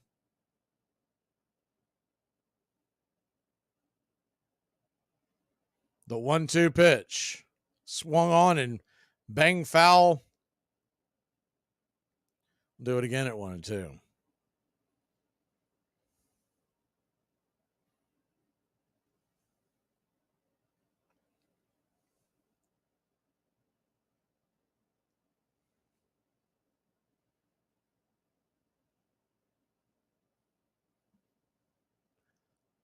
Darno takes his time out, gets back into the box. A 1-2 count from Nola. Pitch on the way. Swung on, just got a piece of that again. Do it again, 1-2.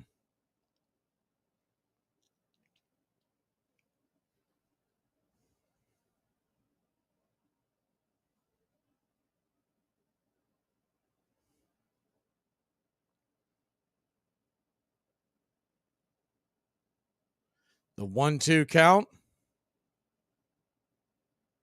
Righty-righty matchup. Pitch on the way. Off the plate wide, 2-2. So a 2-2 count. Remember, Game 4 is tomorrow, 6:07 first pitch. Game 5, 6:07 first pitch. That one will be in Atlanta.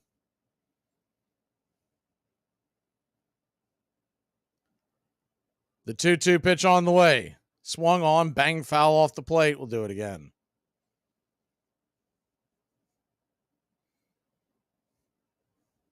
We knew this was the one game going into the series that we were going to have a hard time winning because of the pitching matchup. Just need the Braves bats to wake up a little bit. Still not out of reach yet. But the deeper we go, they're not going to use the back end of the bullpen.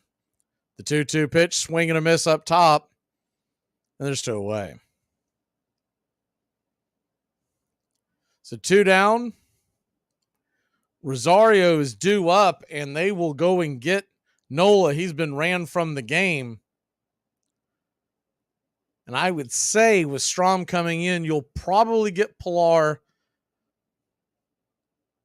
because I doubt they want to burn more than 2 players in one move. We'll see if they leave Pilar in, but Rosario in, but I would think they'll go and get him as well. We'll be back in a flash. Braves trail, but we got a runner on first here in the top of the 6th. On the subject of this service, what is your opinion of war protesters, and would you today refuse to be drafted?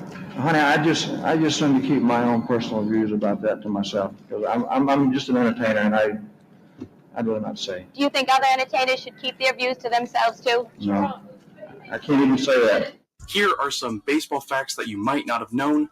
Clayton Kershaw is without a doubt a Hall of Famer. In Kershaw's family, he had a great uncle named Clyde Tombaugh. He was an astronomer who, over 100 years ago, discovered the planet Pluto. For those who don't know, eye black is a black adhesive that is used by players to limit glare from the sun. But did you know that none other than Babe Ruth allegedly invented it? Around the 1930s, Ruth was getting distracted by the sun, so he put some black grease under his eyes, and the rest is history. John Joseph McGraw, player-manager of the contentious Baltimore Orioles, had been one of the first National Leaguers to jump to the American League in 1901, but he had not liked it there. He could not bear to have anyone tell him how to play the game. When McGraw refused to stop the constant abuse of umpires, for which he was infamous, Johnson suspended him.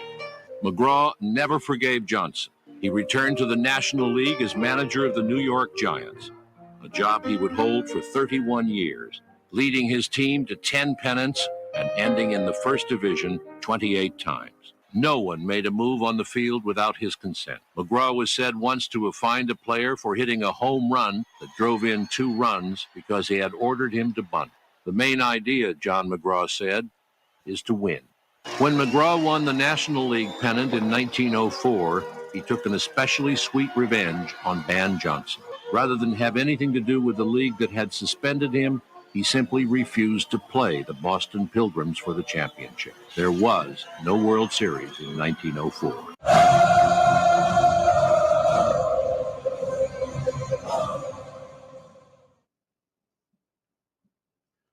Welcome back to Braves Country Baseball.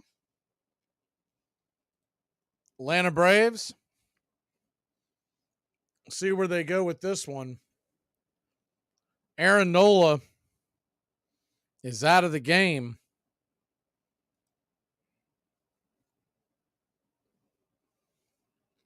And Kevin Pillar will face Matt Strom. If Kevin can keep it going, Orlando Arcia is up next.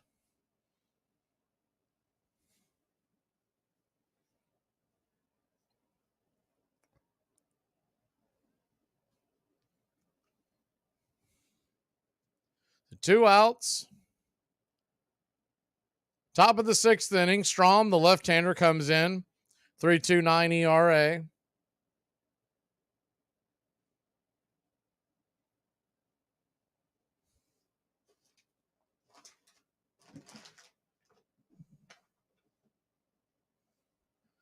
First pitch on the way to Pilar. It's right there for a strike on the inner cut. It's 0-1.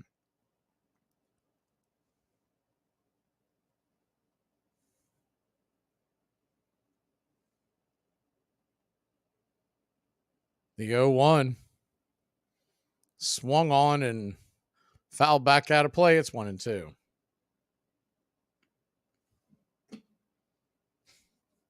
So a 1-2 count.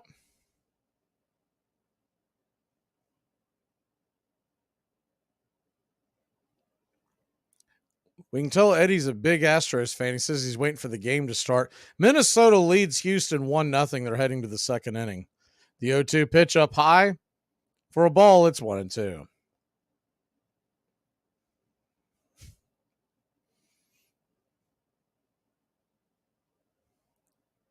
The 1-2 from Strom. Kevin Pilar digs in. High and out of the zone. 2-2. Strom's been known to be a little erratic, so the Braves would have an opportunity to maybe get him right here if Pilar could keep it going. Hard to come off the bench cold like that. But the 2-2 pitch to KP. Swing and fouls it straight back. We'll do it again.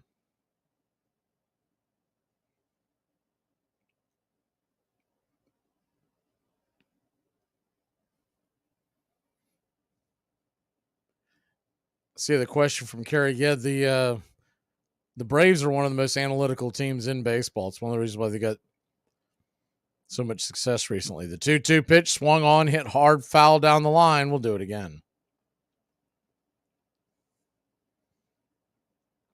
The World Series championship year of 2021, they famously kind of changed their philosophy about 2 months into the season, and the Braves took off, and the rest is history. The 2-2 pitch, lefty-righty matchup, in the dirt, 3-2. So a full count, and that'll get Ozuna going at first.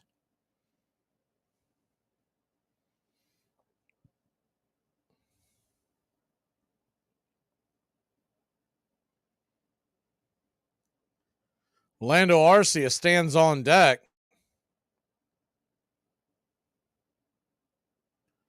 The 3-2 pitch. Swung on, pops it up. Back out of play. Do it again. Ball just made it back into the stands behind home plate.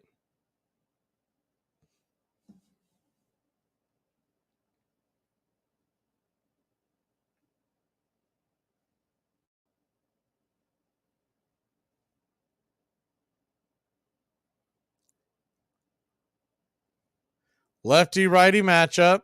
The pitch on the way. Outside, ball 4. So Kevin Pilar comes off the bench, and honestly, that was one heck of an at-bat. To come off the bench cold like that and work a long at-bat.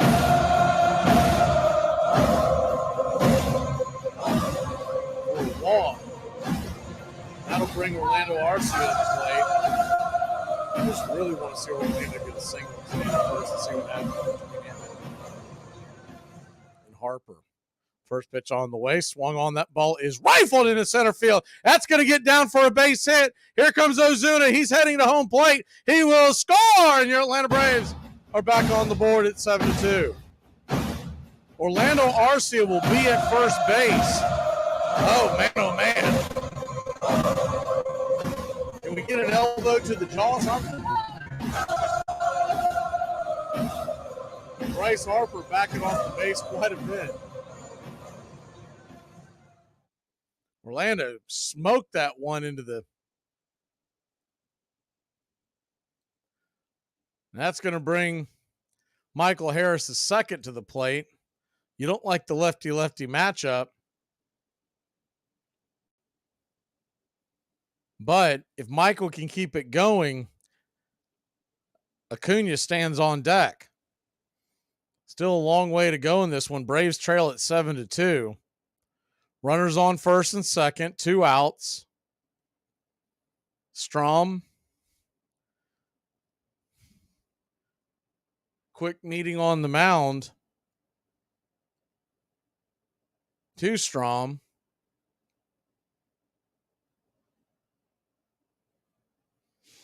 Dominguez is warming up in the Philly bullpen, the right-hander, Sir Anthony Dominguez. So lefty-lefty matchup. First pitch on the way to Harris is swung on and grounded over to first, and that's going to be an easy out.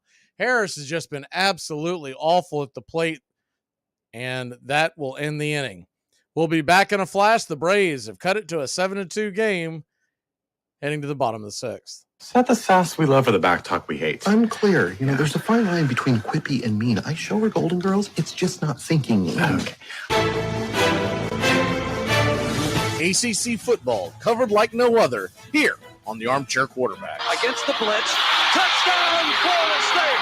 Rock Preston scores the touchdown. And now it's Bowden's decision. And he sends Maury onto the field right away. Danny Cannell is the holder. Maury charges it. This game is over. A 31-31 tie. A 31-31 tie. If you're a fan of the ACC, pull up an armchair. You're home. Here are some baseball facts that you might not have known. Ted Williams is undoubtedly a top 5 hitter in the history of baseball. When he passed away, parts of his family claimed that he wanted to be put into a state of biostasis through being cryogenically frozen. So, surgeons decapitated Williams, froze his body in a giant cylinder, and froze his head in a steel can. This was done with the hope that one day he could be revived from the dead. August 3rd, 1903. To the editor, it makes sense to teach a child to play chess. But what is the point of a crazy game like baseball? Here in educated America, adults play baseball. They run after a leather ball like children. I want my boy to grow up to be a mensch, not a wild American runner. Dear sir, let your boy play baseball and play it well, so long as it does not interfere with his education or get him into bad company. Let us not so raise the children that they should grow up foreigners in their own birthplace. Abraham Kahan, editor. You're listening to Braves Country Baseball. Please like and subscribe today.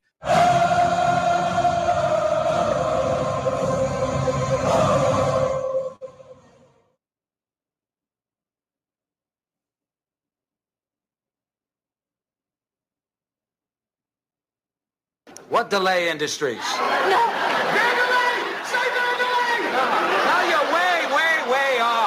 Well, yeah, that's the right number, but this isn't an apartment. What? Make content.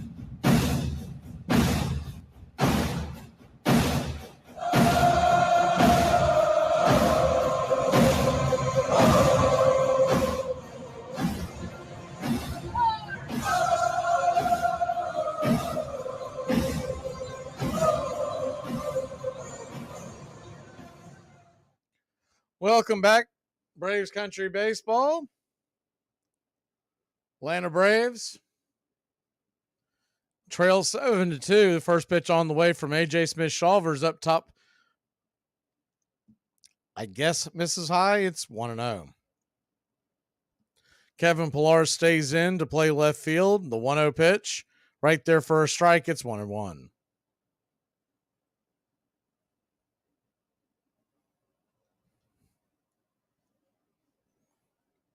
The 1-1 righty-righty matchup. Rojas, the number 9 hitter. Whoa, that curveball did not curve. About head high over the plate, nowhere near the batter, but Rojas still ducked down. So a 2-1 count. Swing and fouls it straight back. It's 2-2. Dominguez is warming up in the Philly bullpen, so he would face Acuna to start off the top of the 7th inning.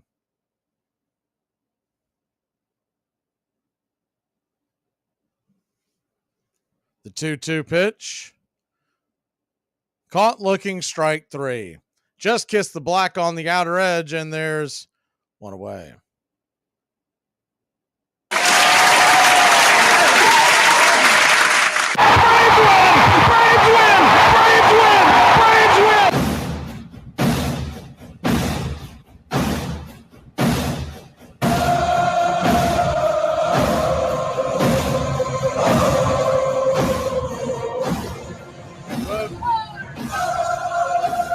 Thanks for chopping that sign down.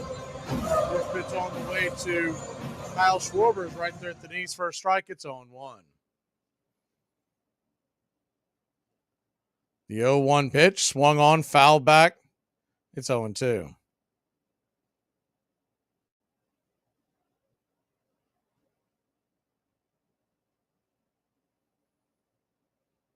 The 0-2. Shawver comes set, turns and fires. Swing and dribbles that down the right field line, foul.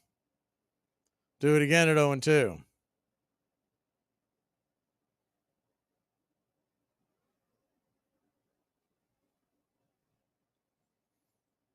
Oh-2 count. Righty-lefty matchup. Pitch on the way. Just misses high. 1-2. Standing on deck is Turner. Harper is in the hole. The 1-2 pitch. Down below the knees. Fastball misses, evens up the count 2-2. So a 2-2 count.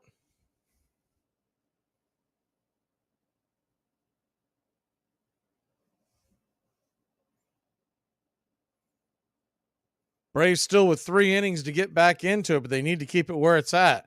Pitch on the way, swung on, hit hard right at Acuna.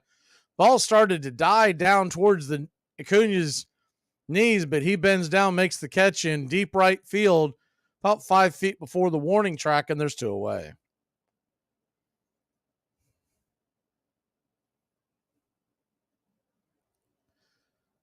Two down. That'll bring Trey Turner to the plate.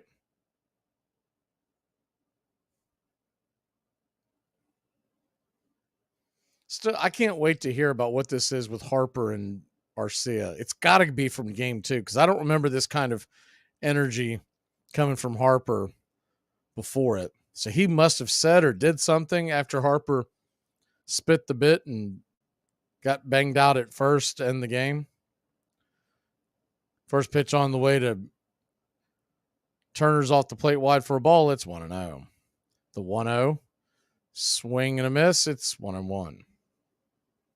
Braves will have the right guy on the mound tomorrow night, no matter the outcome in this game. If we come back and win, Strider will be able to slam the door on the series. If not, he'll force it back to Atlanta for Saturday. The 1-1 misses high and inside curveball that just didn't curve. 2-1. So a 2-1 count. Swing, and that ball is belted high and deep. That's got to be gone. Just over the wall. A solo shot by Turner, and it's 8-2. I'm telling you right now, this is Shawver's spot. He's got Harper coming to the plate. If he wants to earn some street cred, Shawver should just put one right in Harper's ribs. Because he's not going to charge the mound. He says he's had his butt kicked too many times to do that. First pitch on the way from Shawver, swung on, and that ball's popped up high in the sky. Instead, it'll be a lazy fly ball out to end the inning. Braves cough up the run they got back. We'll be back in a flash. It's 8-2. Braves will grab the bats. Top of the order coming to the plate.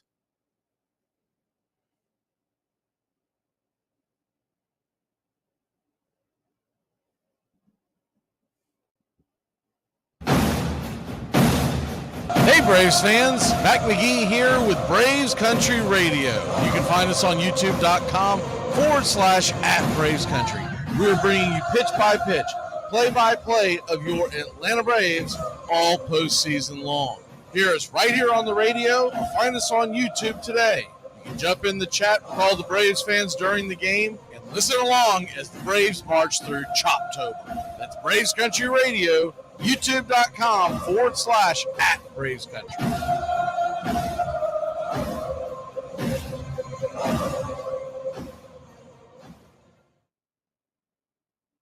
Now, if you want to crown them, but they are who we thought they were, and we let them off the hook. ACC football covered like no other here on the Armchair Quarterback. Against the blitz. Touchdown, Florida State. Rock Cluston scores the touchdown. And now it's Bowden's decision. And he sends Mowry onto the field right away. Danny Cannell is the holder. Mowry charges it. This game is over. A 31-31 tie.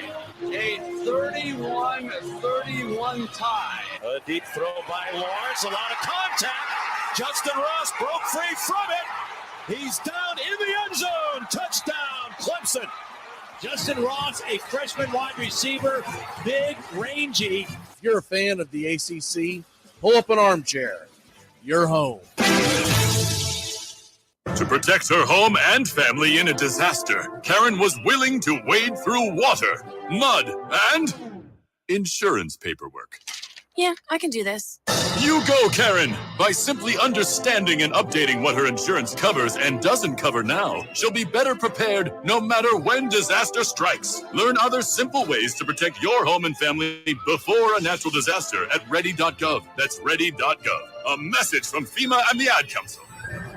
Baseball was mighty glamorous and exciting to me, but there's no use in blinking at the fact that at that time, the game was thought by solid, respectable people to be only 1 degree above grand larceny, arson, and mayhem, and those who engaged in it were beneath the notice of decent society.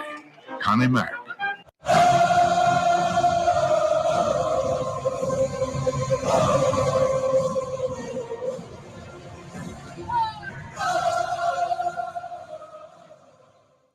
Welcome back. Dominguez will come on for the Phillies. He'll face the top of the Braves order as Ronald Acuna Jr. due up. He'll be followed by Ozzie and Riley. First pitch on the way is off the plate wide for a ball. It's 1-0.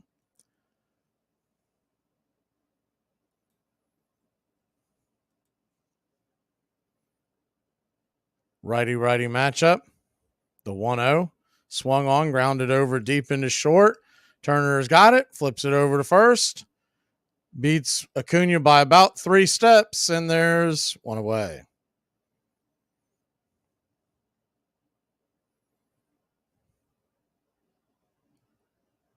So 1 down.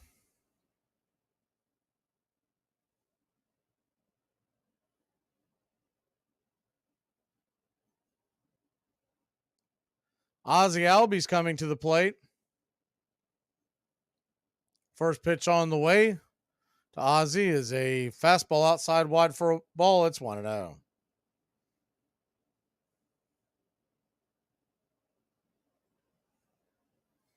The 1-0 righty-lefty matchup.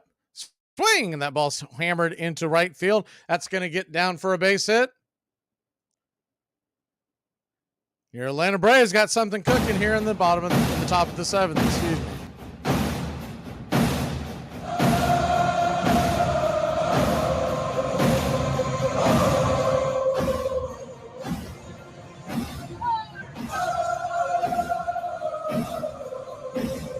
Austin Riley will come to the plate. Righty-righty matchup. First pitch on the way. Down below the zone, called for a strike, I guess. Riley looks back at home plate umpire Mark Carlson. He gets the same look everyone's been giving him all night. Basically, how the hell did you end up with a playoff game and it's 0-1?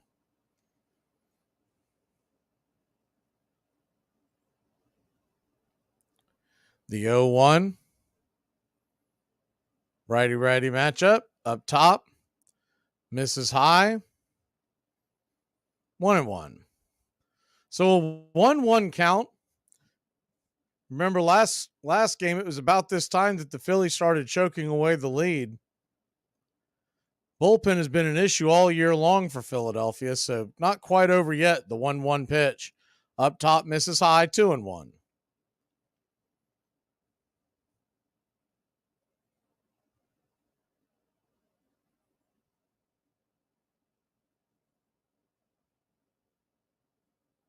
So a 2-1 count. Pitch on the way.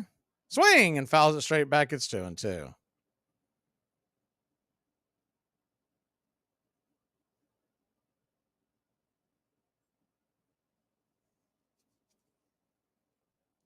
A 2-2 count. Runner on first. 1 out. Pitch on the way. Swing and a miss, strike 3. Riley down on strikes, and there's 2 away.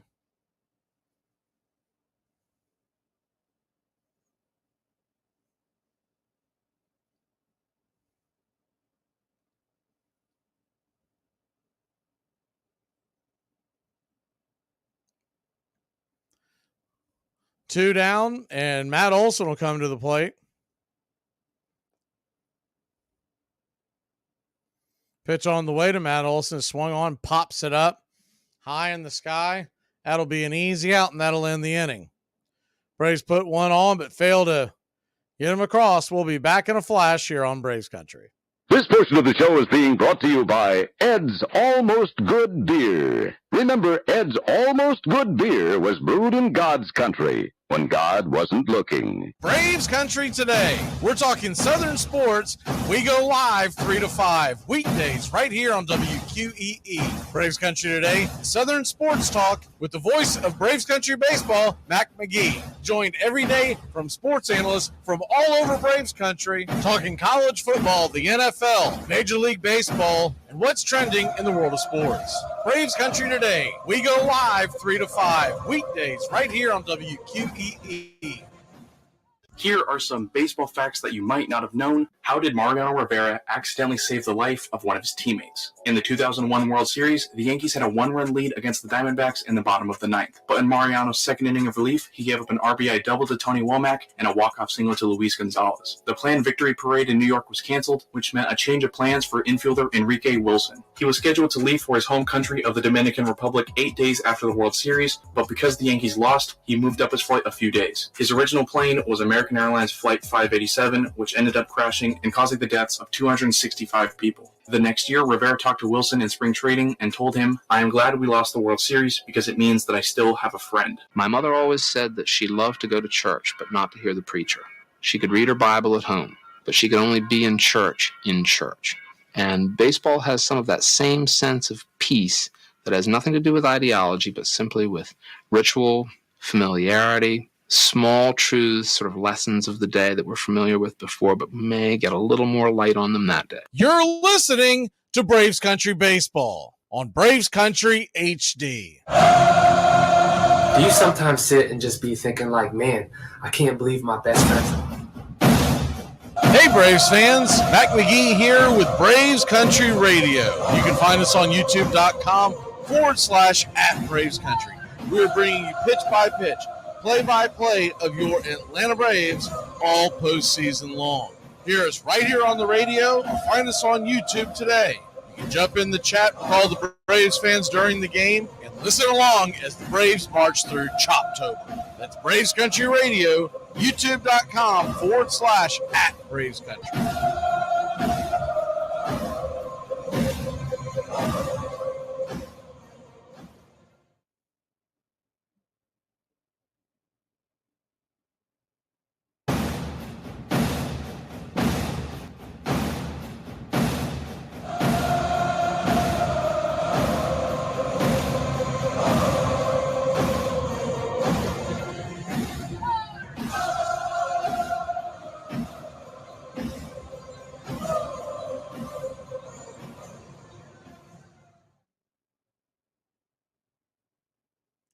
Welcome back. Game 3 of the NLDS Best of 5 series will be back here tomorrow night with Spencer Strider on the mound. Philly is not named a starter yet, that you can bet it'll probably be Ranger Suarez and basically a bullpen game. Braves trail this one 8-2. We head to the bottom of the 7th.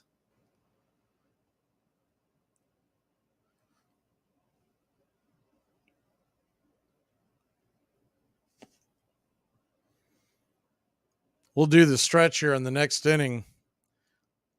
The file wouldn't load, so we had a hard time getting it going. So we will do the stretch in the next inning.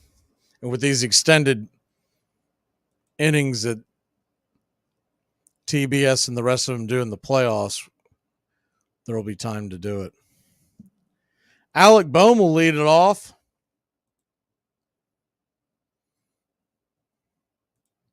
Tomorrow night's game is 6:07 first pitch. Spencer Strider will be on the mound. Remember, he pitched a good game last Saturday. It's the first pitch from Shawver's a strike. It's 0-1. The 0-1 pitch, down and away for a ball, 1-1. It was the Braves bats that just have not done anything really so far in this series. The 1-1 below the knees, didn't get that call. It's 2-1. So a 2-1 count.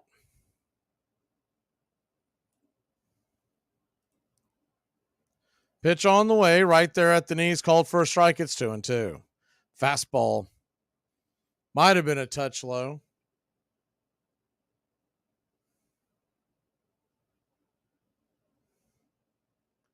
The 2-2 pitch. Swung on, banged down towards short. Arcea's got it, flips it over to first, and it's a 6-3 put out. One away.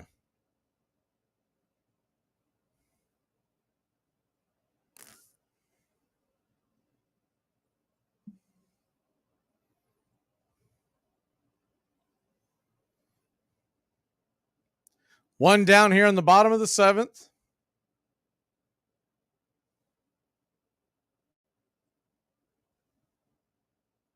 Righty-lefty matchup is Shawver to face Stott. The first pitch is chopped foul off the plate.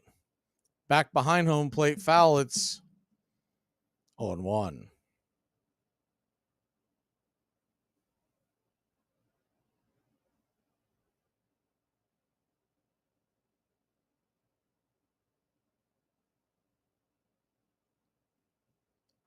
The 0-1 pitch. Down below the knees, 1-1. So to explain to William, who doesn't seem very bright, we don't do the scoreboard, son. We just share it. The 1-1 down below the knees, 2-1.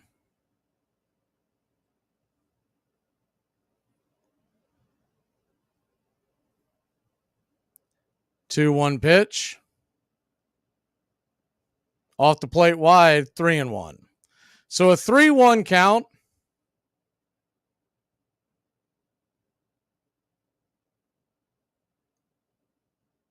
Bottom of the 7th, one out. Swing, pops it up. Can of corn high in the sky. Making the catch in left field, and there's 2 away.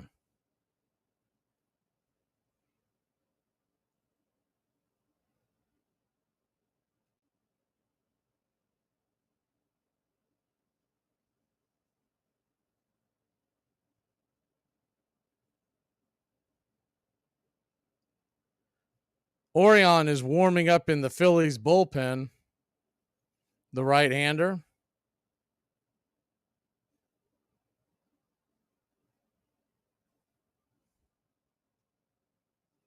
First pitch on the way.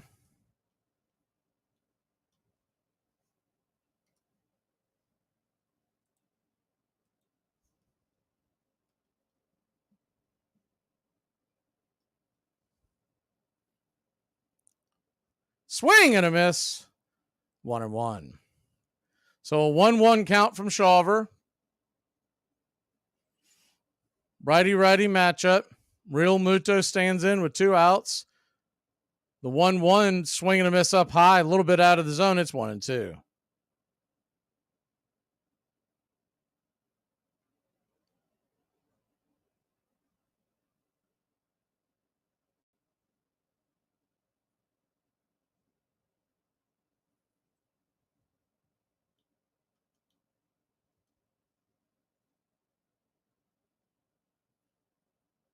The 1-2 pitch. In the dirt. Nowhere near the zone, 2-2.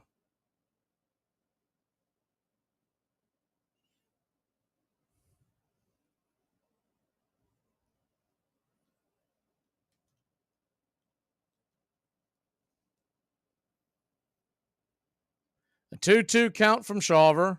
Righty-righty matchup. Kicks and deals. Misses high. Ball 3.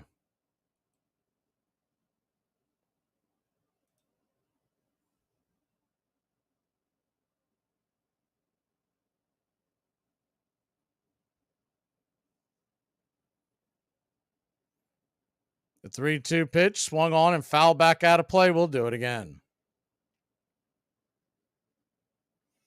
So a full count. 2 outs, bottom of the 7th. Braves trail. The pitch on the way. Caught, looking, strike 3. That'll end the inning. Shawver's pitched very well,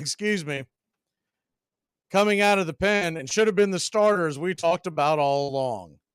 Braves will grab the bats and see if they can at least put a dent into this. We'll be back in a flash here on Braves Country.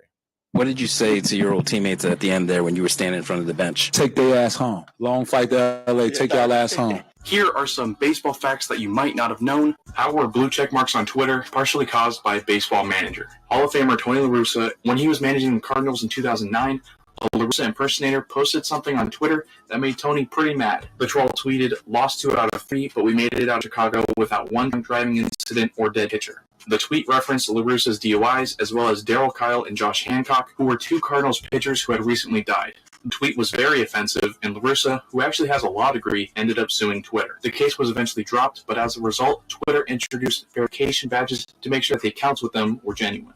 It all starts with just one thing. Get to know your local beekeeper. You can make sure they don't use chemicals in the hive, that they only sell surplus honey, plus locally produced honeys with a smaller carbon footprint. Find tips and more at onethingus.com. What's your one thing? In 1900, the Giants had taken a huge risk and traded their greatest pitcher, Amos Rusi, for a 19-year-old rookie. Rusi had 245 wins behind him, and as it turned out, none ahead of him. The Hoosier Thunderbolt went back to digging ditches in Indiana. The rookie had no major league wins when he joined the team, but he had 373 ahead of him. His name was Christy Mathewson. Matty was without a peer. He had a greater variety of stuff than any pitcher I ever knew or handled. His fastball was the equal of Walter Johnson or Amos Rusi's. He had the fadeaway down to perfection, and he utilized his knowledge of batsmen with greater effect than any twirler in the game. He possessed wonderful control, remarkable fielding ability, and was one of the finest sportsmen the game has ever known.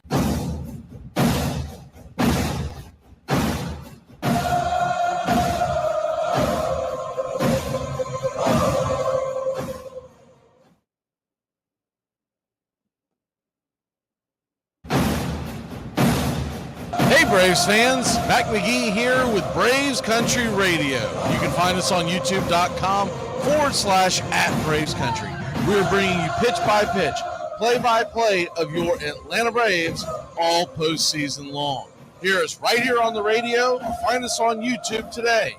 You can jump in the chat with all the Braves fans during the game and listen along as the Braves march through Choptober. That's Braves Country Radio, youtube.com/@Braves Country.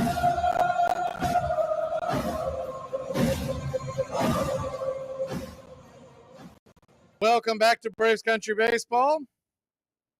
Orion Kirkering, the right-hander, will come in.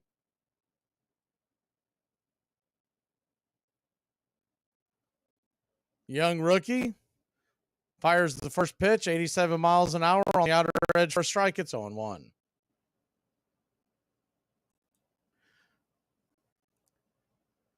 Marcell Ozuna at the plate. The 0-1 pitch misses down and away. 1-1.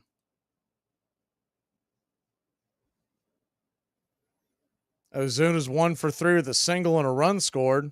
The 1-1 taken for a strike inside. It's 1-2. So a 1-2 count.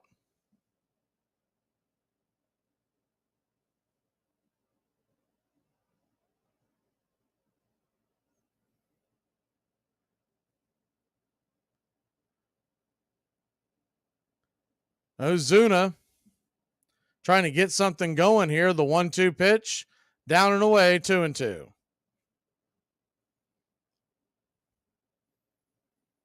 We haven't seen him yet, but I would tend to think that Craig Kimbrell is going to pitch the ninth just because they haven't used him in a while. The 2-2 pitch swung on and popped back foul out of play. We'll do it again.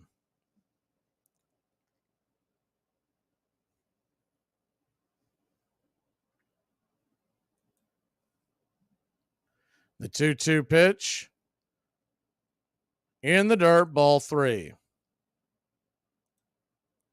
So a 3-1 count. Travis d'Arnaud stands on deck. Pilar in the hole. The 3-2 offering swung on, grounded over to short, deep into short, but a good throw, actually a bad throw, one hopper, and it goes off the chest of Harper, who can't handle it. Most first basemen make that play, but Harper, a converted outfielder because of the arm surgery, just blocked it to make sure it didn't go into the dugout. Not a great throw, but once again, a true first baseman would have made that play. So they'll probably give an infield single just because it was such a long throw. First pitch on the way from Kerkering to d'Arnaud is a strike. It's 0-1. The 0-1 swung on, fisted, fouling out of play. It's 0-2.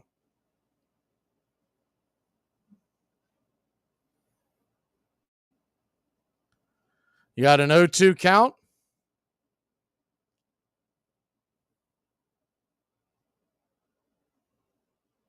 Pitch on the way, off the plate wide, 1-2. Braves trail by a half dozen. You know this offense can score in a hurry. I'm sure Thompson will be quick to get Kimbrell working. The 1-2 pitch, down and away, 2-2. If you're just joining us or missed the early part of the game, Bryce Elder was awful tonight. Got the Braves in this hole. The 2-2 pitch, swung on, pops it up, back out of play. We'll do it again.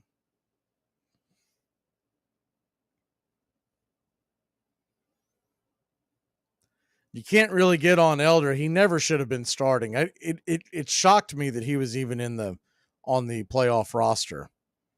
The 2-2 pitch swung on and lifted into left field. That'll be caught by Marsh, and it's one away.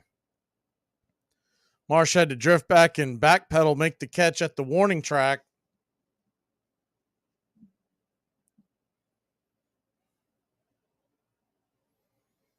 One down, one on.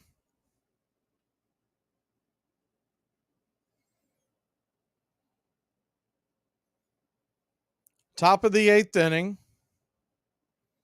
Kevin Pilar, Orlando Arcia, Michael Harris, the second due up.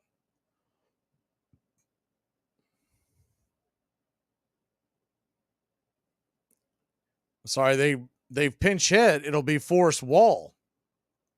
First pitch on the way is outside for a ball. It's 1-0. Forrest Wall opting for the left-handed bat. The 1-0 pitch down and away, 1-1. Little surprised they didn't go somewhere else, because normally they like to save Wall for if for some reason this game were to get close to pinch run. The 2-0 to Wall. Right there for a strike. Slider belt high. It's 2-1. Of course, the book they have on Kerkering might have something to do with him. He might struggle against lefties. The 2-1 pitch right there on the outer edge. It's 2-2.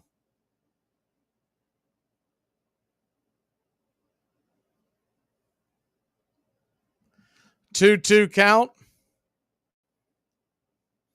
Orion lets her go. Swung on, sliced into left field. That'll be easily playable. Marsh makes the catch, and there's 2 away. So 2 down. Orlando Arcia will come to the plate. Lando got an RBI single his last time up.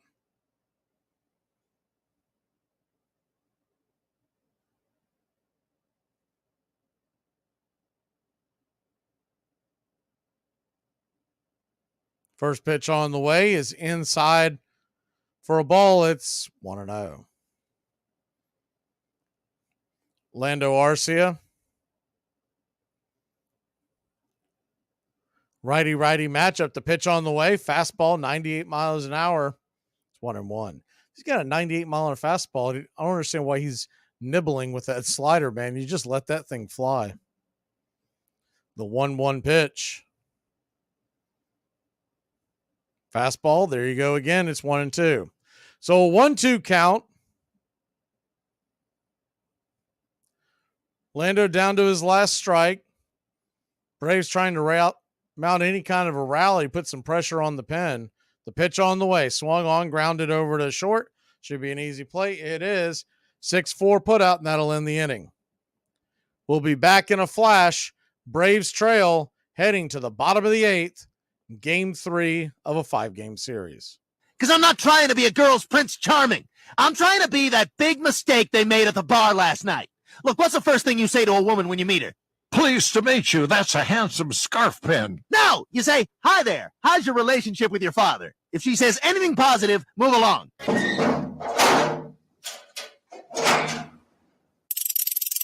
Well, here comes Fernando Valenzuela of the Los Angeles Dodgers. In there, strike 3. And so Valenzuela was struck out the side in 84, and it's worth noting again, he got Winfield, Jackson, and Brett, has now taken care of Mattingly, Ripken, Barfield, and Whitaker.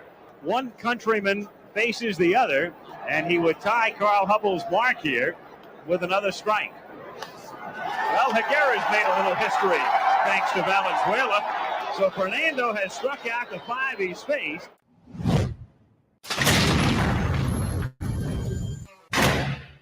Well, Jesus Christ, what do you expect me to do? I mean, that's what I damn get paid to do.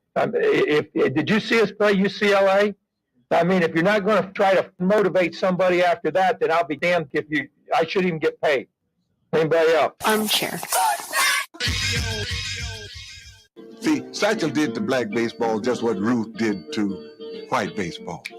See, because Ruth kept the franchises going. This Ruth, after the Black Sox scandal, here comes a Ruth, and he brings it back. And this is the same thing that happened to us.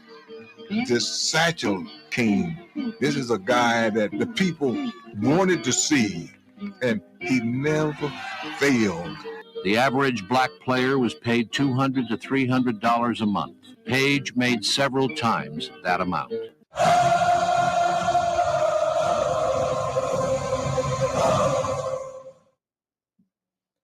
Welcome back. Braves Country Baseball. Atlanta Braves. It all started with the bad starting pitching tonight. You're just joining us. Bryce Elder, 2 2/3 and 6 earned runs. 5 hits allowed. He pitched well the first 2 innings, quickly unraveled, and instead of being aggressive like I would have thought Snicker would have been, and going straight to the to the bullpen in the first sign of danger. Instead, he just let him dangle out there. Next thing you know, he'd already given up the 4 when he brought in Tonkin. Tonkin gave up the double off the wall, but those 2 runs were charged to Elder because he put them on. Really odd strategy by Snicker. First pitch on the way from A.J. Smith-Shawver is a curveball in the dirt. It's 1-0. The 1-0 pitch swung on, hit high and deep, and that is gone. Castellanos hits another home run.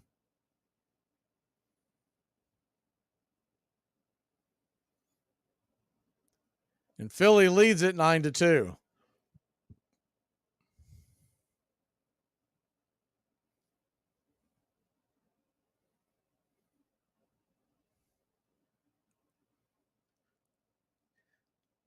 I guess the good thing you can take about this is you can't play any worse tomorrow night. So with Strider on the mound, I'll take my chances. You just would have liked Snicker to give them a much better chance to win this game. That pitch just got way too much of the plate. The 0-1 count to Marsh, righty-lefty matchup. This is Shawver's game the rest of the way, I would think. I can't imagine they're going to go get him. They'll save the rest of the bullpen arms for tomorrow.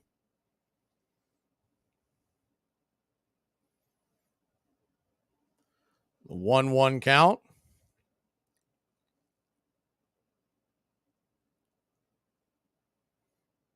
Pitch on the way. Off the plate wide. 2-1.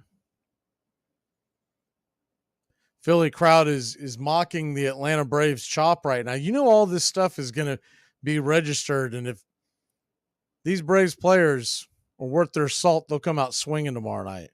The 2-1 pitch, lifted high and deep into left field. That ball is gone. Another home run.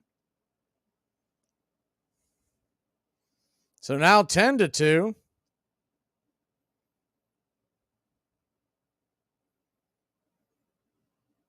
And at some point, you wonder if you're going to continue to leave him out there. I mean, he is a 20-year-old kid. It's kind of taking one for the team right now, but at the same token, I mean, do you want his confidence absolutely shattered?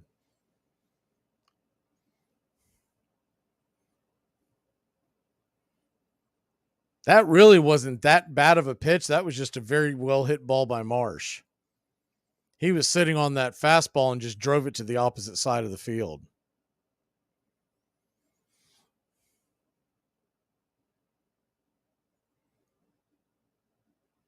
Shawver giving up 2 solo shots.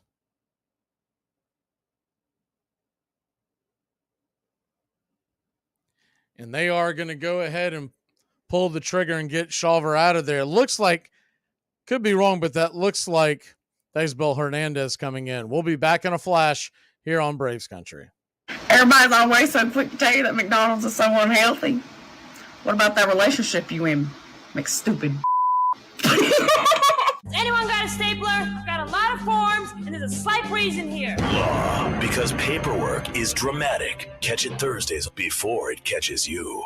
Well, the season's finally here, and the players... The Armchair Quarterbacks are back. Saturdays, 10 a.m., you'll be tailgating with the Armchair Quarterbacks. Mac McGee, Joey and Tones, and the rest of the Armchair Quarterbacks live, 10 a.m. to 2 p.m. Saturdays this fall. Talking college football, SEC, ACC, Big Ten, the NFL, fantasy football advice, and our picks against the spread. Right here on Braves Country HD, 99.1 FM, WQEE. Yeah, the Armchair Quarterback. I just got 3 things to say. God bless our troops. God bless America. And gentlemen, start your engine! Clemente batted .414 in the series, hit 2 doubles, a triple, and 2 home runs, and led the Pirates to the championship in 7 games. A year later, on September 30th, 1972, he passed yet another milestone in his long career. Everybody definitely want Bobby to get that Pick number 3,000. Fleck on the 0-1. Bobby hits the drive into the gap in left center field. There she is. That winter, an earthquake hit Nicaragua, and Clemente volunteered to carry relief supplies to the victims. On New Year's Eve, his plane crashed into the Atlantic Ocean. His body was never found.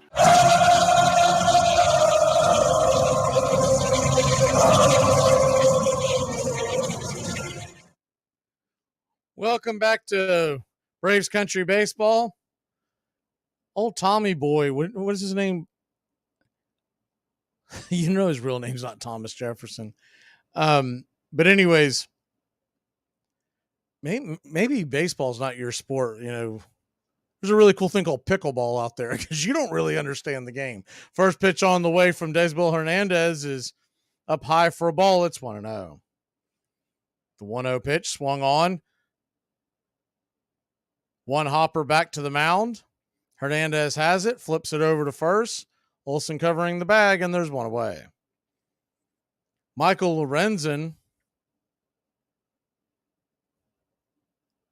is warming up in the Phillies bullpen, so you know they're not worried about anything because they got that bum coming into the game.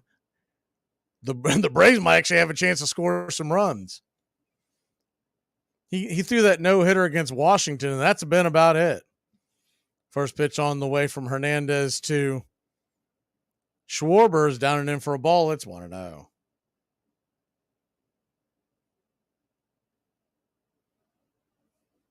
The 1-0 pitch swung on, banged foul towards the first base dugout. It's 1-1.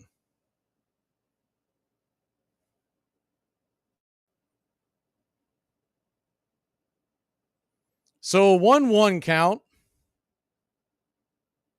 Swing and a miss. It's 1-2. Wondering when we would see Hernandez. Braves are really big on him, but they haven't used him in a high leverage situation. They bring him in now, but obviously too little too late as the 1-2's in the dirt. 2-2. So a 2-2 count.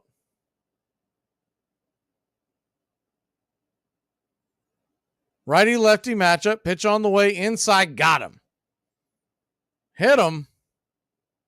Would have rather have hit Harper, but we did hit Schwarber.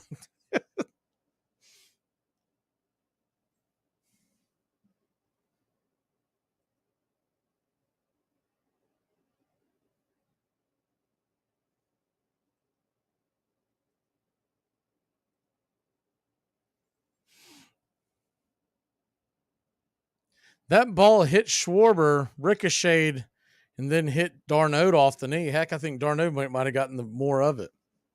So 1 on, 1 out.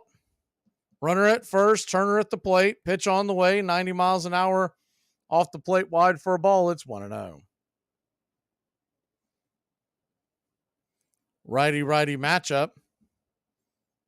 The 1-0. Down and away. Ball 2, 2-0.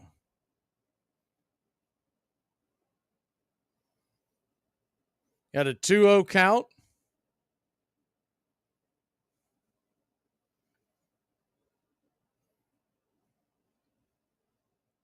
Hernandez lets it go nowhere near the zone. Ball 3, 96 miles an hour, but well below the strike zone.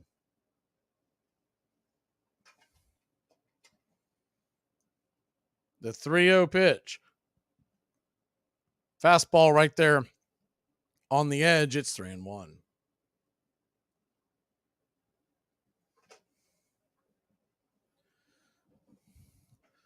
The 3-1 count. Swing and a miss. It's 3-2.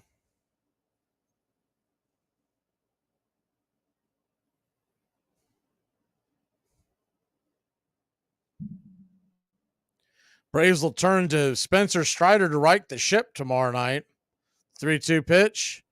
Down and away. Ball 4. I don't think you could have a better situation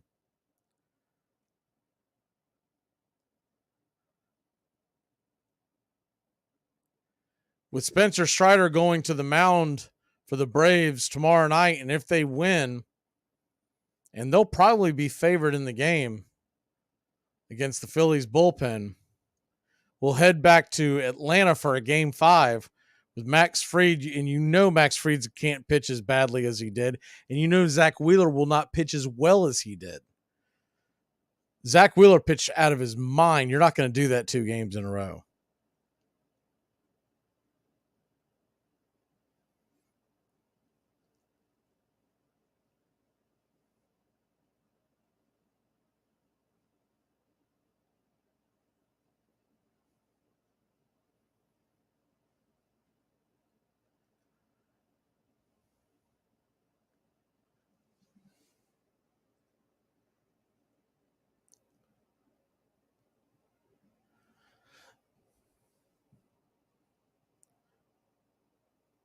So here we are in the bottom of the 8th. Bryce Harper. I mean, if this isn't a perfect time to put one right on his kneecap.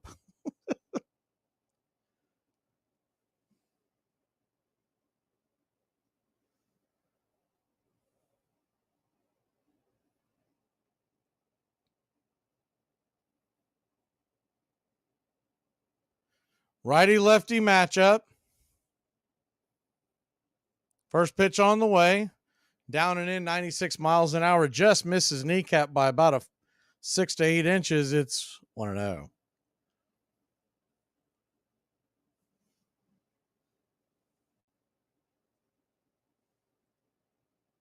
The 1-0 pitch. Down below the knees. 2-0.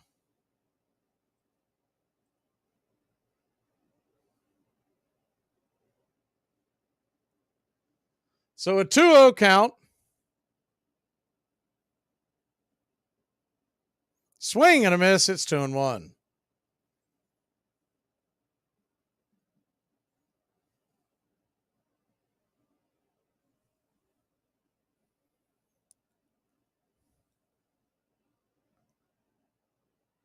The 2-1 pitch.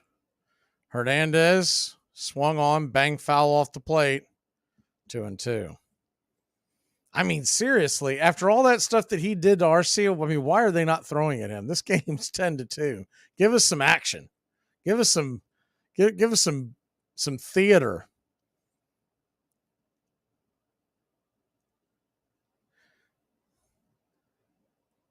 The 2-2 pitch. I guarantee a rocker would have put one right in his dome. Inside, ball 3. So a full count to Harper.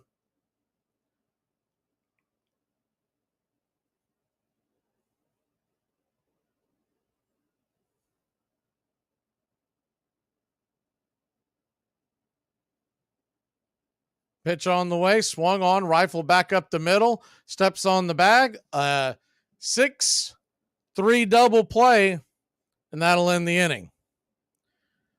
Braves will have one more shot at it.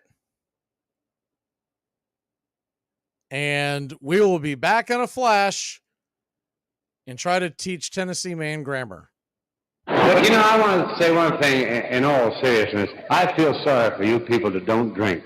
I mean it, because when you wake up in the morning, that's as good as you're going to feel all day. I'm Amy Lawrence, and I'm up late, always, after hours, hanging out with you on CBS Sports Radio. Check it out, 2 a.m. Eastern, 11 p.m. Pacific. Next question, gentlemen. What is the one thing the people on the other side of your street have more of than you do? Cars. Cars. Your wife said they have more grass than you do. Grass? I wouldn't bet on that. How the hell can you wear a Bears jersey at a Packer game? Okay, maybe he doesn't understand why it's wrong. Let me tell you in a way how you can understand. The Packers are like the Jedi, and you're wearing a Go Darth Vader jersey. Oh, that's ridiculous. The Jedi don't play football. They play Manuku. This is worse than when you wore the Air Supply t-shirt to the Aerosmith concert.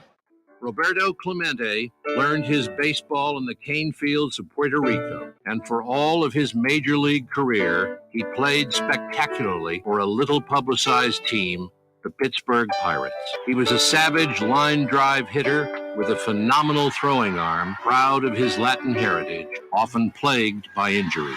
Roberto Clemente epitomized a certain kind of cool. He had a certain motion with his neck because he had a bad back. He said his back always hurt. He had a certain motion with his neck. And all of us imitated this motion that he had with his neck. So you see all these kids in school who are doing this because they picked this up from Clemente. You go to bat, and you did this head motion. You swung the bat like Clemente. And then for the Puerto Rican community, he was, their guy and was very proud of it, really did a lot for his community, a guy who really gave a lot back.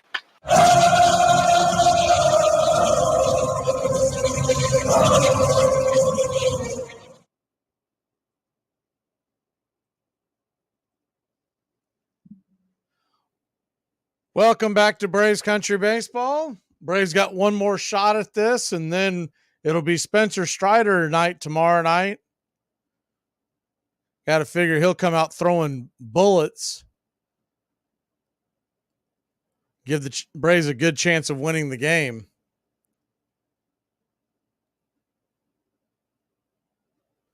Creepy secret person says Phillies are clearly better. I don't know if that's true.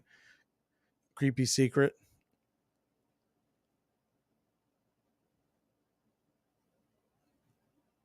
Braves won the division again by 15, 20 games, whatever it is.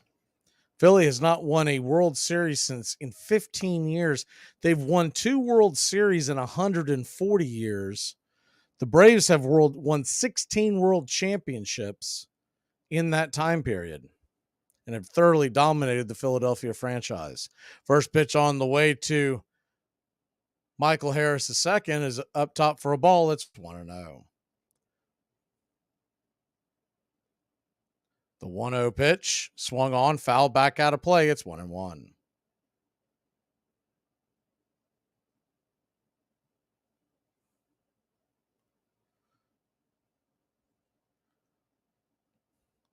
Got a 1-1 righty-lefty matchup. Pitch on the way, outside wide, 2-1. So a 2-1 count.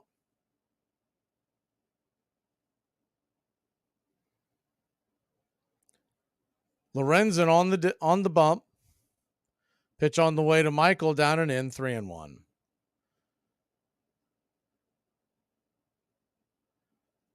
Not tonight, Robert. We tried that the other night after a loss where I'm not sitting around again. The 3-1 pitch swung on, pops it up high in the sky. Makes the catch for out number 1.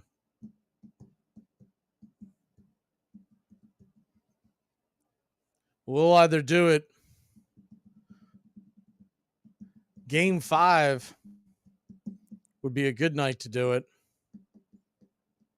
Possibly tomorrow if the game ends early enough. The issue is having to be up for work early the next day. Ronald Acuna Jr. comes to the plate. He takes the first pitch off the plate wide for a ball. It's 1-0.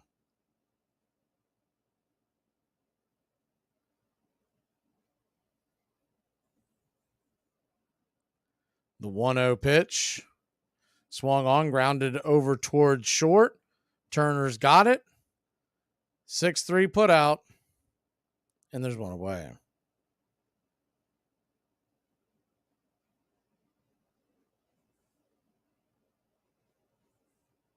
A guru of crap. What a name. Well, if you're going to be a guru of bowel movements, I guess that's something. Braves down to their last out. Ozzie Albies takes the first pitch outside for a strike. It's 0-1.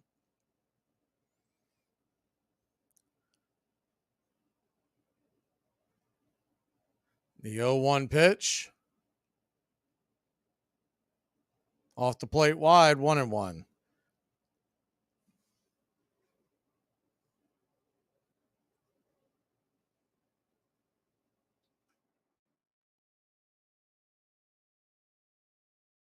The 1-1 in the dirt, 2-1. So a 2-1 count.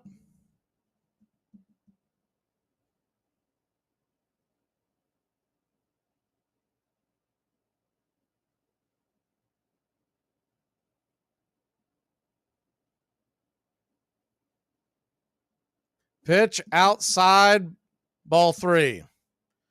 3-1 count. Braves down to their last out. Standing on deck is Riley. The 3-1 pitch. High outside, ball 4. So Ozzie Albies will head on down to first with a 2-out walk.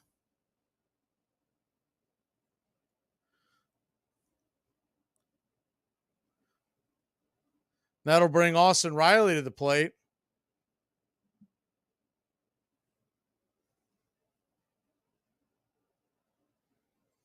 Riley, first pitch on the way, swung on. That ball is dropped into left field.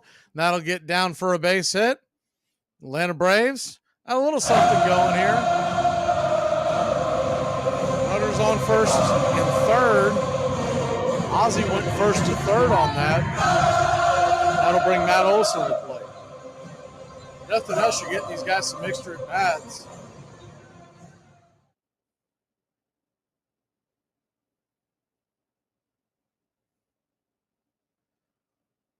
First pitch on the way is a fastball right down the pipe for a strike. It's 0-1.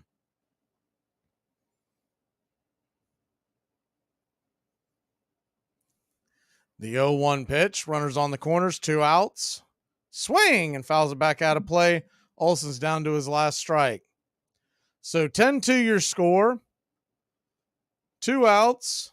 Top of the 9th.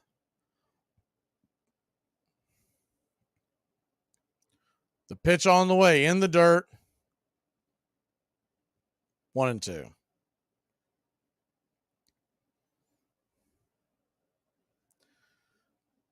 They're expecting Suarez to be named as the starter, and that would make a ton of sense. I mean, he only went 3 innings before the Braves knocked him out in game 2. The 1-2 pitch in the dirt, 2-2. So a 2-2 count.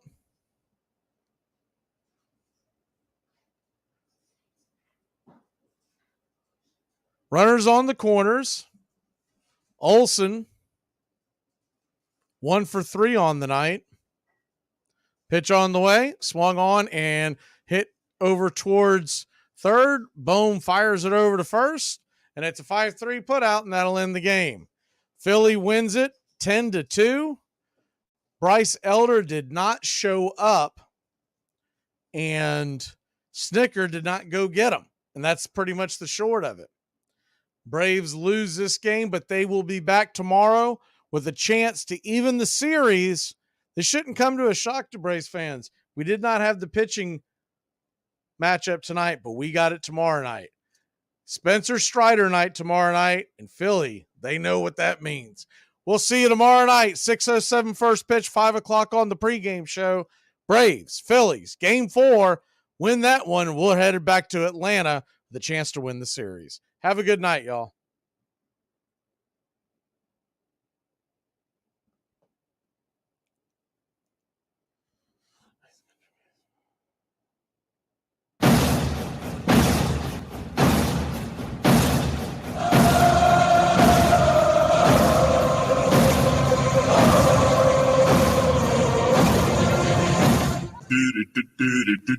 Goodbye, sweetheart. Well, it's time to go. We're back tomorrow with another show. Well, unless we're fired, we'll talk to you then. Goodbye, sweetheart. Goodbye. Goodbye. Guys and gals, it's time to go. We'll see you on the next show. Same bat time, same bat channel. Thanks for listening to Braves Country Baseball. With Mac McGee, we're proud to bring you year number 3. Braves Country Baseball comes your way Tuesdays and Friday nights and 2 more bonus games for a total of 4 games a week. You can also catch Braves Country, our daily sports talk show. We go live 3 to 5, 99.1 FM WQEE, Metro Atlanta. Other CBS, ESPN, and independent affiliates nationwide, and simulcast on youtube.com/@BravesCountry.